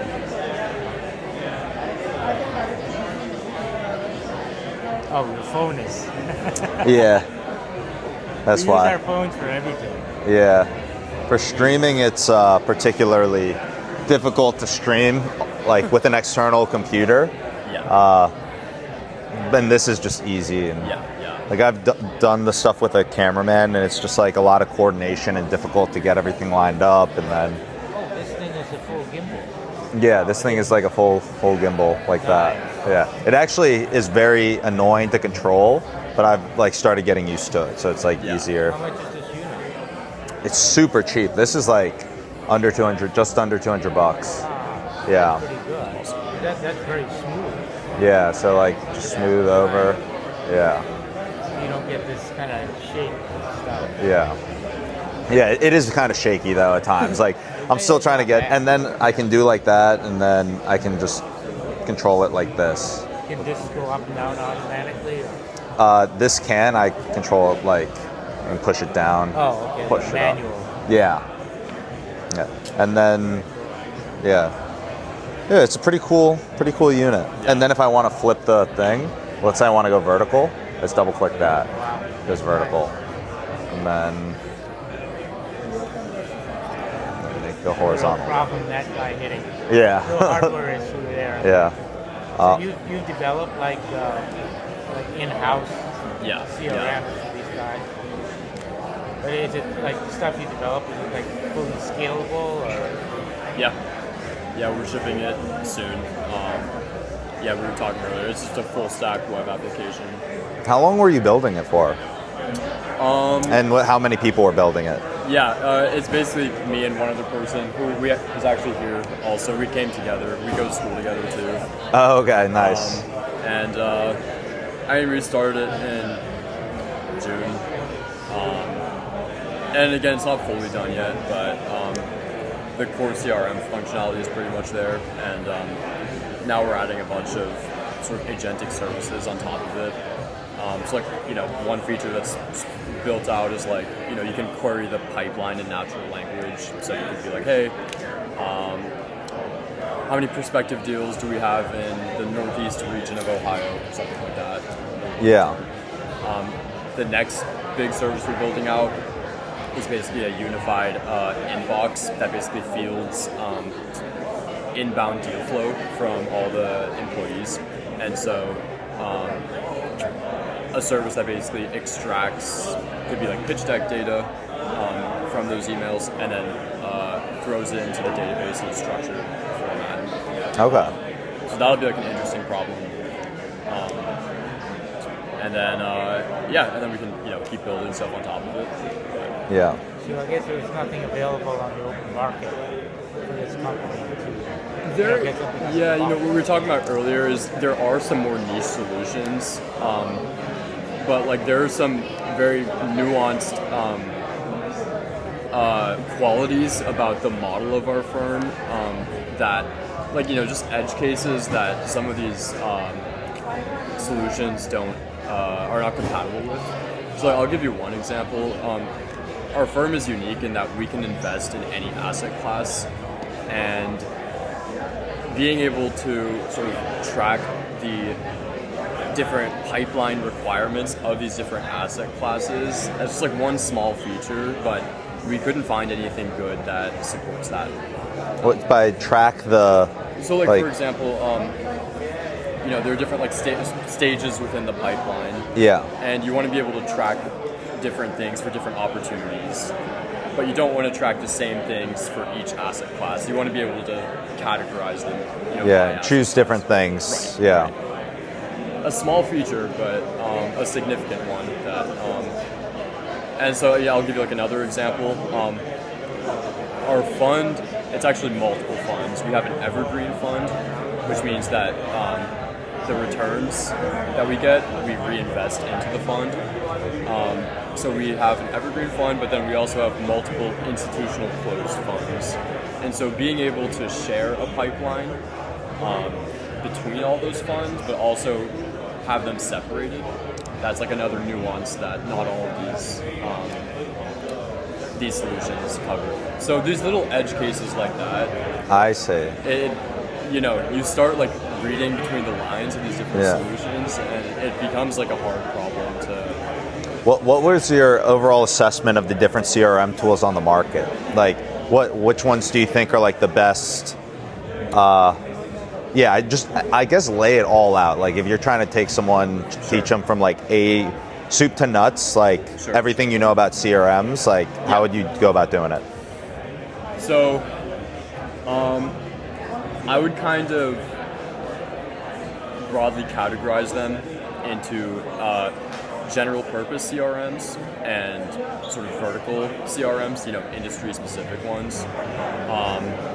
Some examples of like general purpose, Airtable is one. There's one called Adio, which I'm a big fan of. They just have a very nice like UI. Salesforce is obviously like the big one. HubSpot is like kind of an interesting one because they started out as like a sales company.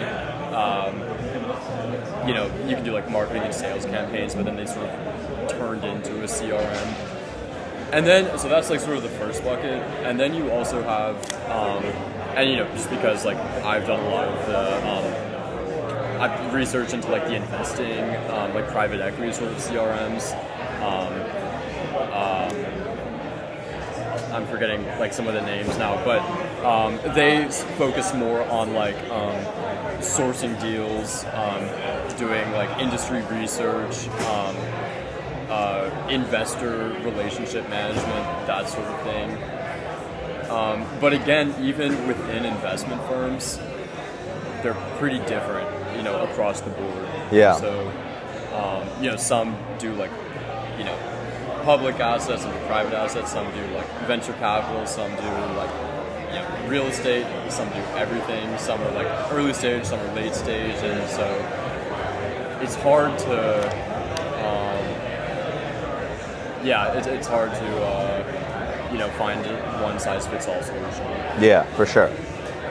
So it's so interesting because I think, we haven't built out CRM functionality yet for our tool. Like in terms of having our own CRM, we're integrated with the big ones like like HubSpot, Adio, Salesforce, all the Pipedrive, all the ones you mentioned. Like we have the ability for people if they have an account to link it up. But software like live on top of those software. Is that how that works? Yeah, but I mean, I've been thinking through like, if we were gonna drive a wedge and actually just have our own, what that might look like. And I don't have a good like I'm constantly trying to hear people's perspectives who know about the space and kind of think, okay, because the one thing is then you become a much more sticky product, if people's CRM is tied to you, it's like, yeah, for sure.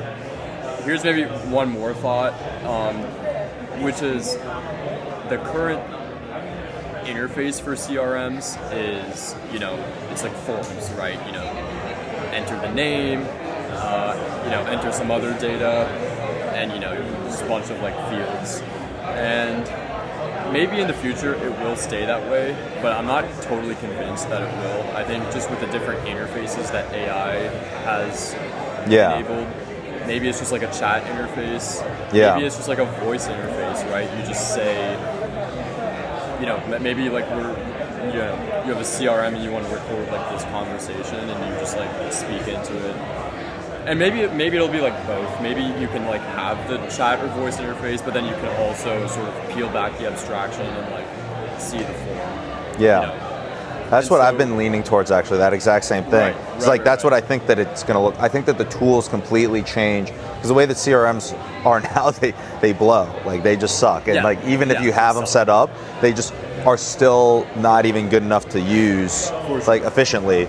Like I feel like the time interfacing with the CRM is not even worth the time I'm putting in, even if it's all done efficiently and perfectly, So I think that experience could be way like 100x better. Yeah, the experience is so important for software like this because it's just historically been such a pain. Yeah, because I think that like with us, what we could do is we could make it and build a sticky product where we have it, where yes, people could hook up their own CRMs, or they could easily port in their data to ours, and ours could be the interface for anything that they want to chat about with that CRM data, visualize it, do it. Yeah. Sitting on top of it. Yeah, I think that Yeah, I haven't fully wrapped my head around what that experience looks like, and we haven't built it yet, but I think that there's a much better experience to be had. Yeah. Really what it is once it's built, if it's good, it's great, and you're going to do well. If it sucks, oh well, back to the drawing board, new startup. Yeah. Exactly. I Yeah. went through one of these, my brother did a startup, and he spent about 18 months. And this was back in the early 2000s. So, and finally got the thing on the web, and the damn thing didn't work. It sucked. So I knew my money was gone, my dad's money was gone. Right? Yeah. We just knew it.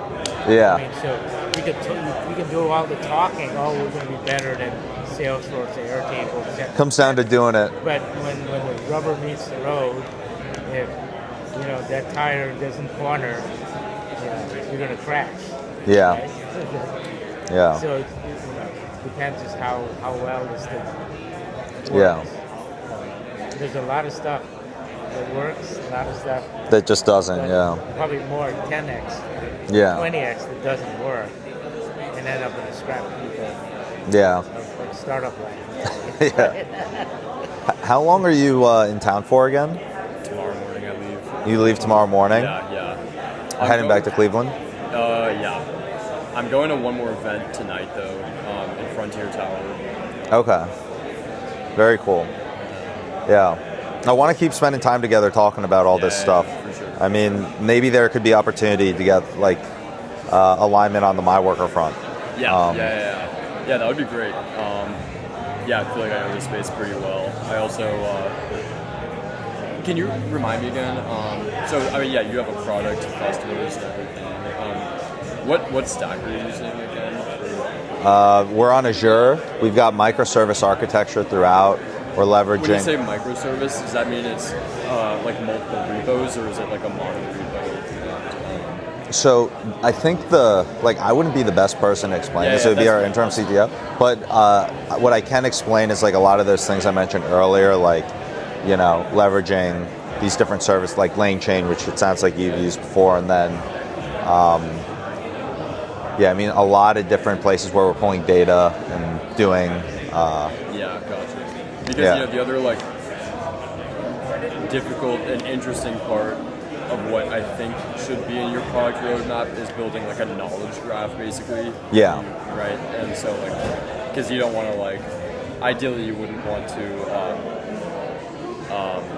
collect the same data point twice. Like you'd want to store it somewhere and then just be able to cache and query it. Yeah.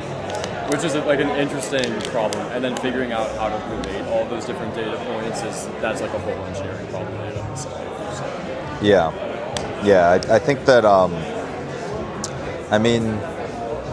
so you're in school for how many more months? You said till May. Okay, and then you got flexibility to go wherever, basically.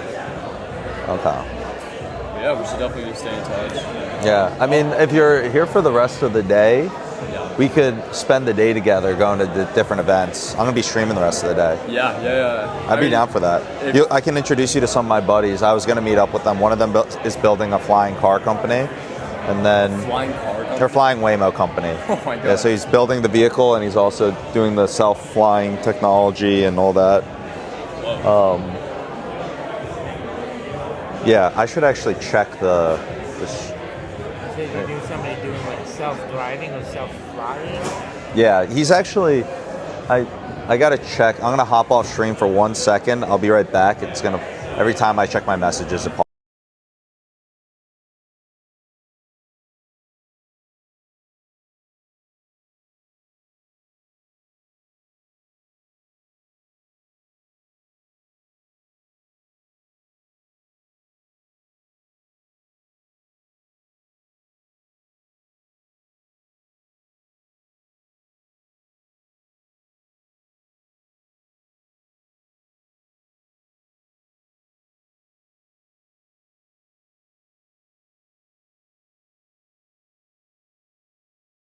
You're going to be a record for the environment. Yeah. Flies. Yeah. So how big is this unit?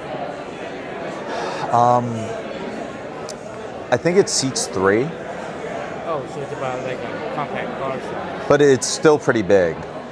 It's like it kind of looks like a UFO. Oh. Yeah. Go, yeah, got you. Oh, okay, nice, Yeah, nice. Yeah, I'm interested in aviation buff, so. Oh, really? And I also sit on the, I'm very involved with the airport noise roundtable. Okay, yeah. That's Oh, yeah. Yeah. I'll put this in. Yeah. What's your plan the rest of the day?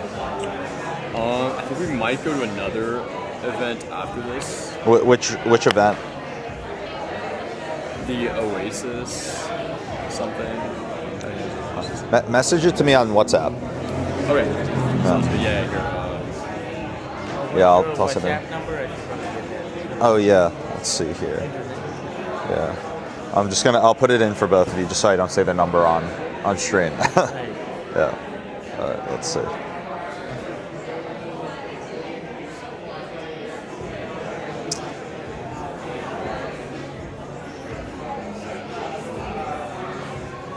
All right, there you go. Cool.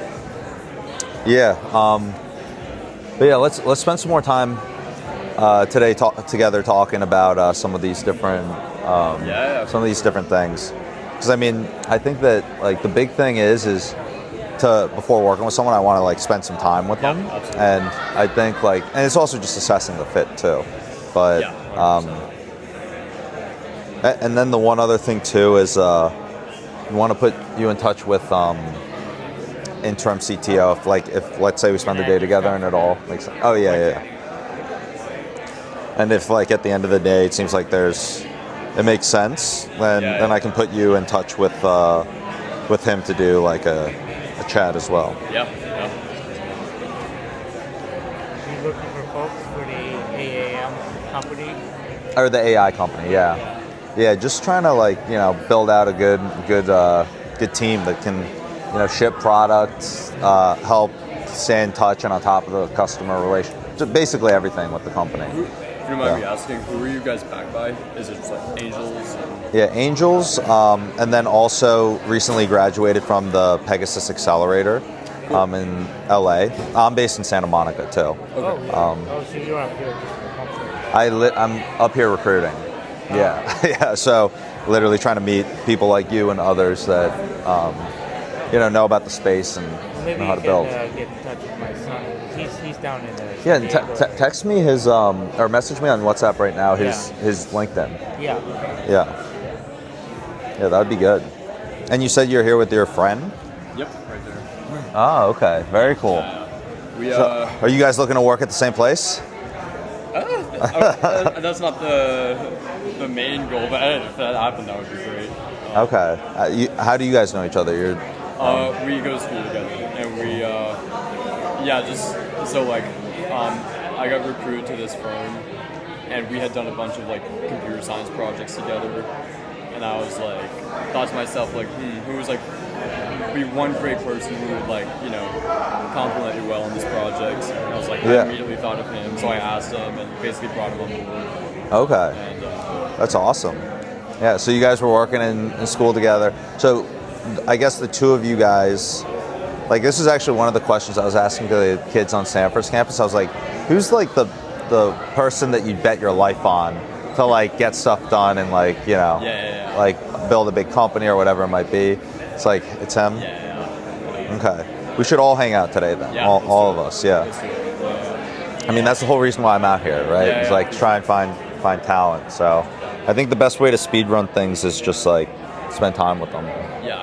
Chat with them. Candidly, I'm not sure how much time I'll have today, but even if it's not today, we can definitely like stay in touch on WhatsApp. Yeah. But yeah, I'll be at this event. Yeah, did you text me the event? Oh wait, yeah, I'll text you. There's actually two.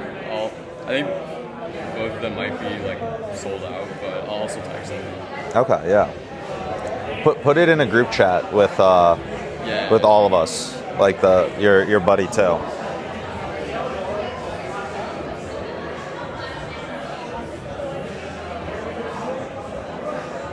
I just sent Awesome. Yeah. LinkedIn and Perfect. Yeah. This is actually. Yeah, you guys should meet when you get back down to the south. Yeah. You're going back after a couple. I guess when this conference is all over. Yeah, I think that the game plan is I'm going to be heading back on Sunday. Sunday most likely, maybe Monday. Actually, I think what I'm going to do here is charge up my phone. You have to decide which one to charge up, right? Yeah, no, it literally is at a point where I got to unplug the mic so I can plug in and charge the phone for a little bit. Master battery, everything plugs into. Yeah. Well, it was nice meeting you, William. Yeah, amazing meeting you, man. Yeah, good. And Krishna, too. Good, Oh, yeah. Interesting conversation on CRM. Just got it out of my lane. But Yeah. This If you want to follow the stream, I can.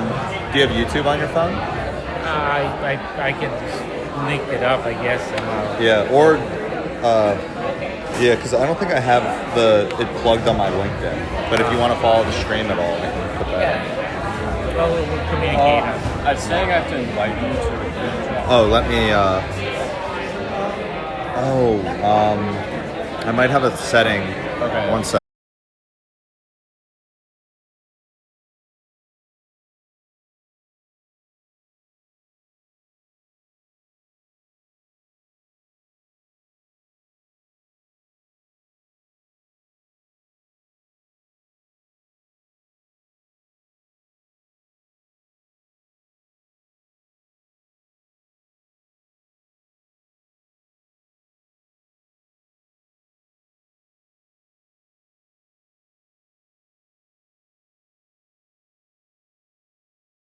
Okay, there's that, and then. Also, random question: do you know if phones charge faster when the low power mode's on or off? Or I usually turn it off. okay. Like, I'm wondering what's gonna keep my phone have it charge the fastest. Because whenever it's off, when I'm charging it right now, I can't have the mic in. Right. So, yeah. I think off. Okay, so it's better to have low power mode off. Maybe ask ChatGPT actually. Yeah. I feel like that's probably.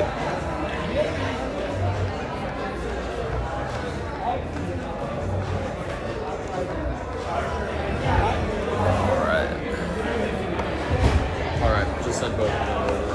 All right, awesome.